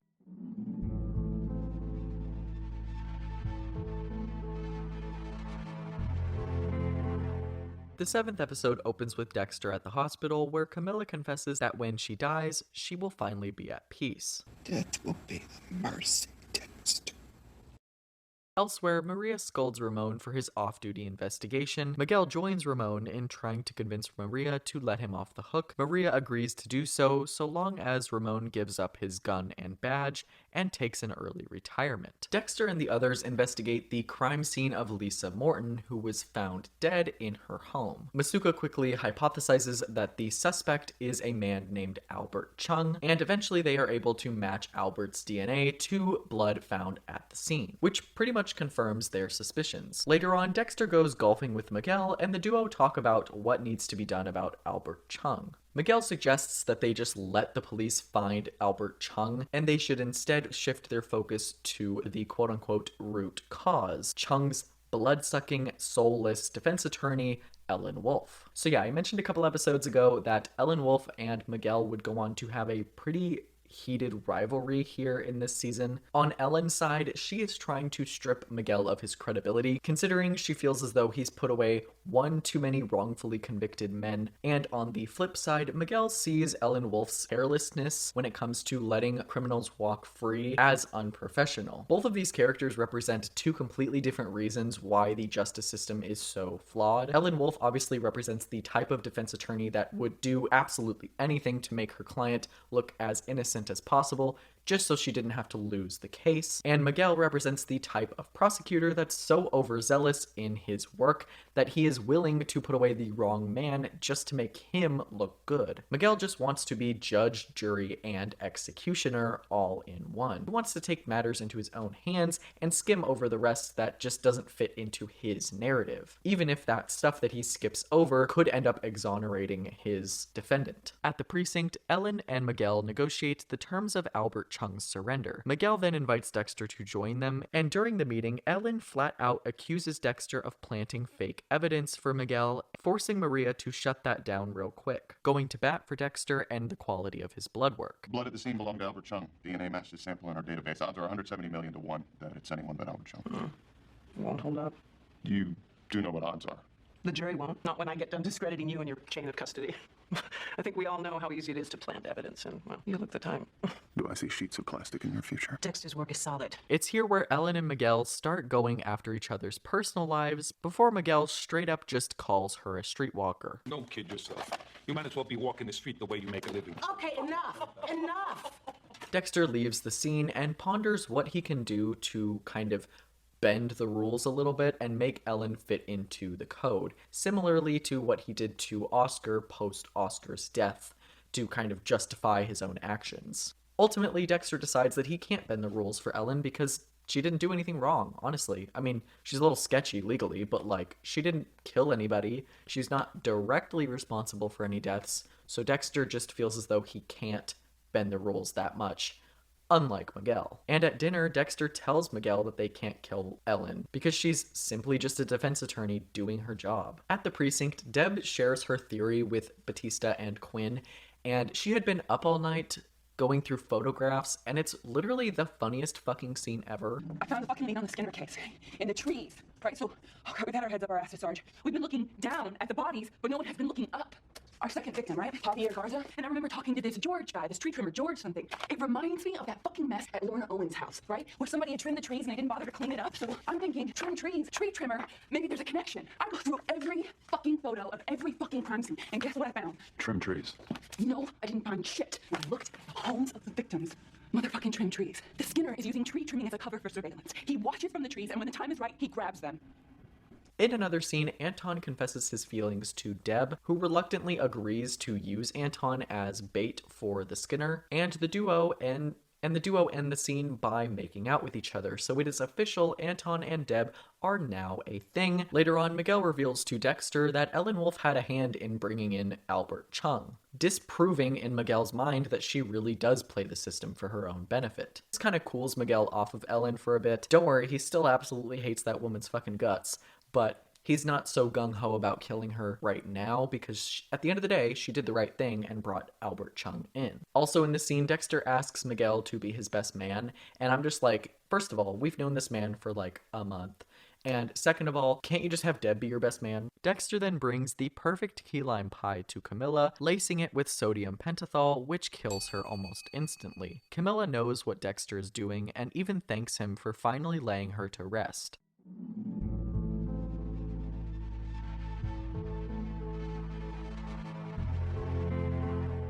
The 8th episode opens with Miguel handing Dexter his next kill. More than once he's paid his debts off to his bookies by working as an enforcer. Breaking fingers. Crushing skulls with a baseball bat. I went after him a few years ago, but we just couldn't get the evidence. One thing I love about this season is this duo's relationship and how it evolves throughout the episodes. From Dexter keeping Miguel close in order to cover up the fact that he killed Miguel's brother, to the duo becoming actual friends, to eventually them becoming partners in crime. With each new incarnation of their relationship, the balance of power is shifted. In the beginning, Dexter has all of the power because he knows so much more than Miguel regarding not only the killing of Miguel's brother, but also that Dexter is a serial killer in general. Miguel is constantly going to Dexter for these things, you know. We look at Miguel as Dexter's sidekick here, but now Miguel is bringing Dexter new victims to kill, and he's becoming more and more enthusiastic about doing it himself. I don't want you to kill him. I want to do it. You I've let you do all of the heavy lifting so far, and now it's my turn. At the casino, Dexter and Miguel stalk Fleeter. Dexter accidentally lets it slip that he has a code to Miguel. Right now, we don't want him to notice us. We don't want anyone to notice us. Number one rule of the code is don't get caught. Code? What code? How much do I tell him? It's just a series of precautions. Learn where? Common sense, mostly. At the precinct, George King, one of many tree trimmers being interviewed, spills the beans on one of his colleagues that gives him a sketchy vibe. Also, Deb learns through Anton that Joey pays him in cash and never assigned him a CI number. This is quite abnormal, and it leads to Deb questioning Joey about this because what is there for Joey to hide? In the scene where she confronts Joey about it, she freaks out because they had no legal right or responsibility to use Anton as a CI since he never officially was a CI. So the fact that he gave them all of this information regarding the Skinner case and Freebo, whatnot, they didn't have any right to do that because technically, he was never officially a CI. Also in this scene, Joey finds out that Deb has been sleeping with Anton, which is another violation of the whole situation in and of itself. Elsewhere, Dexter and Miguel break into Fleeter's place, looking for evidence that Fleeter is a killer. They end up finding a very large baseball bat with blood on it. Dexter has started to walk this very fine line because he has to make it look like he's still new to murder, but also tell Miguel the specific way that they need to be doing things. Miguel is quite excited to officially get down and dirty, but Dexter keeps putting up these roadblocks for Miguel that he once had put up in front of him from Harry. For example, at the store, Dexter has to explain to Miguel that using a gun to end someone's life is not likely a good idea because bullets leave bullet casings and residue, and that is evidence left behind, whereas you can be much faster with it with a knife without leaving behind any physical evidence. It's honestly kind of hilarious to see a seasoned veteran killer with a newbie killer and them, sharing trade secrets and whatnot, and Dexter telling him not to do certain things and buy these kinds of things because the other things that Miguel was trying to buy were either too messy or unrealistic or just wouldn't get the job done according to Dexter. Seeing Dexter's reactions to Miguel's first instinct as a killer and what Miguel would do is honestly also hilarious. Small caliber gun to the head. Go ahead. They don't walk away. That happens all the time. Guns make noise. You don't want to create a crime scene. Up close and personal. In the next scene, Dexter and Miguel prepare a kill room. Back at Anton's house, Deb explains to Anton that he's no longer their CI, as there was a clerical error once they were trying to put him on file. Obviously, she lied to him about this. Quinn just decided not to. Later that night, Dexter and Miguel try to follow Fleeter to the kill room when Miguel is recognized in public, causing Dexter to reschedule the kill. The next morning, Deb and Dexter go ring shopping for Rita. The general attitude of this scene and Dexter is that Dexter really wouldn't know what Rita would want in a ring. This is also quite a strange scene once you know what happens in season 6 between these two characters. I will not elaborate any further, but those of you who know. The scene is also quite comedic because of Deb's monologue about Anton and her current situation at work. Hypothetically, let's say that this guy to work with this girl, but he fucking hates doing it, and too bad because he has no fucking choice. One thing leads to another, and this hypothetical guy starts having sex with this hypothetical girl. Hypothetical sex? Real sex. But then the guy is told that he no longer has to work with this girl, and poof, he just disappears. Thin air. Adios. So I'm wondering, is it possible if Mr. Hypothetical never really was all that into this girl, and he was just getting it on to, I don't know, pass the time or satisfy primal urges or whatever? Sounds perfectly reasonable to me. What the fuck do you know? Shortly thereafter, Joey and Deb hunt down Mario and bring him in for questioning. When they question him and after he learns that George ratted him out, Mario's tone completely switches and he states that he's completely fine with being deported when he was previously upset about that. His tone changed as soon as he heard George's name. Elsewhere, Dexter confronts Miguel and tells him that they shouldn't move forward with killing Fleeter. This is sort of the point in their relationship where Miguel can sort of tell that this is not Dexter's first rodeo. Dexter doesn't suddenly just have all this knowledge regarding murder and how to get away with it based on the 3 murders Miguel knows about. Miguel now knows that Dexter has a history. Also in this scene, Miguel confesses to a time where he knocked his father down a flight of stairs and felt really good about it. He claims that ever since that happened, he's chased that feeling and tried to stand up for what is right. now to a point where he genuinely believes he has the power to kill people. This story also wins Dexter over. Dexter now is convinced that he and Miguel are supposed to kill Fleeter together. Later that night, Dexter allows Miguel into his process. The whole thing. The M99, the smelling salts, the pictures on the wall. Miguel definitely takes over the part very well. Dexter is impressed. He even allows Miguel to stab Fleeter himself. At this moment, it's like Dexter is looking straight in a mirror. Miguel experiences a euphoria in this moment. Dexter stops Miguel from taking a trophy before having him leave so he can clean up. Oh, also at the end of this episode, Deb learns through Anton's bandmates that he has been missing for a number of days. This causes Deb to head to his apartment and confirm that he is gone. Deb then notices that the trees in front of his house have been trimmed, which leads her to believe that he has been kidnapped by the Skinner. In the ending montage, Miguel confronts Ellen and kills her. Dexter has handed Miguel all of the tools to make sure he can get away with playing the system exactly how he feels he should. And with that, Miguel has finally finished his metamorphosis. Miguel has now killed a woman who isn't entirely innocent, but also hasn't committed a murder before. It'll be interesting to see how Dexter and Miguel's relationship changes once Dexter finds this information out in the next episode.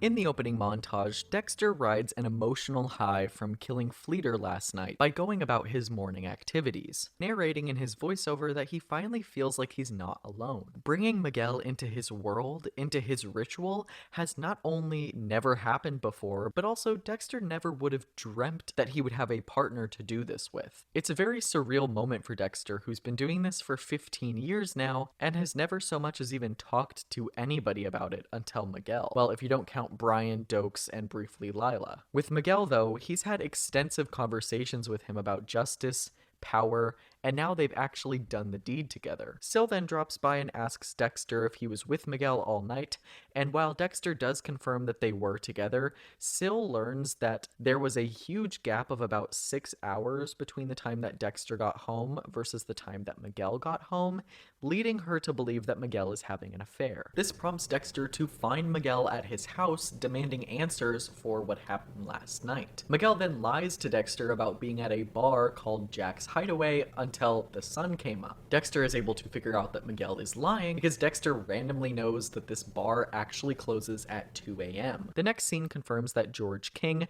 the tree trimmer, is indeed the Skinner. I'm not gonna lie to you, the Skinner is such a boring ass villain. In this scene, George is slicing pieces of Anton's skin off in exchange for information on Freebo. A little bit later on, Dexter walks into the station and overhears Maria leaving a message for Ellen. It's here where Dexter officially hypothesizes that Miguel must have had something to do with Ellen's not being around, considering there was a span of about 6 hours that Miguel is unaccounted for. Dexter calls Miguel, and Miguel is already planning their next kill. Dexter's teachings to show restraint and be patient have clearly not taken in Miguel yet, and it's fairly obvious that Miguel has been in this for himself. Deb and Joey then bring George King in for questioning, but they cannot get a confession from him. Dexter then heads to Ellen Wolf's house, but she's not there. However, Dexter finds out using luminol that there was once blood on her floor, which kind of supports his theory that Miguel showed up there last night and killed her. He rushes over to the graveyard in an attempt to find her body, considering Dexter once told Miguel the best place to dispose of a body is an open grave. Dexter finds Ellen's body and grapples with the fact that he taught Miguel how to do this. Dexter never meant to let it get out of hand like this. Until the last episode,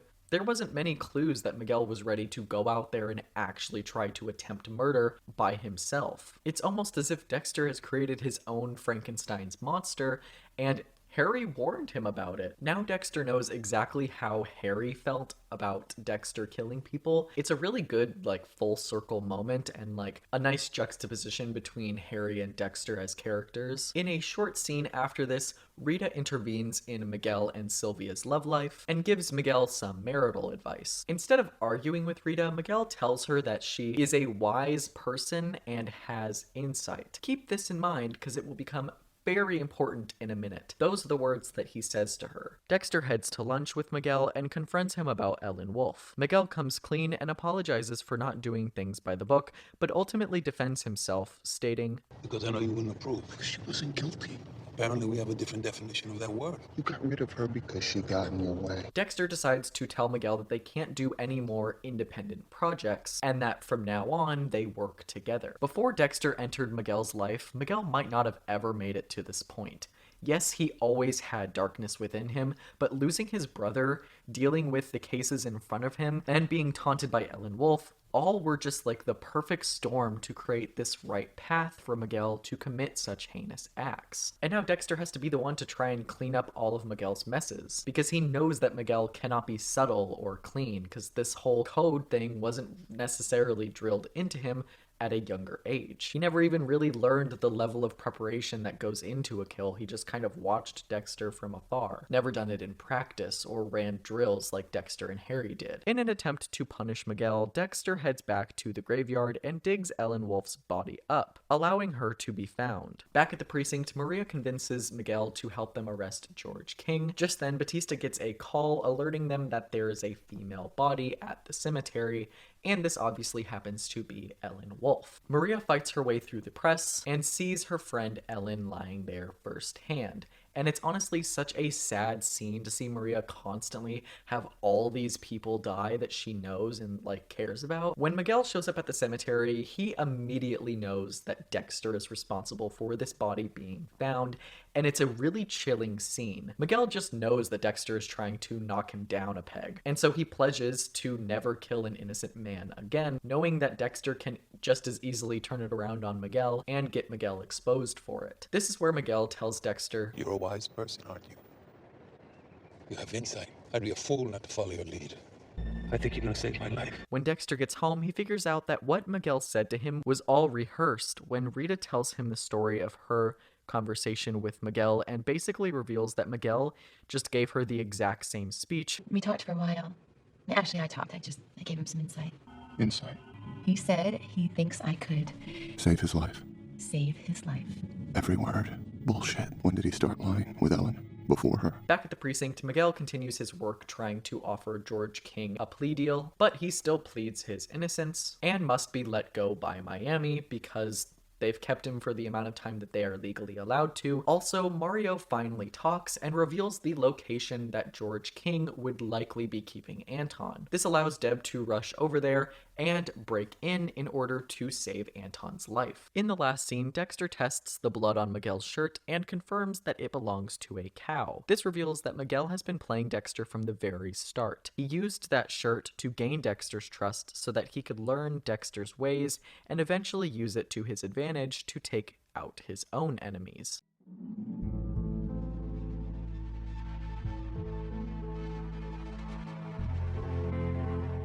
The 10th episode opens with Dexter and Rita at dinner with Sil and Miguel.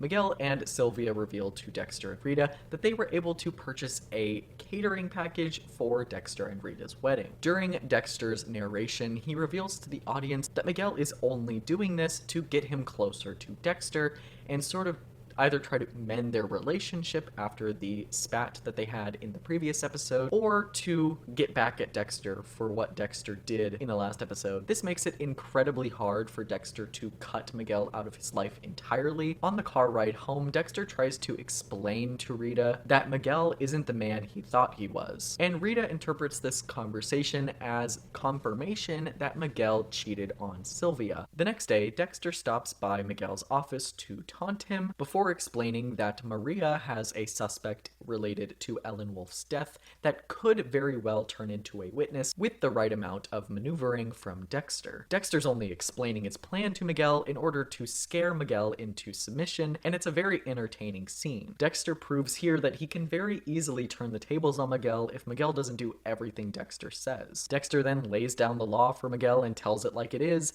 that after the wedding is over, their friendship is over as well. Elsewhere in the interview room, Maria hounds the bartender that was flirting with Ellen the night that Ellen was killed. When Joey walks in and exonerates the bartender, Miguel and Dexter are watching from afar, and it's just so fun to see Miguel's cover-up fall apart in front of his own eyes. Now that this bartender's story has been corroborated by Quinn, the police are going to start looking harder, and the danger of Miguel being found out as Ellen Wolf's killer has begun to fester in his mind. With the knowledge that Maria has to let the bartender go, she instead uses him as a witness. Before the bartender leaves, though, he does give the precinct information on what kind of car was pulling up to Ellen's house that night. A black SUV with bright headlights. That night, Miguel tries to manipulate Maria and her handling of the Ellen Wolf case. With Maria under Miguel's thumb, she might not ever come to the conclusion that Miguel is the killer, and this is Miguel's plan. Miguel then romances her, and she begins making out with him, fulfilling Sill's theory that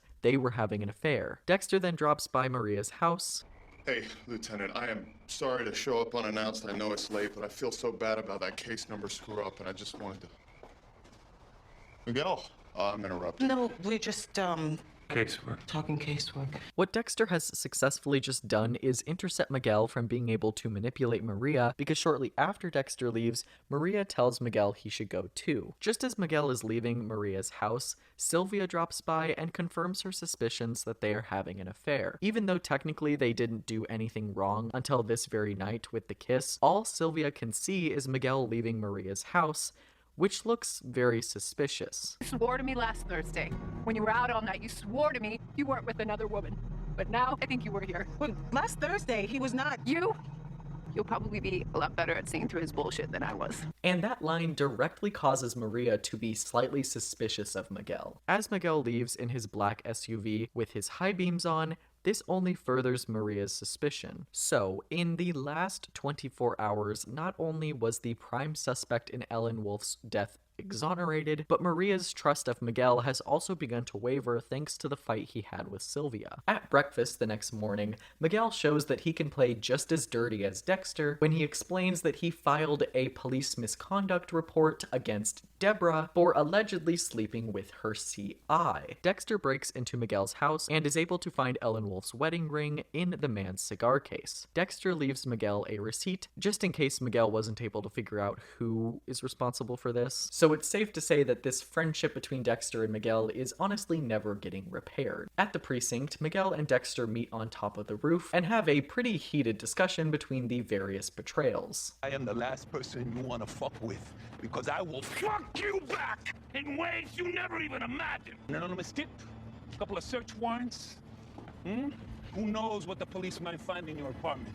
I'll do what I want, when I want, to whomever I want. Count on it! It's clear here that Dexter's mind games have really started to get to Miguel. And at the end of the episode, it's revealed that George King was hired by Miguel to spy on Dexter, but basically Miguel's plan here is to use George King to get rid of Dexter. This ends up revealing that George King has been under Miguel's thumb since the end of last episode when he orchestrated getting King released. And the irony here is that Dexter believes he's on top of this situation, when in reality, the balance has completely shifted in Miguel's favor because Miguel knows something Dexter doesn't. George King is going after him. The end of the episode sees Dexter being kidnapped by presumably George King.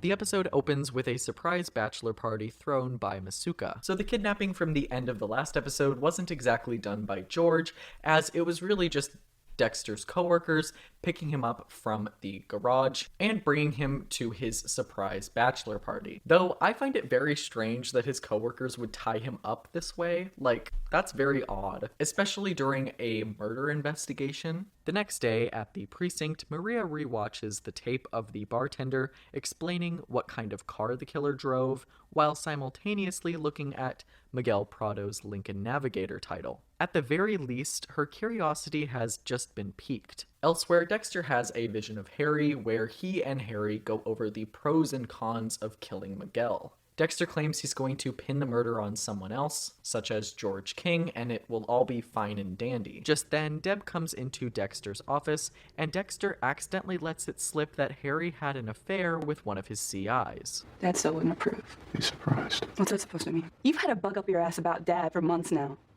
What did he do? He didn't cheat on Mom.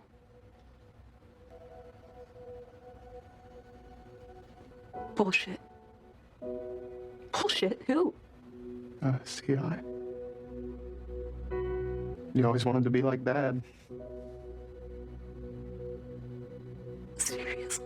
Deb is in complete and utter disbelief, as up until this very moment, she had constantly put her father up on a pedestal and chose to conduct her life exactly how Harry would have. And now she has just found out that she kind of did. Before she knew that Harry was cheating on her mom, sleeping with her own CI Anton was seen by Deb as something that Harry would have frowned upon. But now that Deb knows that Harry was doing basically the exact same thing with his CI, it really ruins her image of Harry not only as a father, but a husband as well, and also calls into question her own morality. In another scene, Anton goes over his statement with the police. Anton goes over his statement again with Deb, describing in great detail that he could hear his own skin being cut off. Deb learns from Anton that George King even took his spare change because he needed to use the payphone. Deb then searches through the payphone records of that specific payphone to find out who George was calling. That night, Maria has dinner with Miguel, who tries to sweet talk his way into her favor again. She plays it cool and makes an excuse to head outside in order to check his truck for DNA. Dexter watches all of this unfold from his car,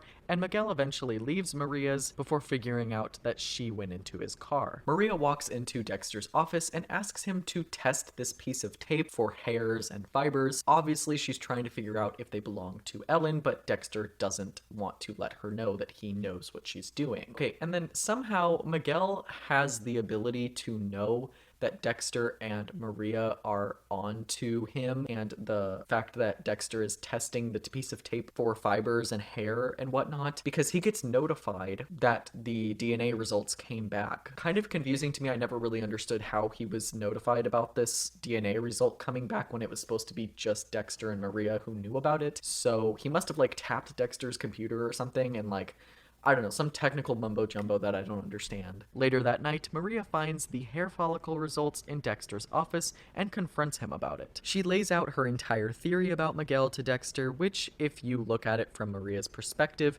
Dexter doesn't exactly have any reason to believe Maria, because Dexter and Miguel are like best friends. But Dexter promises to keep it on the down low for now, convincing her that he had no idea. Dexter heads to Miguel's hotel room, where he breaks in and figures out Miguel is planning to kill Maria that night. Dexter then rushes back to Maria's and prevents Miguel from doing so, shooting him up with M99 and taking him to the kill room. Dexter then wakes Miguel up and monologues about how betrayed he feels by Miguel. Until Miguel, Dexter really didn't think it was possible to find someone like him, someone who he could bond with like he did with his brother briefly. Outside of the murderous stuff, Dexter and Miguel were actually pretty close friends. They golfed together, they had barbecues together, they shared traumas from their past with each other. For a short period of time, Dexter really felt like he had a true friend. And so for this friend to go behind Dexter's back and betray Dexter's trust the way he did, that's a level of disappointment in a person that Dexter hasn't quite felt yet. At least for a little while, Dexter really reveled in the idea of having a best friend like Miguel. And now, that's pretty much all gone. Dexter says goodbye to Miguel and chokes him out. I won't lie, I'm kind of disappointed that they killed Miguel in the penultimate episode instead of the final one of the season, because George King is just not a very foreboding villain. With that being said, I also believe that the Miguel storyline has pretty much ran its course. I don't know what they could have done to expand this storyline to the finale. Speaking of which, I think it's finally time that we talk about the last episode of the season.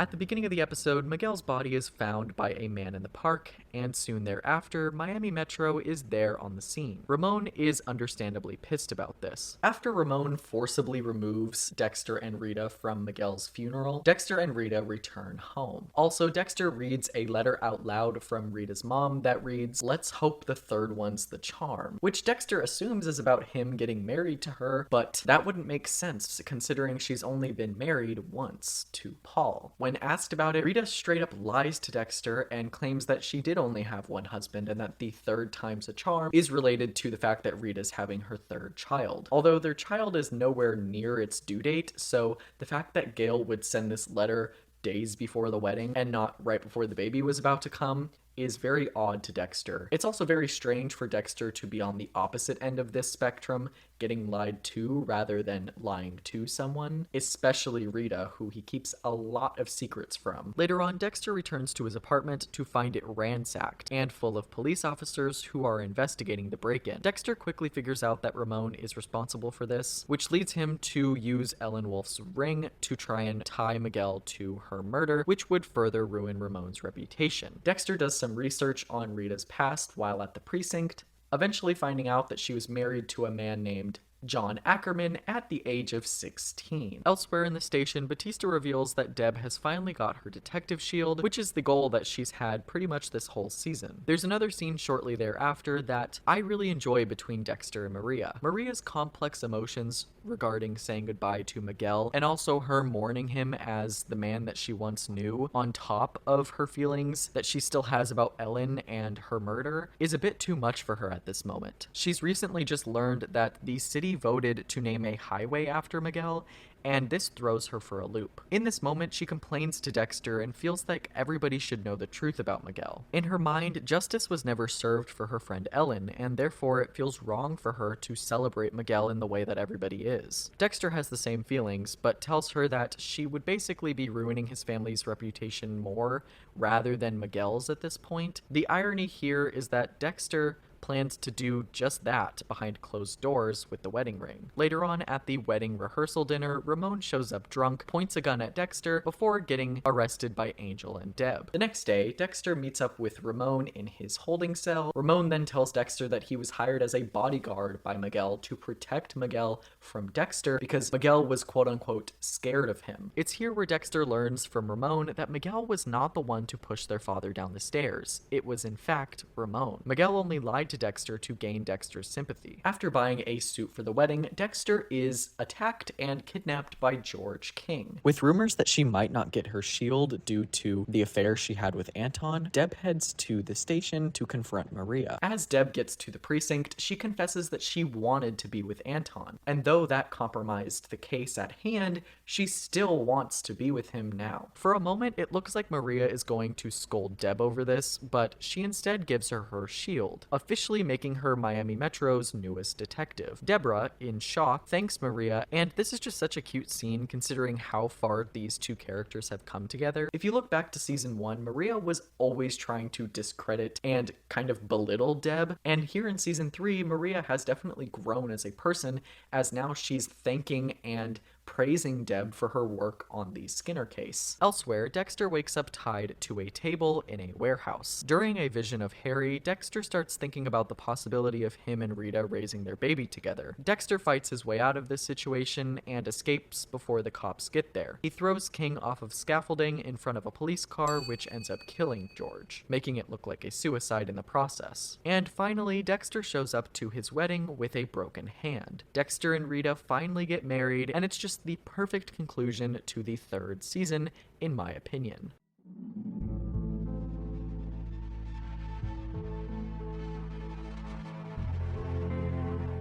In rewatching this season for this video, I found myself liking it a lot more than I remembered. This season is packed with loads of tension, and the main storyline between Dexter and Miguel never feels boring or like it's dragging on forever, which is really commendable considering how the Skinner plotline kind of turned out to be. With Dexter learning to let loose this season and drop a few of the rules his father laid out for him in the code, comes a series of mistakes and cover-ups that Dexter has to overcome and facilitate on the fly. Dexter's storyline about trying to find the right balance between serial killing and his new family is the driving force behind his character here, and it's honestly fascinating to witness where he started versus where he is now. He no longer holds these people in his life as a disguise. He needs them.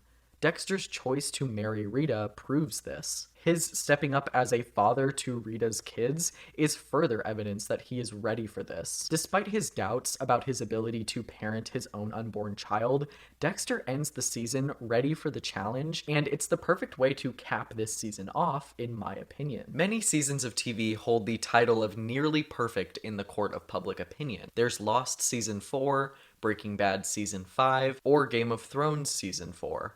But one television show and one season completely demolishes all of them, in my opinion. The fourth season of Dexter is a masterclass in writing and character development and is widely regarded as the show's best outing, surpassing what many consider to be the show's peak, that being season 1. Season 4 not only replicates season 1's formula incredibly well, but it does so in a way that not any other season had done up until that point. In 2009, when this season was airing, it pulled a whopping 1.52 million live viewers for the premiere and expanded upon that rating throughout the season, nearly doubling it by the finale, which drew in 2.59 million live viewers. Even though these records would go on to be smashed by later seasons of the show, season 4 is what genuinely shot the show up into the stratosphere and kind of pulled the show out of the slump that season 3 found itself in, managing to sort of reawaken some fans who had kind of started to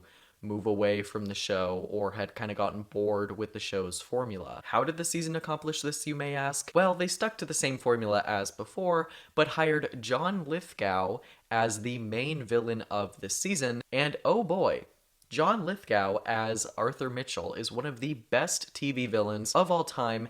Hands down, there's no ifs, ands, or buts about that. There's a lot of hype on TikTok for this season because of John Lithgow's performance. We'll get into that eventually, and I don't usually take what people on TikTok say seriously because it's kind of an incel-ridden app at this point. They were right about one thing, and that is that this season absolutely demolishes the other ones, thanks to John Lithgow's performance and the incredible writing that it showcases. This season works as well as it does because of a few other things as well.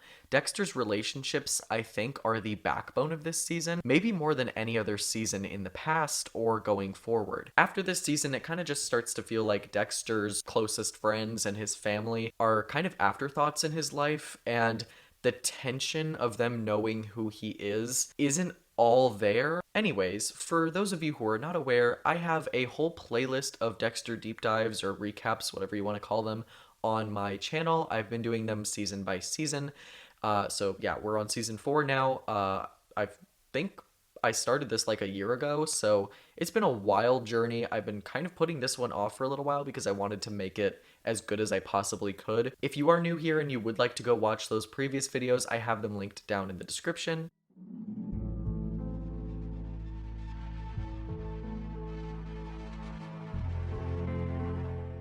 Almost a year after the end of Season 3, Season 4 begins with Dexter in a car mirroring the openings of both Seasons 1 and 2. This time, our beloved antihero is on a scenic drive outside of Miami. His dry voice utters those 3 words that he's somewhat become synonymous with and that the opening of every single season has adopted. Tonight's the night. Dexter explains that he's been trying his damnedest to adapt to fatherhood when the aptly named Harrison, Dexter's 3-month-old son, cries in the backseat of his car. The driving thing didn't work, the singing thing didn't work. You planning on both of us not sleeping for another 3 months? Apparently so. While Dexter ponders his next opportunity to get some sleep, the audience is introduced to the show's next big villain. The man is sporting Levi jeans and a short-sleeved gray button-down. Arthur is what you would call an everyday Joe. Contrasting him with previous villains like Lila, who sported jet black hair and a Bond villain accent, Not like that. as well as a mustache-twirling businessman in Miguel, Arthur really comes across like your average, everyday man. He's not wearing expensive suits like Miguel or flashy, dramatic, revealing clothing like Lila, which already sets him apart from those two as a person. In this scene, Arthur is drawing himself a bath, which we will come to find out is not actually for him, it is for a woman that he is about to murder. Arthur chokes the woman from behind while they're both in the tub, and then uses a razor blade to cut her leg open and watches her bleed out. In each of the previous seasons of the show, the villain wasn't often revealed to the audience until much later on in the season. In season 1, it took until episode 8 for Rudy to show us his true colors. In season 2, while not necessarily a killer, Lila became a destructive force in Dexter's life over time, little by little. In the beginning, though, she was actually quite helpful and even charming to Dexter. It wasn't until about the halfway mark of the season that she seduced Dexter and began manipulating him more and more. In the third season, Miguel, who arguably isn't the main villain of season 3, was Dexter's best friend up until like episode 9 or 10. In all three of these cases, the story naturally led us to believe that these characters were simply side players until there was some kind of downward spiral, like in Lila or Miguel's cases, or until it was revealed in a shocking twist, like with Rudy. In season 4's case, however, the writers are directly saying, hey guys, look here, Arthur Mitchell is going to be a very important figure throughout the entire season. In my opinion, it's a really fun way to break the established formula that the seasons had kind of come up with. The next day, Dexter gets ready for court, and we are introduced to Dexter and Rita's lovely new, gorgeous house. Rita brings Dexter his phone and asks, how much are we living the American dream? And yeah, there's a real sense of that here in this premiere. Dexter and Rita have grown so much together, and now that Dexter has a house,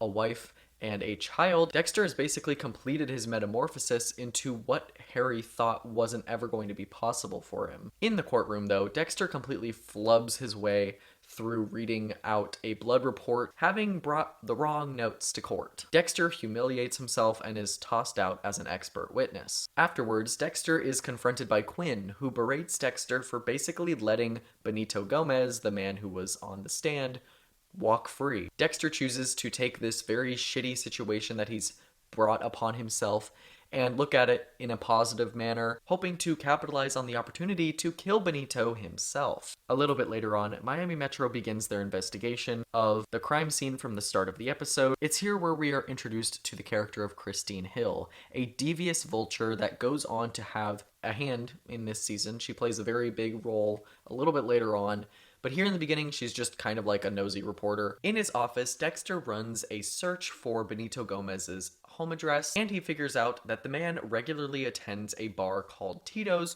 which Dexter assumes would make a great kidnapping spot. Just as Dexter gets one step closer to fulfilling his next dark desire, he gets a call from Rita, who asks him to sing to their baby Harrison over the phone. The show often throws Dexter these curveballs that directly get in the way of him realizing his wants and desires. Sure, Dexter loves Rita and Harrison, but his other true love, hunting criminals, has had to be put on the back burner ever since Dexter had a kid. And you can tell that Dexter's having trouble finding a perfect balance as he's singing to his son while looking at these pictures of these dead bodies. So yeah, also in this episode, we have this reveal that Angel Batista and Maria LaGuerta have begun seeing each other in a romantic relationship. The one thing that I kind of dislike about it is that you can tell that this storyline was bred simply because they did not know what to do with these two characters this season, and you could sort of tell, like, since James Doakes, Maria's kind of just been floating around doing whatever was needed, and Angel had that vice detective storyline from last season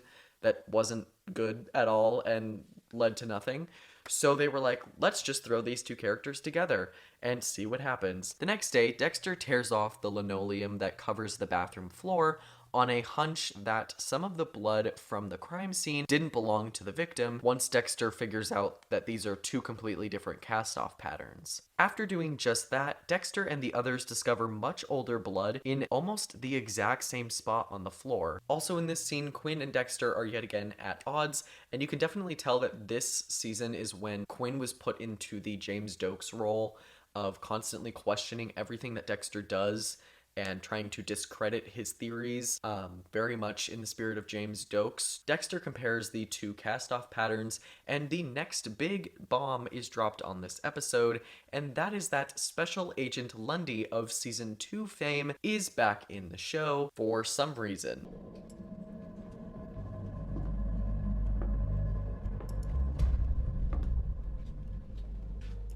Dexter, how's my favorite blood spatter analyst? Great. How's my favorite serial killer hunter?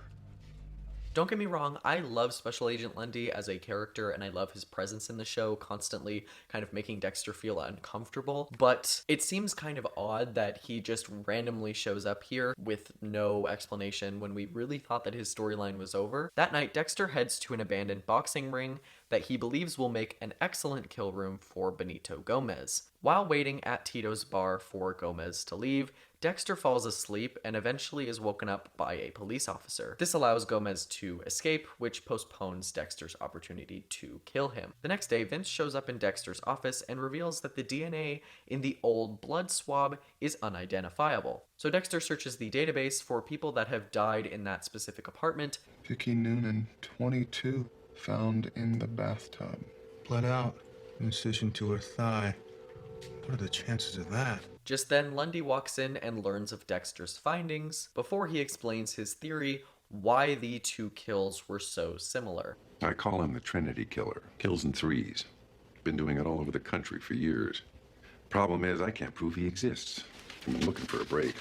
And this happens. Lisa Bell. Her murder profile fits the previous victims. Trinity's in Miami, Dexter.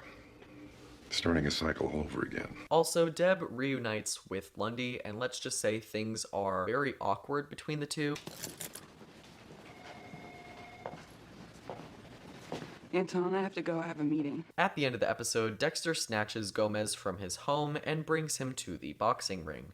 This is presumably the first kill Dexter has made since the birth of his son, and just like Season 2's first kill, it's just a little bit chaotic.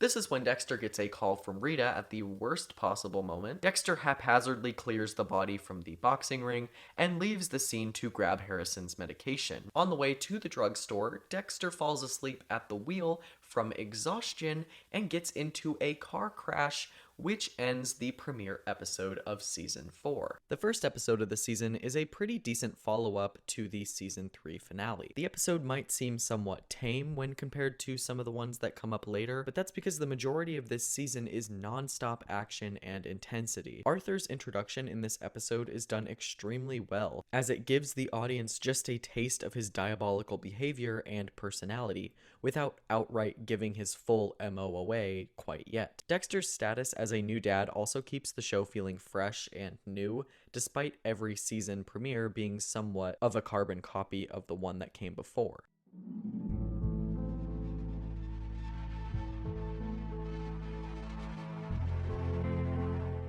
The start of the second episode carries on over from the previous episode's ending, with Dexter being removed from the car accident that he has just sustained. The only problem with this situation, of course, is that Dexter never actually finished disposing of Benito's body. At the hospital, Dexter learns that he suffered a concussion and must stay in the hospital for the next 12 hours so that the doctors can continue to monitor him. When Rita arrives, Dexter explains that the accident wasn't that bad at all, and that the doctor has given him permission to go. So he basically straight up lied to Rita in order to get out of staying at the hospital so he can get back to looking for Benito's body. Later that morning, Dexter heads to work and is confronted by Lundy once he gets there, which prevents him from heading to the motor pool to retrieve his totaled car. Once Dexter learns that the body is no longer in the car, he realizes that Benito's body must have been thrown from the vehicle during the accident, so he heads straight to the scene of where the car crash took place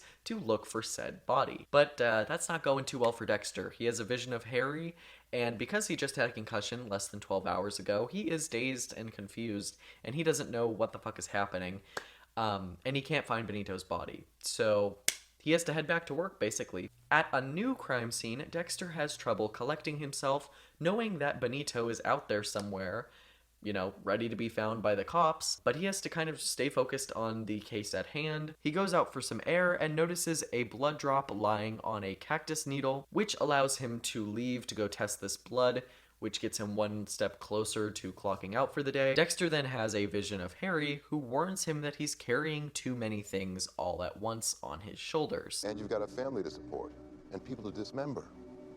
You're spinning too many plates, Dexter.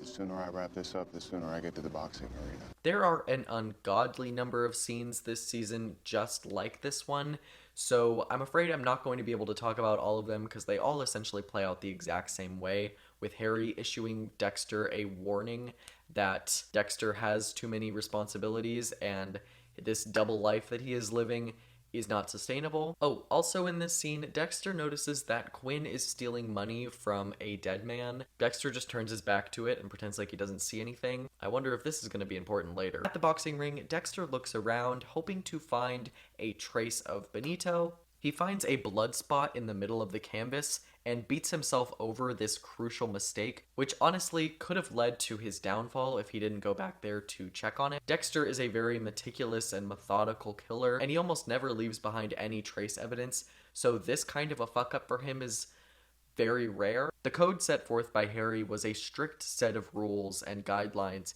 that could help shape Dexter into a perfect killer, unable to be caught by the police. This is sloppy work, though, in the eyes of Dexter, and would have been seen as sloppy work in the eyes of Harry. Elsewhere, Deb and Lundy have lunch together, and Deb is having trouble reconciling the fact that Lundy is back in her life. I haven't seen you, spoken to you, or exchanged so much as a fucking Christmas card with you in 2 years. And all of a sudden you're in Miami, holding a pair of chopsticks without so much as an email saying, hey, remember me? We used to fuck. She clearly still has feelings for him. Not all positive, considering the fact that he left her to take a job across the country at the end of season 2. I also want to point out the fact that Deborah and Lundy were only together in the show canonically for like a month, and then they proceeded to not see each other for an entire year or more, and yet she's acting like it's the end of the world that he's back in her life. After this, Deb and Lundy interrogate a suspect that they believe could have been Trinity. Same house. No fucking way. Yes, fucking way. Sort of puts you at number 1 person of interest-wise.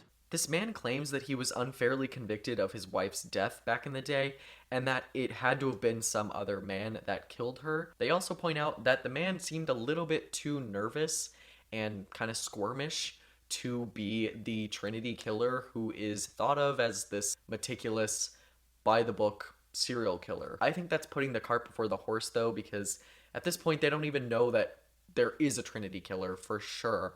It's just a theory at this point. In another scene, Arthur stalks his next victim outside of a cafe. He follows her around this pier and then runs into her son.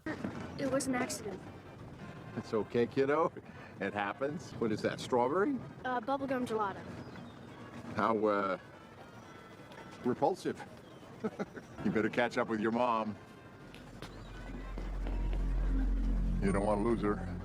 Arthur interacts with the woman he's been stalking all episode, named Tarla. He helps her bring her groceries inside her home before watching her walk inside like a peeping Tom. On the surface, Arthur is such an average-looking, church-going grandpa that when he finally lets that mask slip, he's absolutely horrifying. I will probably go on to praise John Lithgow's performance like 100 times in this video. He was the perfect casting for this role because nobody could have played both sides of Arthur quite this well like John Lithgow did. So props to him. I'm probably going to keep saying it, but he's just really magnificent in this role. At Lundy's apartment, Deb explains her intentions to keep this relationship strictly professional between Lundy and herself, and Lundy replies with, "The reason I'm in Miami is because I'm convinced that these bathtub murders, Noonan's wife, Lisa Bell, are connected to a series of murders all over the country."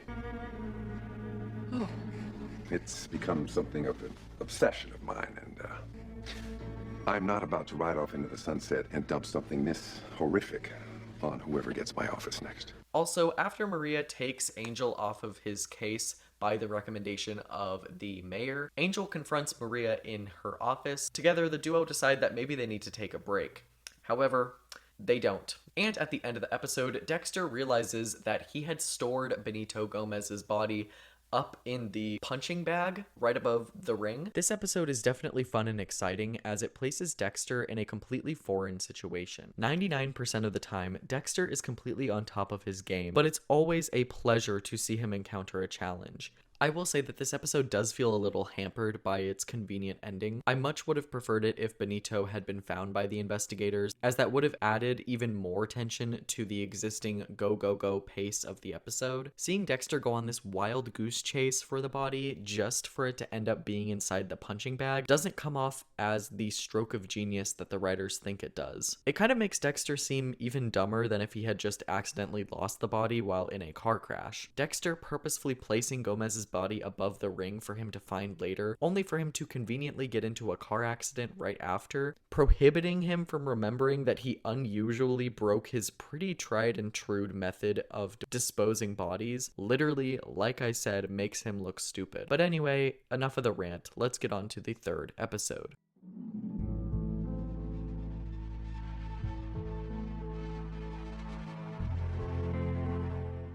The beginning of the third episode opens with Dexter being scolded by Rita for not telling her he had a concussion in the last episode. At this barbecue, Dexter learns about a neighborhood vandal that's been running around terrorizing the neighborhood. That night, Trinity forces Tarla, the woman that he was stalking in the last episode, to jump off of a giant, industrial building that's been abandoned onto the pavement down below. This killing is very different from the bathtub scenario from episode 1, and it helps set up Trinity's MO really well. We'll get a little bit more into that later on, but just know that he doesn't kill one specific type of person in one specific type of way. After the woman jumps, Arthur spreads a tiny fingerprint of what appear to be ashes next to the woman's dead body. The next day at the precinct, Dexter and Deb and pretty much everyone else at the precinct are called in to this apparent suicide. Lundy shows up and explains that he wouldn't be surprised if a woman fell to her death at this exact same location 30 years prior if Trinity's pattern is to stay consistent. Dexter overhears this conversation and begins wondering why Trinity leaves his victims to be found. It's completely antithetical to Harry's code and therefore Dexter's entire mission as a killer. Do not get caught. That is rule number 1 of Harry's code. Dexter really admires this guy's work as much as he finds him kind of abhorrent. I make my bodies disappear. Trinity leaves his out in the open, supremely confident that no one will ever trace them to him. Dexter then returns home to a surprise neighborhood watch, where everyone in the neighborhood is going to try and figure out what they need to do in order to take precaution against this neighborhood vandal. The next morning, the team demonstrates a recreation of Tarla's fall. Lundy goes on to explain Trinity's MO and how his life most likely looks. What's really impressive is that I can't prove a thing. He's that good. Why do you think he's so successful? Trinity's likely someone who's gone his own solitary way through life, so preoccupied with his own obsessions that he's foregone all but the most rudimentary of human connections. Lone wolf. Exactly. Back at the precinct, Deb is told by Masuka that Tarla's trajectory from the building to the ground leads him to believe that she jumped instead of fell or was pushed because, I don't know, she would have landed further out if she was pushed. Quinn then chimes in and says that a week ago, Tarla was diagnosed with cancer, and that would explain her apparent suicide here. Deb has a gut feeling that there's more to the story here. Maybe she was determined to fight it. That doesn't mean she killed herself. I checked her cell phone records. No text messages, no suicide note. Deb then drives Dexter home, and the two bond over their shared resentment of their relationships. Dexter feels completely surrounded in his white picket fence neighborhood. It's quite overwhelming for Dexter. Previously, he had no commitments, and now suddenly there's this neighborhood watch thing, and there's the family barbecues, and there's the, all of the shebang that comes along with being a neighborhood dad. Deb, on the other hand, feels like her relationship with Anton has soured since he came back from tour. Both siblings kind of feel separately stranded in their own perfect little lives, and it's a really nice parallel that runs throughout this episode and through a good portion of this season as well. That night, Dexter breaks into his teenage neighbor's house and notices that he is asleep while the vandal is still outside, which reveals that the boy's father, Andy, is actually the vandal, and instead of Dexter killing someone this episode, he just kind of gives this guy a stern talking to. After this, Dexter returns home and decides to destroy the motion sensor light outside of his house, and in true 2000s soap opera fashion, Rita sees him do this and just stands there and glares at him. This episode is one of the more tame offerings from this season. The vandalism storyline is just pure filler and stands in for Dexter's regularly scheduled kill. The storyline does fit into this season as we're getting to know Dexter's neighbors and how Dexter feels like a bit of an outsider when compared to them. One of Dexter's main storylines this season is his insecurity in feeling like a normal person surrounded by all of these all-American families living just next door to him.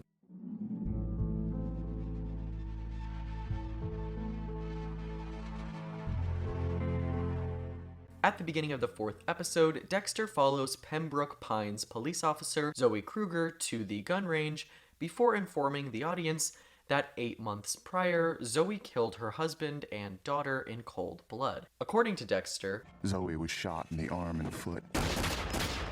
She survived.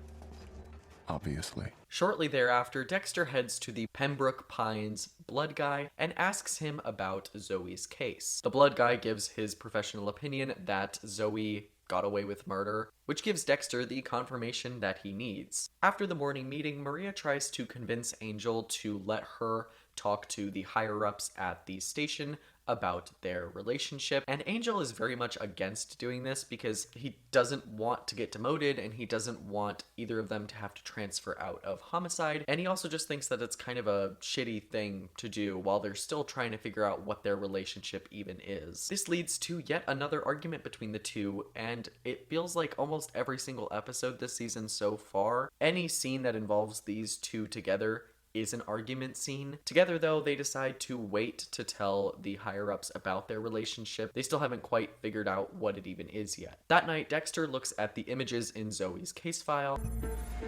She was still wearing gloves when she shot herself, but they were gone when the EMTs arrived. The next night, we watch Arthur provoke a man outside of a bar, hoping he will get attacked by the man, and it's a really interesting scene. It's another layer added onto Trinity's character. The next day, Dexter tours Zoe Kruger's house that is for sale, looking for the gloves that she used when she killed her family. She swiped the door with blood here, shoots herself, collapses, crawls toward the kitchen to call 911. Zoe then walks into the scene and introduces herself to Dexter. When Zoe shows Dexter around, Dexter pretends to be a flirt in order to cover up his real intentions. When Dexter asks Zoe where her family is, Zoe spins a lie that her husband took the kids and left her alone. And in this scene, you could just tell this woman has no remorse about the situation. She's not even struggling to get through this lie, like it just rolls off her tongue like it's nothing. The woman then leaves the scene so Dexter can fish the glove out of the garbage disposal. Elsewhere, Lundy arrives at the bar, which is now like a bunch of office spaces. Just as Arthur walks outside of this building, he runs into Lundy and the two have like a little bit of an interaction. Lobby's open 24 hours. Guard on duty. Too much foot traffic. Trinity to have to choose another floor. Oh, I'm so sorry. Wasn't watching where I was going. Bus number 432. White male, maybe 6'4". 200, 220 pounds. Age around 60. Hair gray. Eyes blue. Something in them. A little bit later on, Dexter is pulled over by Zoe, who has since done her own investigation on Dexter and found out that Dexter's been looking into her past. Zoe lets Dexter off with a warning, and when Dexter returns home, he has another talk with Ghost Harry, who, this time, is actually in favor of murdering Zoe because she knows too much about Dexter. The next morning at the gas station, Zoe again confronts Dexter after Dexter deliberately called up Pembroke Police Records Department in order to further look into Zoe's case and provoke her into meeting him there. In the bathroom, Dexter officially accuses Zoe of murdering her family, claiming that he has proof that she did it, which causes her to pull a gun on him and claim that she's going to tell everyone that he tried to rape her so that she gets off scot-free for killing him.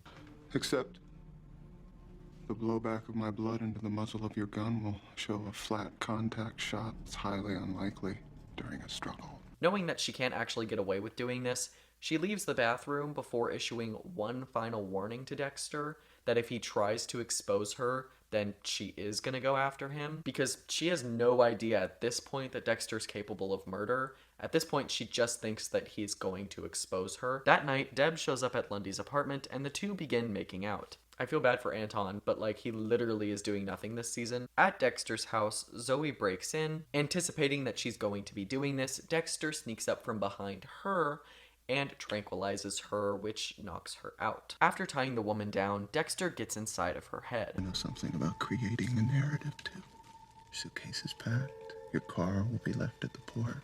And the blue glove is back in your disposal. You gonna rape and kill me? What is it with you and rape? No one's raping anyone. Zoe then gives Dexter an omen before her death. He's going to have to choose between murder and his family. Zoe's prediction for Dexter is enough to get him to have a real visceral reaction to the idea of losing his family. You can't hide what you are. Oh, I can. I'm better at it than you. You will choose your life over theirs. I won't. I'd rather risk them knowing the truth than lose them. Which kind of pulls him back to reality after the last couple episodes, which have seen him misbehaving a little bit. Then Dexter finally kills the woman, which ends the episode. Or should I say almost ends the episode, because at the very end of it, after Deb and Lundy's beautiful romantic reunion, they are standing there about to go their separate ways, feeling a little bit guilty about the fact that they just basically cheated on Anton. Well, Deb cheated on Anton. And suddenly, as they're about to say goodbye to each other, Deb is shot from behind and Lundy is shot in the chest, which does kill Lundy.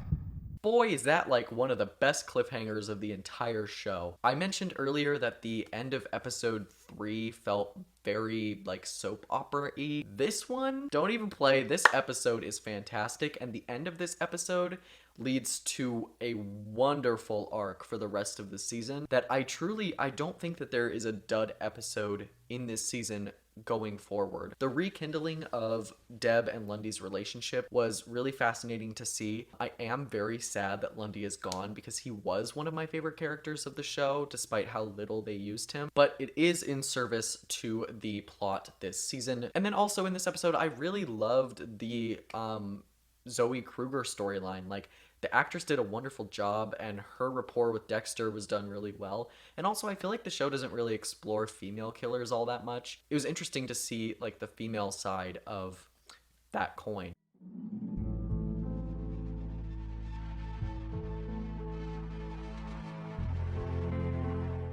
The 5th episode opens with Dexter arriving at the scene where Deb and Lundy were shot. In complete panic mode, Maria informs Dexter that Lundy is dead and Deb is stable. Miami Metro believe that this shooting is the latest murder in the vacation murders spree, but Dexter, in his mind, dismisses this as a possibility because the killer left Deb alive, and that is not the killer's MO. Dexter heads over to Lundy's place on the way to the hospital to visit Deb, where he decides to pick up all of Lundy's research, or a lot of Lundy's research, try to find Trinity and get it over with. Elsewhere at the hospital, Deb wakes up and Dexter is by her side.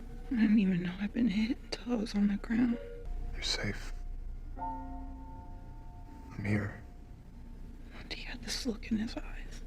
It's like he was apologizing. I was helpless. Guys, Jennifer Carpenter, I think we need to start having a serious conversation about why she was snubbed at the Emmys. What a performance. Just then, Rita arrives at the hospital and confronts Dexter about why he lied again, this time about keeping his apartment a secret from her. So we begin to notice a pattern here where Dexter continuously keeps things from Rita, and little by little, Rita is chipping away at that mask and at that facade to see that Dexter's been lying about all of these things.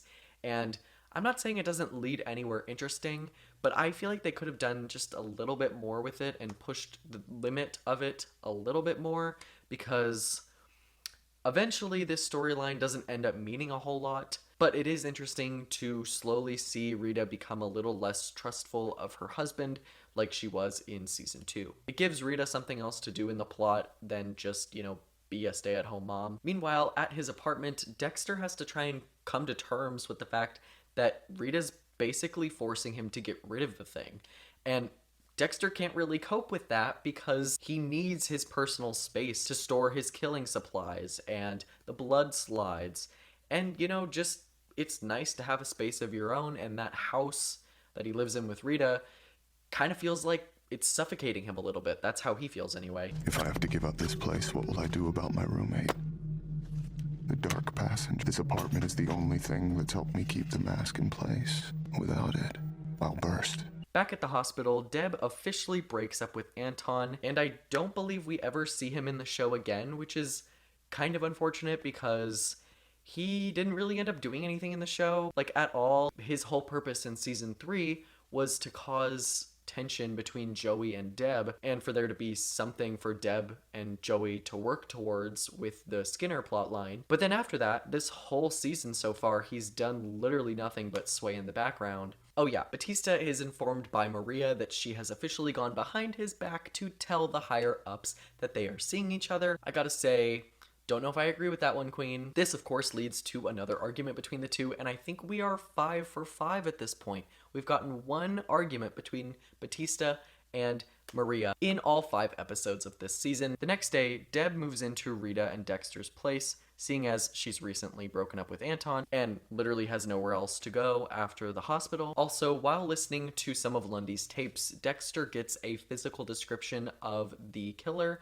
thanks to Lundy literally seeing who he thought could have been Trinity. Everyone in the precinct except for Dexter then heads over to a motel room to find Johnny Rose, the suspected vacation murderer. And they end up finding him, but he is dead on the floor, and his girlfriend has just fled the scene in a back alley. Eventually, though, they arrest her, and Miami Metro believes that Deborah and Lundy have gotten justice for their shooting. Right after this scene, Deputy Matthews informs Maria that she needs to transfer Angel out of homicide in case the press gets a hold of their relationship, and tries to embarrass the precinct. This department can't risk a defense attorney turning your romantic involvement into a courtroom sideshow every time you work a case together. I am saying I need you to transfer Sergeant Batista out of homicide. Tom? Have the papers on my desk by Monday. Dexter then heads over to Deb's crime scene, where Deb yells at Dexter for lying to Rita about the apartment. What the fuck's your problem? You have everything. You're doing your goddamn best to throw it all away. Rita told you about the apartment. The fuck were you thinking? Sometimes I feel trapped. By what? 3 kids? A wife who adores you? Yesterday, I had Lundy and Anton. And now they're gone because of me. It doesn't matter what I do, or what I choose. I'm what's wrong. Nothing I can do about it. If I'm not hurting myself, I am hurting everyone around me. There's nothing I can do about it. Deb then breaks down in tears and sobs over Lundy's death. Why don't we go back to the house? Don't. I need to be here.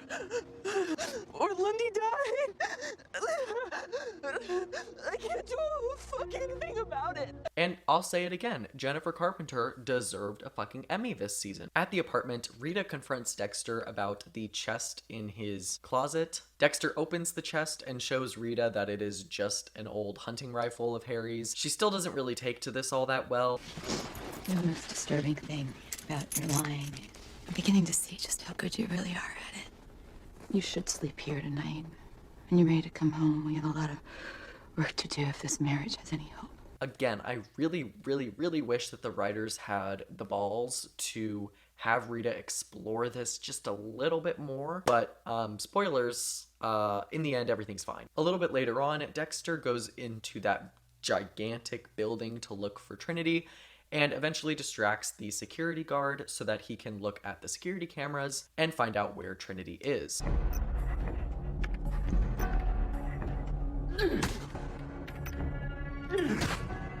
Oh my God. Dexter sees Trinity's van leaving, so he jumps in his car and follows the van to Trinity's suburban home.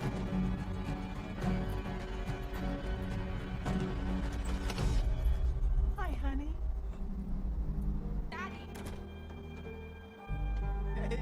Lundy was wrong.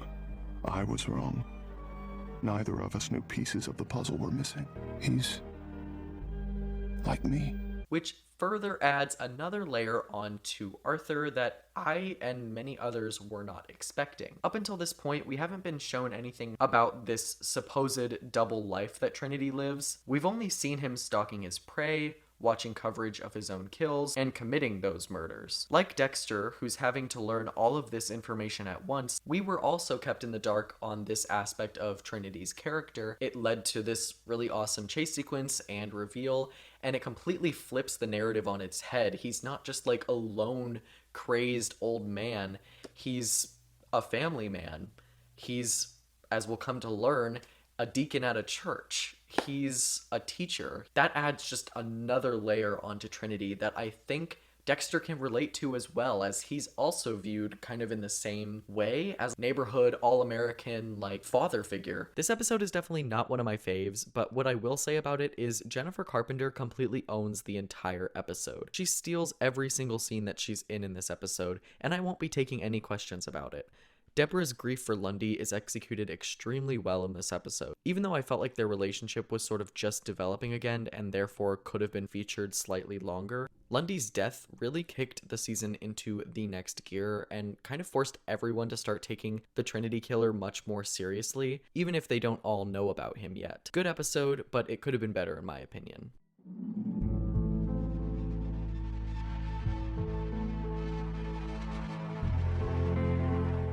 Dexter is mean-mugged by Rita, following his apparent slowness to get all of his things out of that apartment and moved into their house. It's here where Rita informs Dexter that she's made a therapy appointment for them to work through their differing issues. Dexter insists that they don't actually have any issues, but he goes along with Rita's wishes, knowing that if he starts up anything with her, it's just gonna lead to more arguing. Just then, Dexter is called to the bludgeoning crime scene. At the scene, Dexter informs Joey that the only thing he can tell him about the blood spatter is that the assailant was over 6 feet tall. Dexter doesn't want the police to get too close to Trinity because he wants to save Trinity for himself, so Dexter purposefully doesn't give out really any other information on this bludgeoning other than the fact that the man is 6 foot tall. Back at the precinct, Deb feels uncomfortable with the fact that Nikki has confessed to all of Johnny Rose's crimes for him other than the Lundy shooting, but Quinn reassures her that there's really no other theory that makes sense. At their therapy appointment, Rita is an emotional wreck,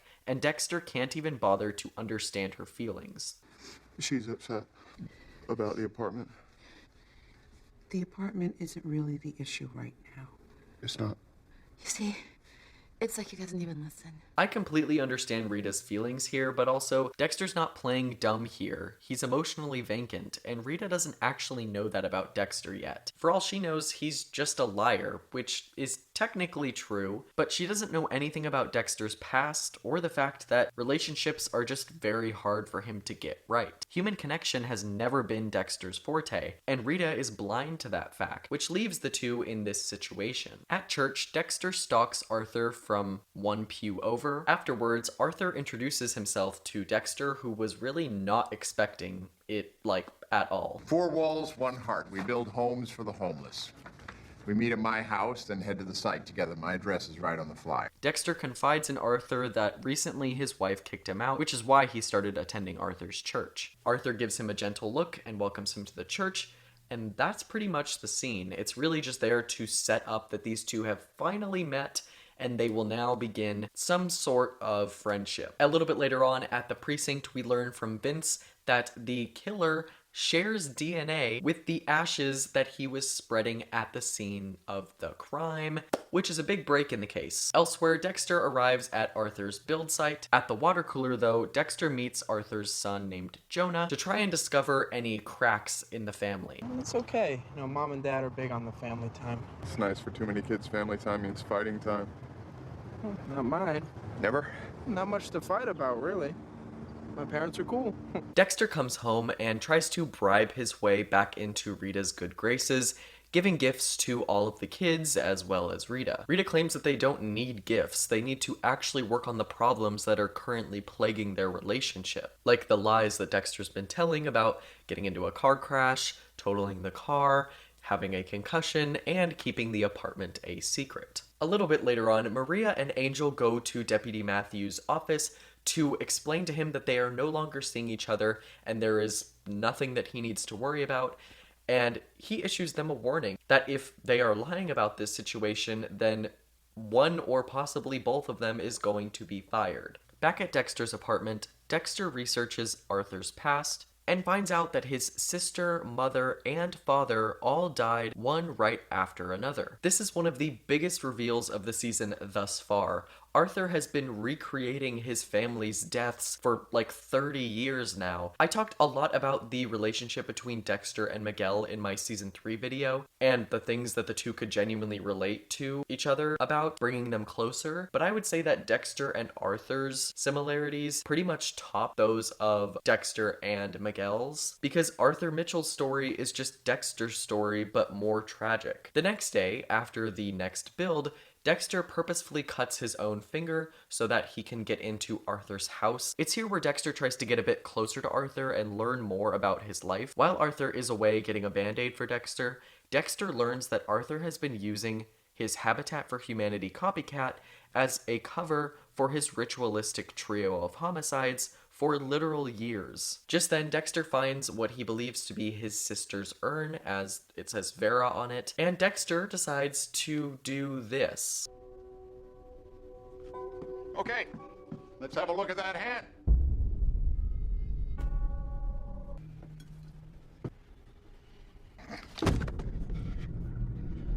Don't touch my sister.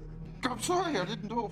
After apologizing for this outburst, Arthur decides to give Dexter some familial advice before sending him off with a parting gift, that being the hammer that he used to bludgeon someone with in the previous episode. The next morning, Deb explains her theory that Trinity killed Lundy and shot her before he took all of Lundy's research on him. This completely reinvigorates Deb, who's been a little out of whack emotionally since the shooting. One thing about Deborah is that she always needs a goal to strive towards. She's very much like Dexter in that regard, where if she doesn't feel like she's doing anything, then she's not going to be happy or fulfilled. The end of the episode sees Dexter and Rita building a shed in their backyard so that Dexter can keep all of his things, including all of the evidence and murder weapons at his disposal. This episode is another really good one. Dexter's on-screen introduction to Arthur finally allowed for the duo's chemistry to start to shine. Deb's arc in this episode is also handled extremely well. I really liked that in this episode, she went through the stages of grief through her questioning of Nikki in the prison cell. There's a real sense here that she has fundamentally been changed forever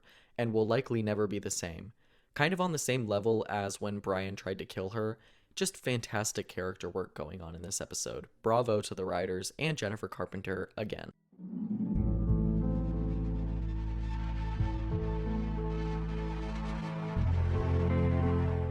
A few weeks after the previous episode, Dexter is called down to a crime scene, and when he arrives, he is shocked to find out that the body they are investigating has been swallowed by an alligator. Well, the arm of the human was swallowed by the alligator. The woman was a model, and she was scheduled to have a shoot with this photographer who's known for some pretty sketchy photography, to say the least. The department believes that Jonathan Farrow, the photographer that I just told you about, is the one that killed this woman and then fed her arm to an alligator due to his past of being accused of rape. Later on, though, Farrow comes in with a slew of lawyers to help him during his interview with the police. And let's just say he doesn't do himself any favors during the interview. Not like you.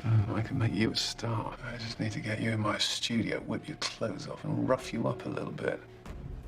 The next day, Deborah meets with Harry's former CI. Deb continuing down this path is literally like eating her alive a little bit because it's completely destroying her image of Harry, whom she previously saw as the epitome of a good man. Sleeping with your CI, cheating on your wife, that is not the hallmark of a stand-up guy in Deb's eyes. At first, she was kind of doing this to try and relate to Harry and to see if she was really that big of a disappointment in Harry's eyes, like compared to Harry.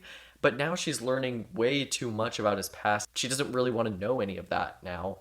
And so I think she gives Dexter those files so that she can kind of just put it to rest. And this allows Dexter to now shred Laura Moser's file so that Deb never gets to research Laura, find out that Dexter was related to Brian. The next morning, Dexter takes Cody and 3 of his friends on a boating trip with some of their neighborhood dads. And a little bit later on, while everyone is asleep, Dexter gets back on his boat and heads all the way to that photography studio to kidnap the photographer, Jonathan Farrow. He makes quick work of Jonathan before returning to the campsite in the morning. There's almost no tension throughout the whole thing, and it just feels like Dexter never really had that much to do with Farrow. It wasn't very hard for Dexter to get to Farrow, despite the circumstances of him literally being on a camping trip with Cody. Oh, also around this time in the episode, at the precinct, Deb fully brings her theory to Maria, who completely accepts Deb's theory, although Deb left quite a few details out, as she only mentioned the bludgeonings. A few days later, Dexter walks back into work and witnesses Farrow's assistant being arrested for the girl's murder. This reveals that Dexter killed someone who was innocent for only the second time in the series. In the grander scheme of this season,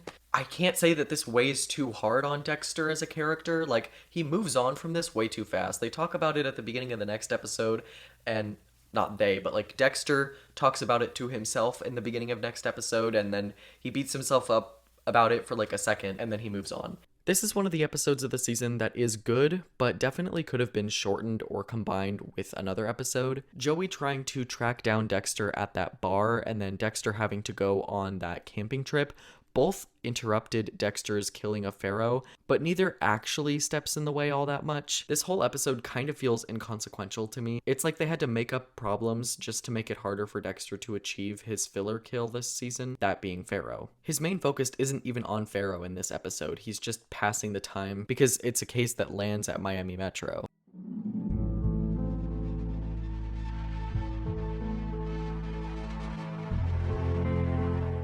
A few weeks later, Miami Metro has begun questioning Farrow's assistant that they arrested in the previous episode. Batista and Maria lay out their plan to get the man to confess to Farrow's murder now that Farrow is missing. This makes Dexter really uncomfortable because he ended up killing someone who was completely innocent in the last episode, and now he has to watch the repercussions of that. Deb then briefs everybody on her bludgeoning investigation, which makes Dexter even more uncomfortable because that means that she is getting closer to figuring out who the Trinity killer is, possibly derailing Dexter's plan to kill Trinity himself. Also, Deb lets it slip by accident that she is looking into the bathtub murders as well. I can't be sure all of these are ash marks, but the finger pointing indicates a strong possibility that, how to get in there. No. Did you go back? This isn't a bludgeoning. No. When you presented this case to me, you said it was limited to a bludgeoner. I found possible smudges in several old bathtub killings. Also, several jumper suicides. And that's the pattern. Bathtub, jumper, bludgeon. One cycle of 3 Vicks every year or so. Go on. Honestly, Maria takes it pretty well. Dexter remains supportive of Deb even though he doesn't want Miami Metro to get closer to his baby, that being catching Trinity himself. You can tell though that Dexter is fighting absolutely every impulse to shoot Deb's theory down. A little bit later on, Dexter goes to Arthur's house and notices that Arthur is in a particularly good mood when compared to the last time they hung out together. Despite being in this good mood, Arthur quickly loses his temper with his son, who is not polishing his car to Arthur's liking, and then he yells at his daughter Rebecca for not watering the plants properly. So Dexter's beginning to notice the cracks in the foundation of this family after only a few weeks of knowing them. A little bit later on at the precinct, Deb reveals to Dexter that she has been removed from Trinity's case, seeing as she is a potential victim of his, thus creating a conflict of interest. The next morning, Dexter stops by Arthur's house and practically begs Arthur to let him go along with him on his trip. And with you, I feel focused, like I have a sense of purpose and certainty. Arthur reluctantly agrees to let Dexter come along thanks to Dexter's manipulations, and the two get on the road. On the way to Tampa, Dexter purposefully asks Arthur a slew of questions to get on Arthur's nerves. Arthur knows that Kyle sees him as a mentor of sorts, but in Arthur's eyes, Kyle is just so annoying that it makes it incredibly hard for Arthur to take him seriously. Still though, you can really get the sense that Arthur is trying his absolute hardest to stomach how annoying Dexter is being. While stopping for food, Dexter tells Arthur that he sought him out for advice as he did something he's not proud of. How am I supposed to help you when I don't know what the problem is? It's not that important. It's important to me. Every single thing that Dexter says and does is a calculated move to simply piss Arthur off in this episode. Dexter is playing a character here. He's the same guy right now that taunted Miguel Prado last season and made him go crazy. There's then this wonderful scene between the two where Arthur tries to get to the bottom of what Dexter's been hiding. Dexter then drops this bomb on Arthur to see how he'll react. I'm gonna get into my van and just leave you here to fend for yourself. Kill the man.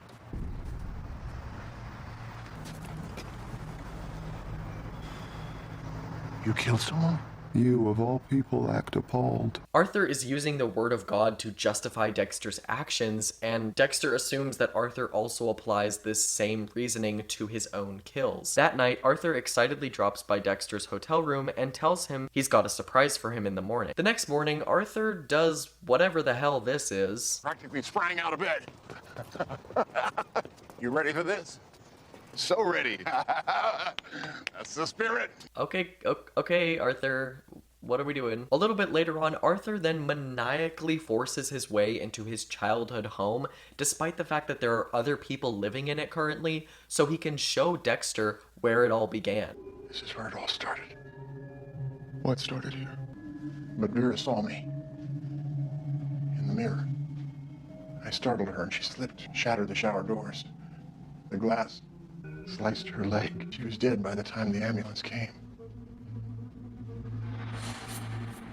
So much blood. Arthur doesn't let the mask fully slip here, but he lets Dexter in on all of the traumatic things that happened to him when he was a child. Arthur's confession in this scene is the first time he's ever told anybody about his past. Before this episode, this tragic story was almost inferred thanks to Dexter's investigation into Trinity. But now that Dexter knows the whole truth from Arthur's perspective, it makes it a lot harder for Dexter to kill Trinity off just like that. Because Dexter has started to see the real human under Arthur's mask, and he relates to him, so it's really fucking hard for Dexter to make that jump. Hearing how broken up Arthur still is about all of this makes it so hard for Dexter to see Arthur as a monster. He too was born in blood, just like Dexter. A little bit later on at a restaurant, Dexter checks into the conference that he was supposed to attend so that he can secure an alibi before he returns to the restaurant area and finds Arthur blabbing about his past to a very confused and concerned family. This results in Dexter taking Arthur away so that Arthur will stop embarrassing them, and you can tell Arthur is in a manic state at this moment. At the precinct, Deb figures out that Trinity couldn't have possibly shot her because of the trajectory of the bullet as it went straight through her, not like down or up at an angle or anything like that. It went straight through, meaning someone who was 6 foot or 6'4" wouldn't have been able to shoot someone at Deb's height where she was shot. This is big fucking news for Deb, because this might mean that Deb could get back on the Trinity case, as there is no longer any reason to keep her off, seeing as there's no conflict of interest anymore. That night, Dexter sets up a kill room for Trinity, but when Dexter goes to kidnap him, Trinity is no longer in his hotel room, so Dexter books it to the next build to see if Trinity went there. And the next morning, Dexter finds Trinity about to jump off of the building. No more confessions, no more good deeds, and no more fucking remorse.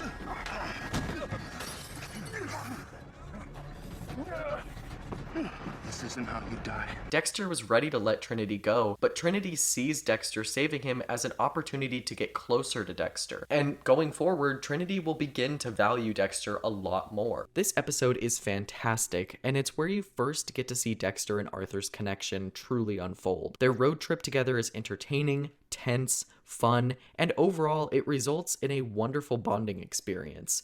Even if the duo are both unaware of certain things about each other, they are becoming great companions. I also just have to take this opportunity to praise John Lithgow's performance in this episode.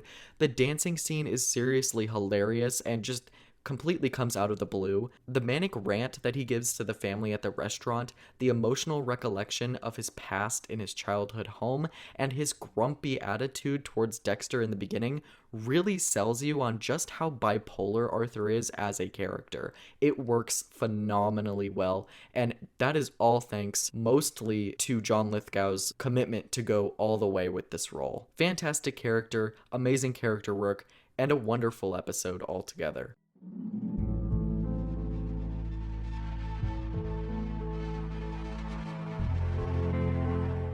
The beginning of the 9th episode sees Dexter stalking Arthur outside of his house.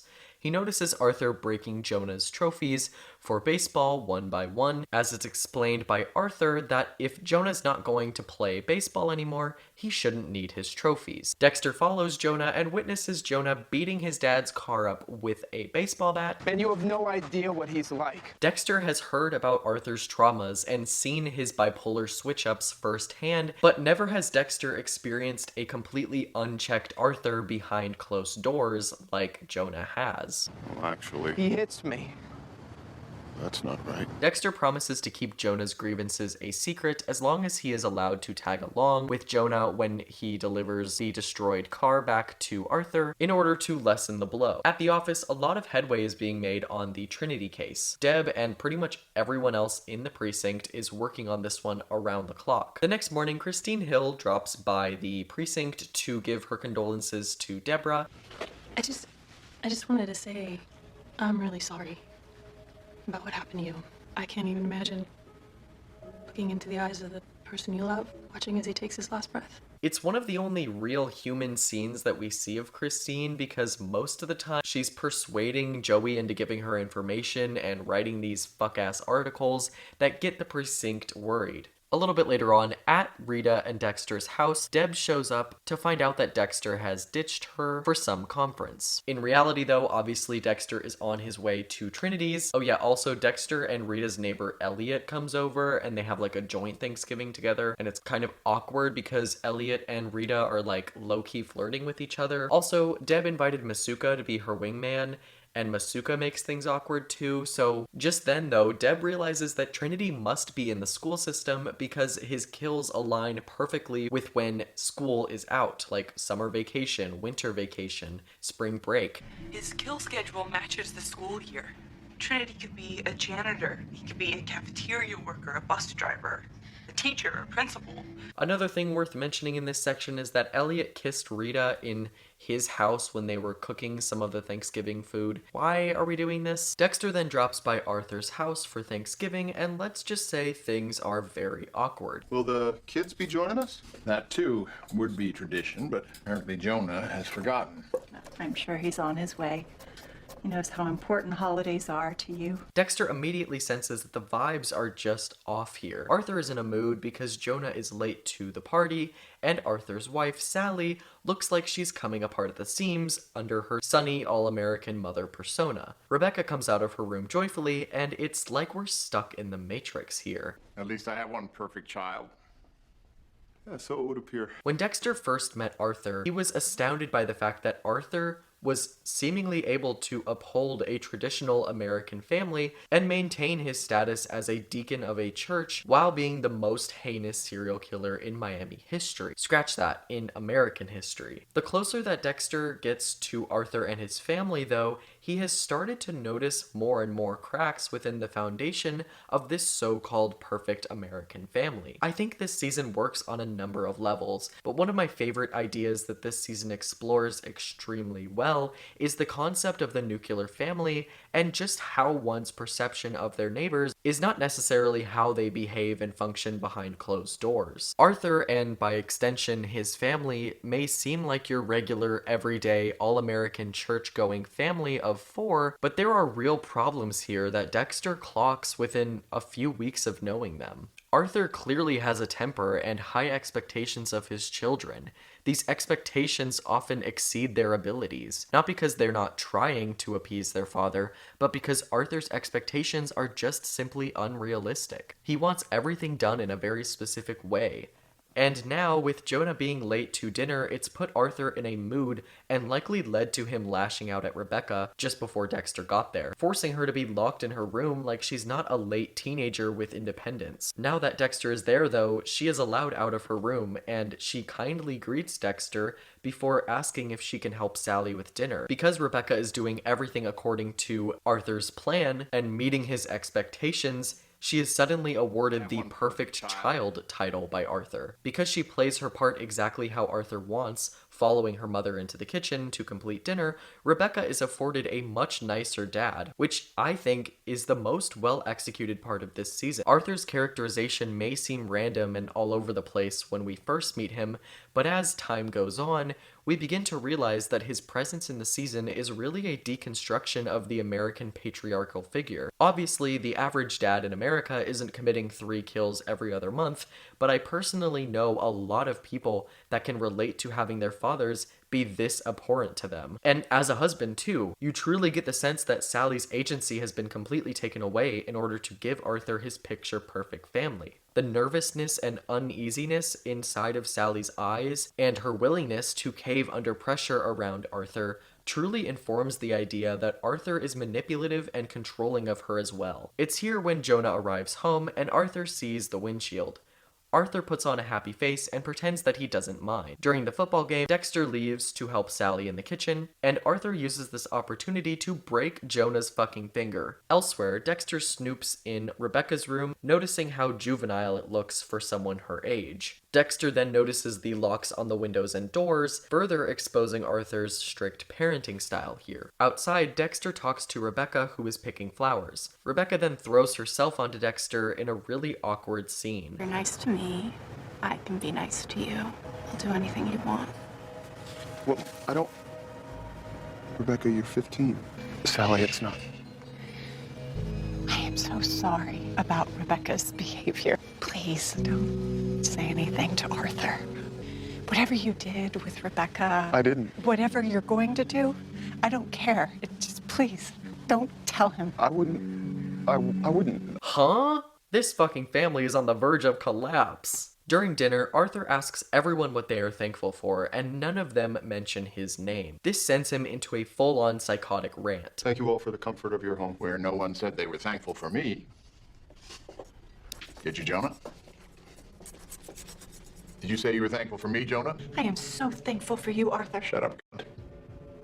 Whoa, Arthur. Kyle, perhaps it's time for you to go. The scene then erupts into a huge fight. Jonah destroys Vera's urn, prompting Arthur to attack and choke Jonah out. Dexter then sneaks up behind Arthur and uses his belt to pin him to the ground. Dexter then pulls out a knife on Arthur, and Sally breaks it up. Dexter leaves Thanksgiving in a fury. He's now shown Dexter exactly who he is, and scared him half to death in the process. What will their relationship be like now? Dexter knows that killing Arthur is going to be a whole heck of a lot harder now that Arthur expects him to do it. On his way home, Dexter tries to reassure himself that he is nothing like Arthur, and towards the end of the episode, Deb realizes while talking to Cody that Christine Hill knew something that no one else knew about the day that she was shot. How much did you tell Christine about the Lundy shooting?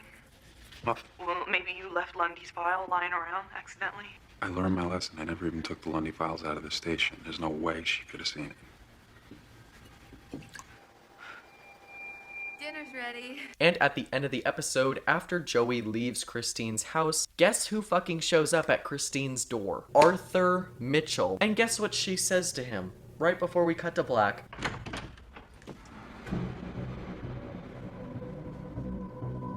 Hi, Dad.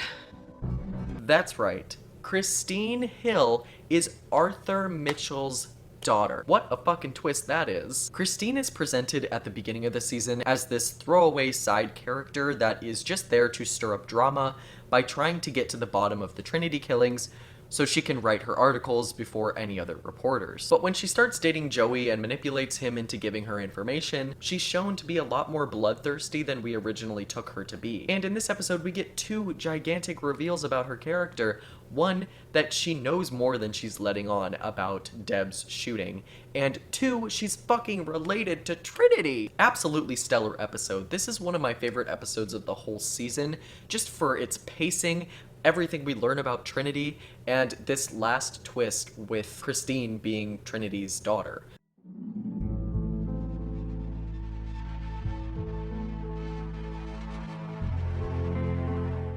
Weeks later, Dexter follows Arthur into a parking lot. He sees him stalking a family of 4 on their way to an arcade. Dexter watches the mother, anticipating that Arthur is going to pick her as his next victim. Failing to notice, Arthur actually goes after the boy and kidnaps him in his van. Dexter eventually catches up to Arthur, but Arthur gets away. Arthur then calls Dexter from his car. Kyle, I don't appreciate being followed.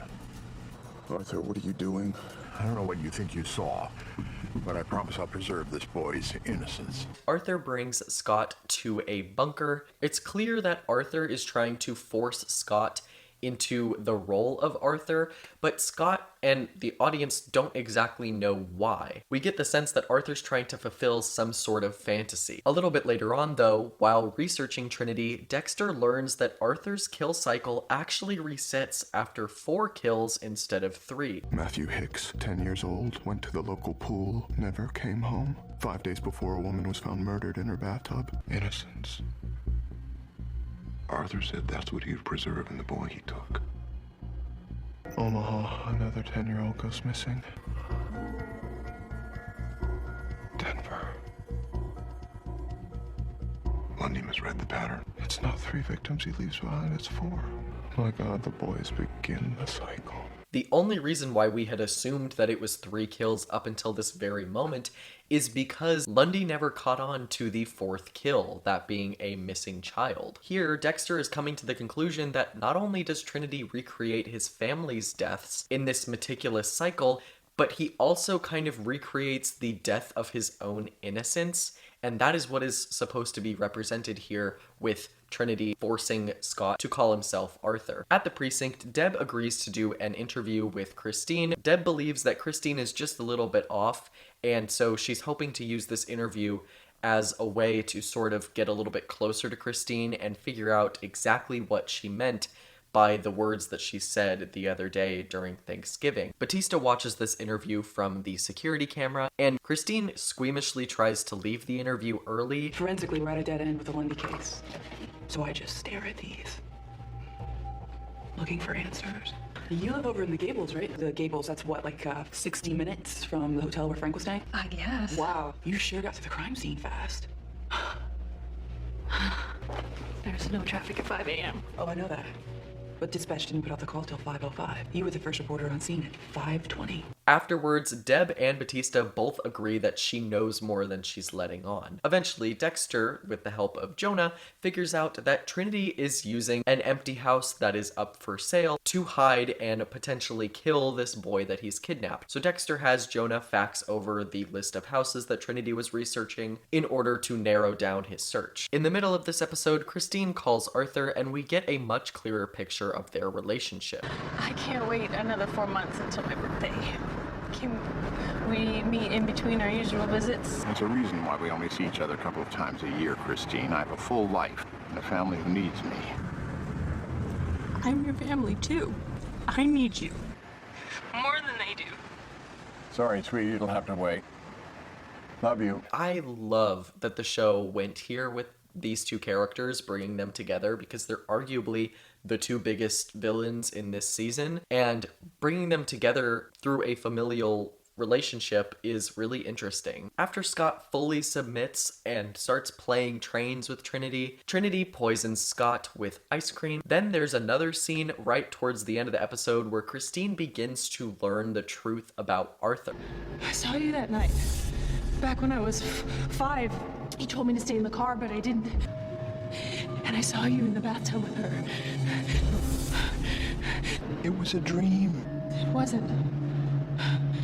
I knew it wasn't when it happened again in the same house 30 years later. She then reveals that she protected her dad by killing Lundy herself because Lundy was getting too close to him, and she didn't want her dad to be found out as the biggest serial killer in the United States. Arthur flips the fuck out about this, but doesn't let her see any of his emotions towards the situation, waiting until, she leaves to freak out in his car. It's honestly such a tragic story and a really well-acted scene by both of the actors. To see this woman absolutely desperate for her dad's approval and in order to keep her dad safe, but still low-key being so fucking horrified of him, is wonderful writing, and also, like I said, the acting here, phenomenal. Elsewhere, Dexter heads to the next Four Walls build in a last-ditch effort to find Arthur red-handed, and luckily for him, he's able to find him. The duo have a physical altercation while Scott begins to sink under cement, unconscious in a body bag. Arthur is able to flee the scene, and Dexter saves Scott's life, and at the end of the episode, Christine is arrested. What a fucking episode. This entire reveal of Christine being Trinity's kid and knowing about his crimes for years, but protecting him in spite of it all because she loves him, despite his piss-poor treatment of her, is such a well-written twist on this season. It comes completely out of left field and isn't anything the audience is expecting on first watch. Every time I get to this part of the season, it's like I'm watching the show for the very first time again. Dexter's search for the little boy also carries this episode really well, in my personal opinion. The show is really firing on all cylinders currently, and it's no question why so many consider this season to be the peak of the show, because everything has a purpose in the story of this season. Unlike season 3, which I felt had a lot of filler, this one is so tight and condensed and well thought out. When writing this video, I wasn't even able to believe that we were 10 episodes deep at this point, because it's been paced so extremely well. 10 out of 10 episode, let's get on into the next one.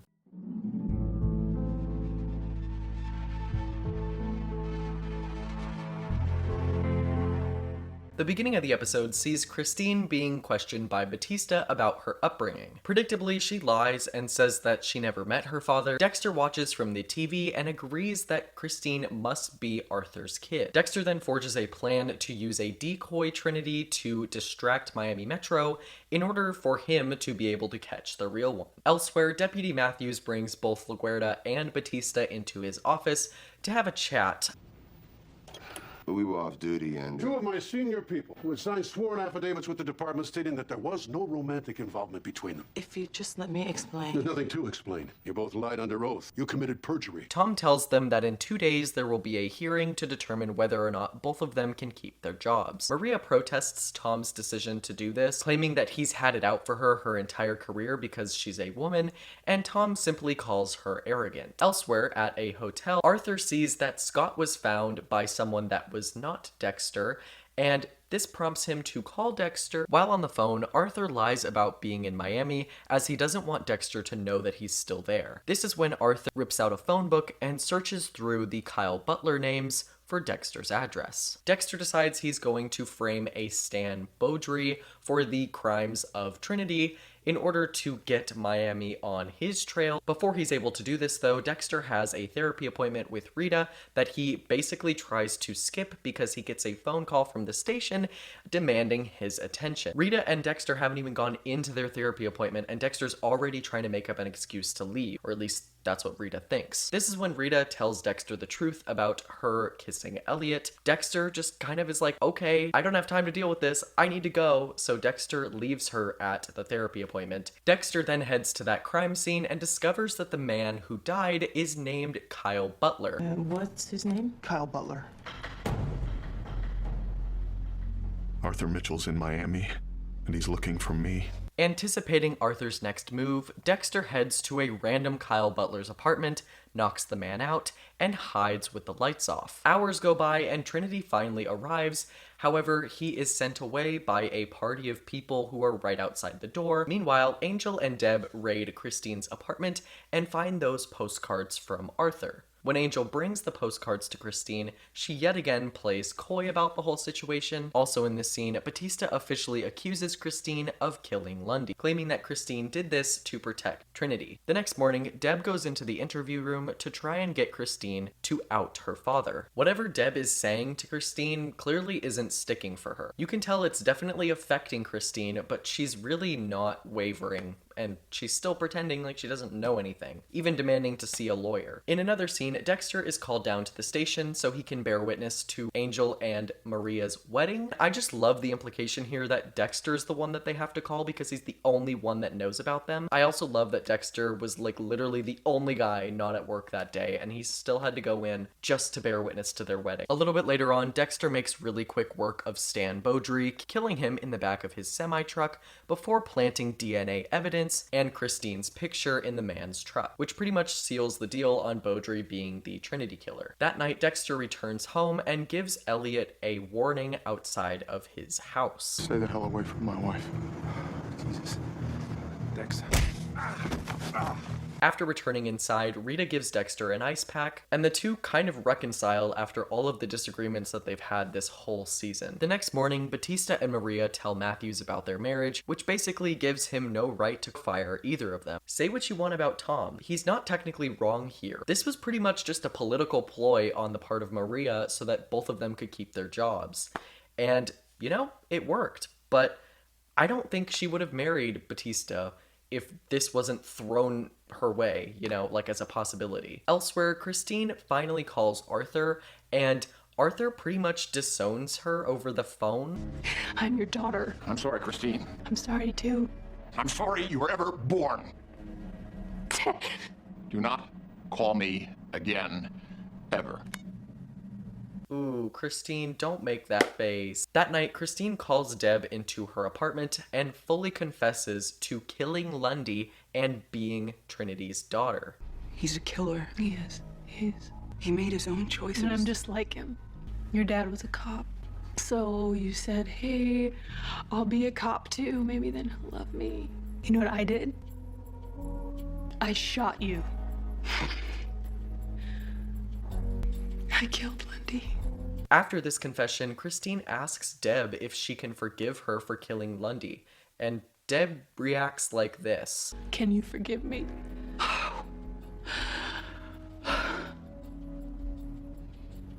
Are you kidding me? I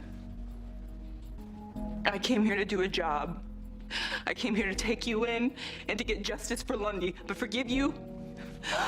Fuck you. This is when Christine pulls out a handgun and shoots herself in the head, killing herself. Genuinely, this is one of the best acted scenes in the entire show. Both of these women are phenomenal in their roles. Seeing them go head to head here makes for a really compelling scene. Back at the arcade, Dexter is stalking Trinity, and he gets a call from Dexter, who asks him to come back down to the station because she needs a little emotional support currently, since she just witnessed Christine commit suicide. This forces Dexter to make a choice. Is he gonna continue the hunt for Trinity, or is he gonna go try and be there for Deb, who's just been through a traumatic event? This is the warning that Ghost Harry issued to Dexter at the beginning of the season, and also the warning that Zoe Kruger issued to Dexter in, I believe it was the 4th episode. He's gonna have to make a choice between murder and his family. Balancing being a vigilante with a good husband, brother, and father has officially taken a toll on Dexter. Anyway, at the end of the episode, it's revealed that Trinity was the one watching Dexter the whole time at the carnival, and that his phone call to Dexter was literally just a ploy so that he could meet him there. He ends up following Dexter to the station, fully reintroducing himself to Dexter Morgan. Hello, Dexter Morgan.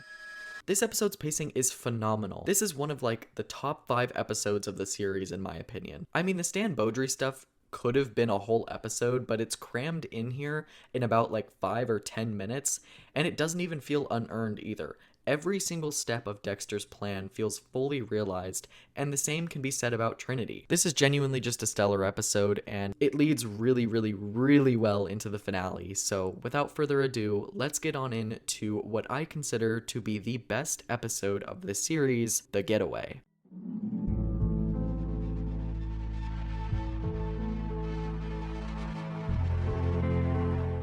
Picking up right where the last episode left off, Arthur demands that Dexter leave him alone. The deal is off. Dexter's not getting that money that he demanded from Arthur. Arthur is basically drawing the line in the sand that I've got some dirt on you now. I know who you are. After Arthur gets in his car, Dexter follows suit and gets in his, chasing Arthur through the city before Arthur eventually stops at a bank. On the road, Dexter gets a call from Rita, who demands that they actually spend the next weekend on their honeymoon, like a year after they got married, because they didn't get to have one when Rita was pregnant and they were dealing with the kids. But since the kids are going to Disneyland this weekend, Rita says that they should go on their honeymoon finally. And Dexter's like, yeah, I don't really have time to deal with this. I'm going on a chase right now. So he hangs up the phone and eventually gets to Trinity, who has stopped at a bank. Finally, Dexter catches up to Trinity and knocks him out with M99. This guy, who Dexter rammed into,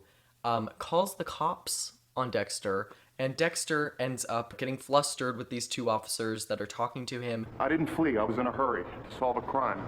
So you stop at a bank? That's bullshit. Just asking for a little professional courtesy here. You might pull that shit down in Miami Metro, but here at the sheriff's department, we don't put up with that. Come on. Caught on tape, asshole. Fucking point that at me.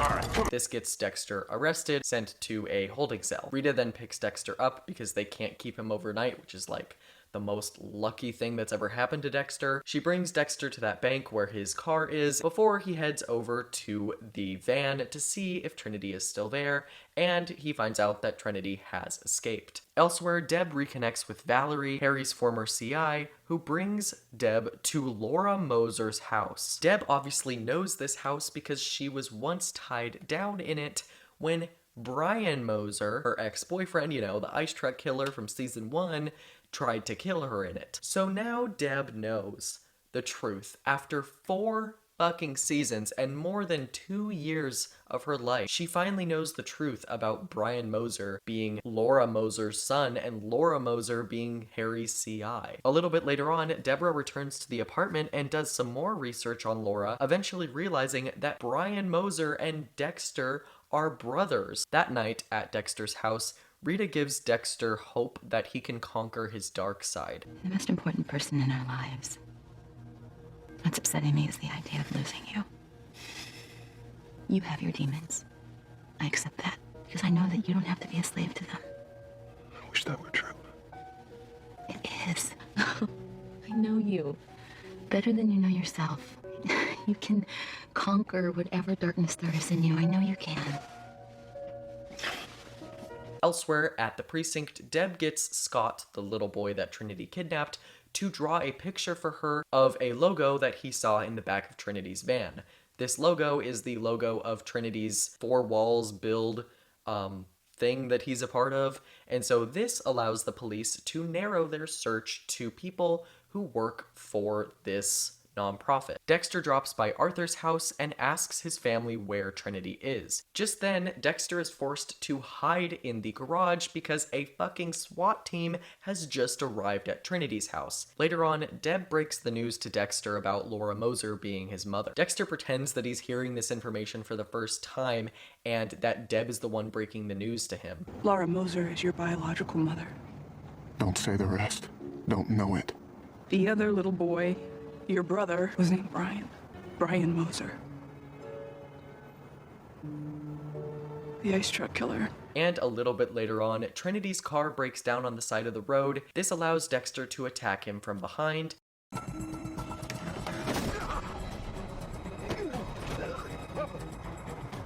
Hello, Arthur Mitchell. And Dexter finally ties Trinity down to his kill table. Dexter reveals that he's just like Arthur, sick and twisted in his own way. This was never about money or religion or Dexter's failed relationship. Dexter explains to Arthur that they are one and the same, but the difference between them is that Dexter wants to be a good man. He wants to be there for his family, and he wants his family to thrive. You'll still be you.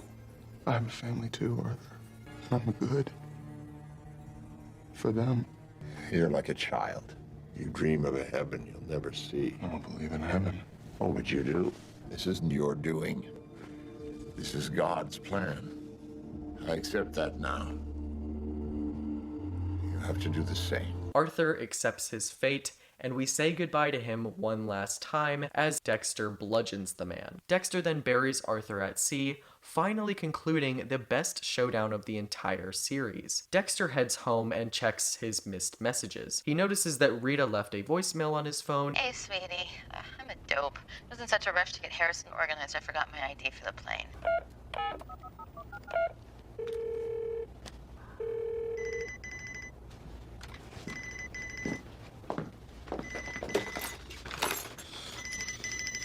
This is when Dexter realizes that Rita never made it to the Keys and that all of her luggage is still in the house. This can only mean one thing. Dexter makes his way to the bathroom and finds Harrison in a pool of his mother's blood.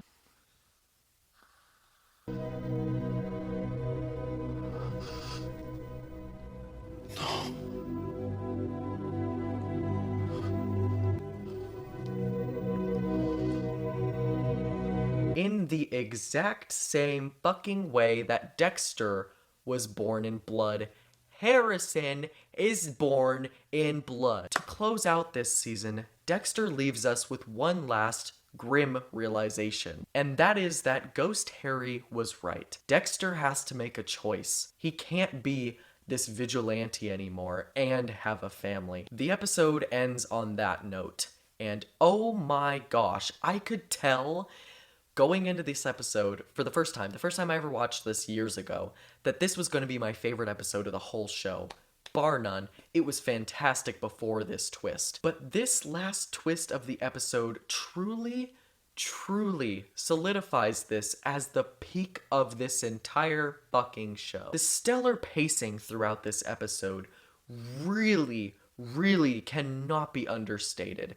It truly flies by, and it leaves you wanting so much more out of this season, especially when you see what comes after season 4.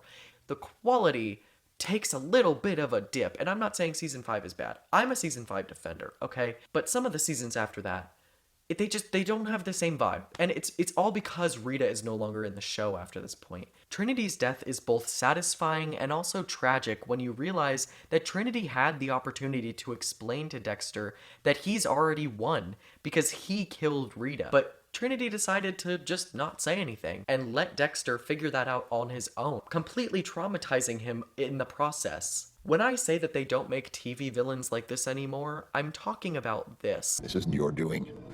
This is God's plan. I accept that now. You have to do the same. I accept nothing. Every other season of Dexter so far has ended on a positive note, with Dexter killing each of the big bads and there being some kind of epilogue at the very end to sort of bring us back down to reality. Not this fucking episode, though. There's a fake out right before this twist where there's a scene of all the kids playing and Rita playing and Dexter playing with all of them, and Dexter's monologue is like, oh yeah, I'm gonna continue to live my life the way I want.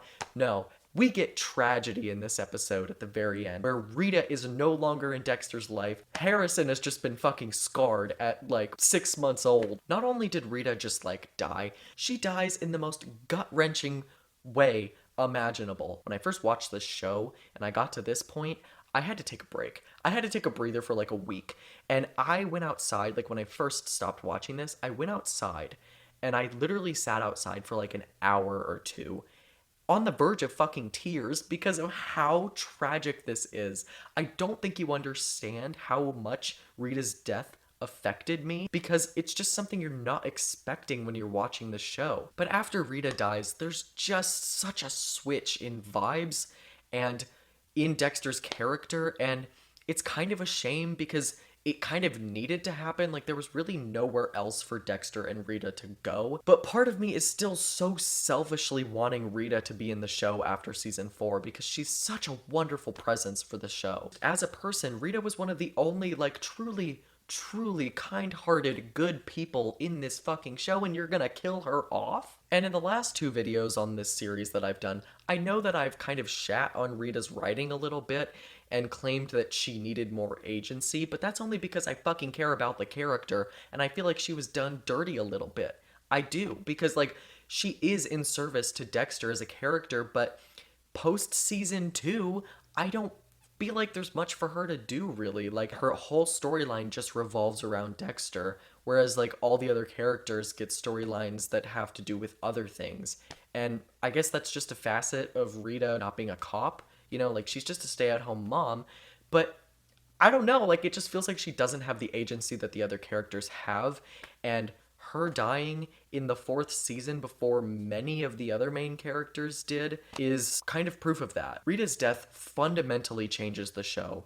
For better or worse, after this episode, the show definitely peaks and goes down. Not only is this the best season of the show, but I'm gonna go out and say that this episode is the best episode of Dexter of all time. It's probably my favorite season of TV of all time, honestly. There's like one episode in there that I think could be cut, or at least could have had something added to it to be better, and that is the vandalism episode. Like, I think it was episode 3. That was just kind of a filler episode, but every other fucking episode just hits so hard. All the storylines that weave in with each other, like the Christine Hill and Trinity connection. Are we joking here? Rest in peace to Rita Morgan, actually.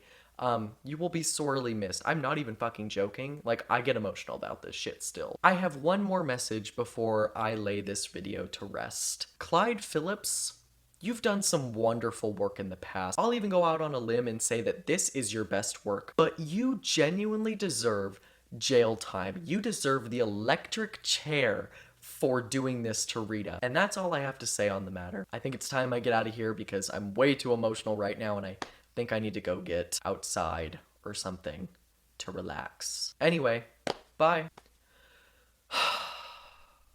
God damn it.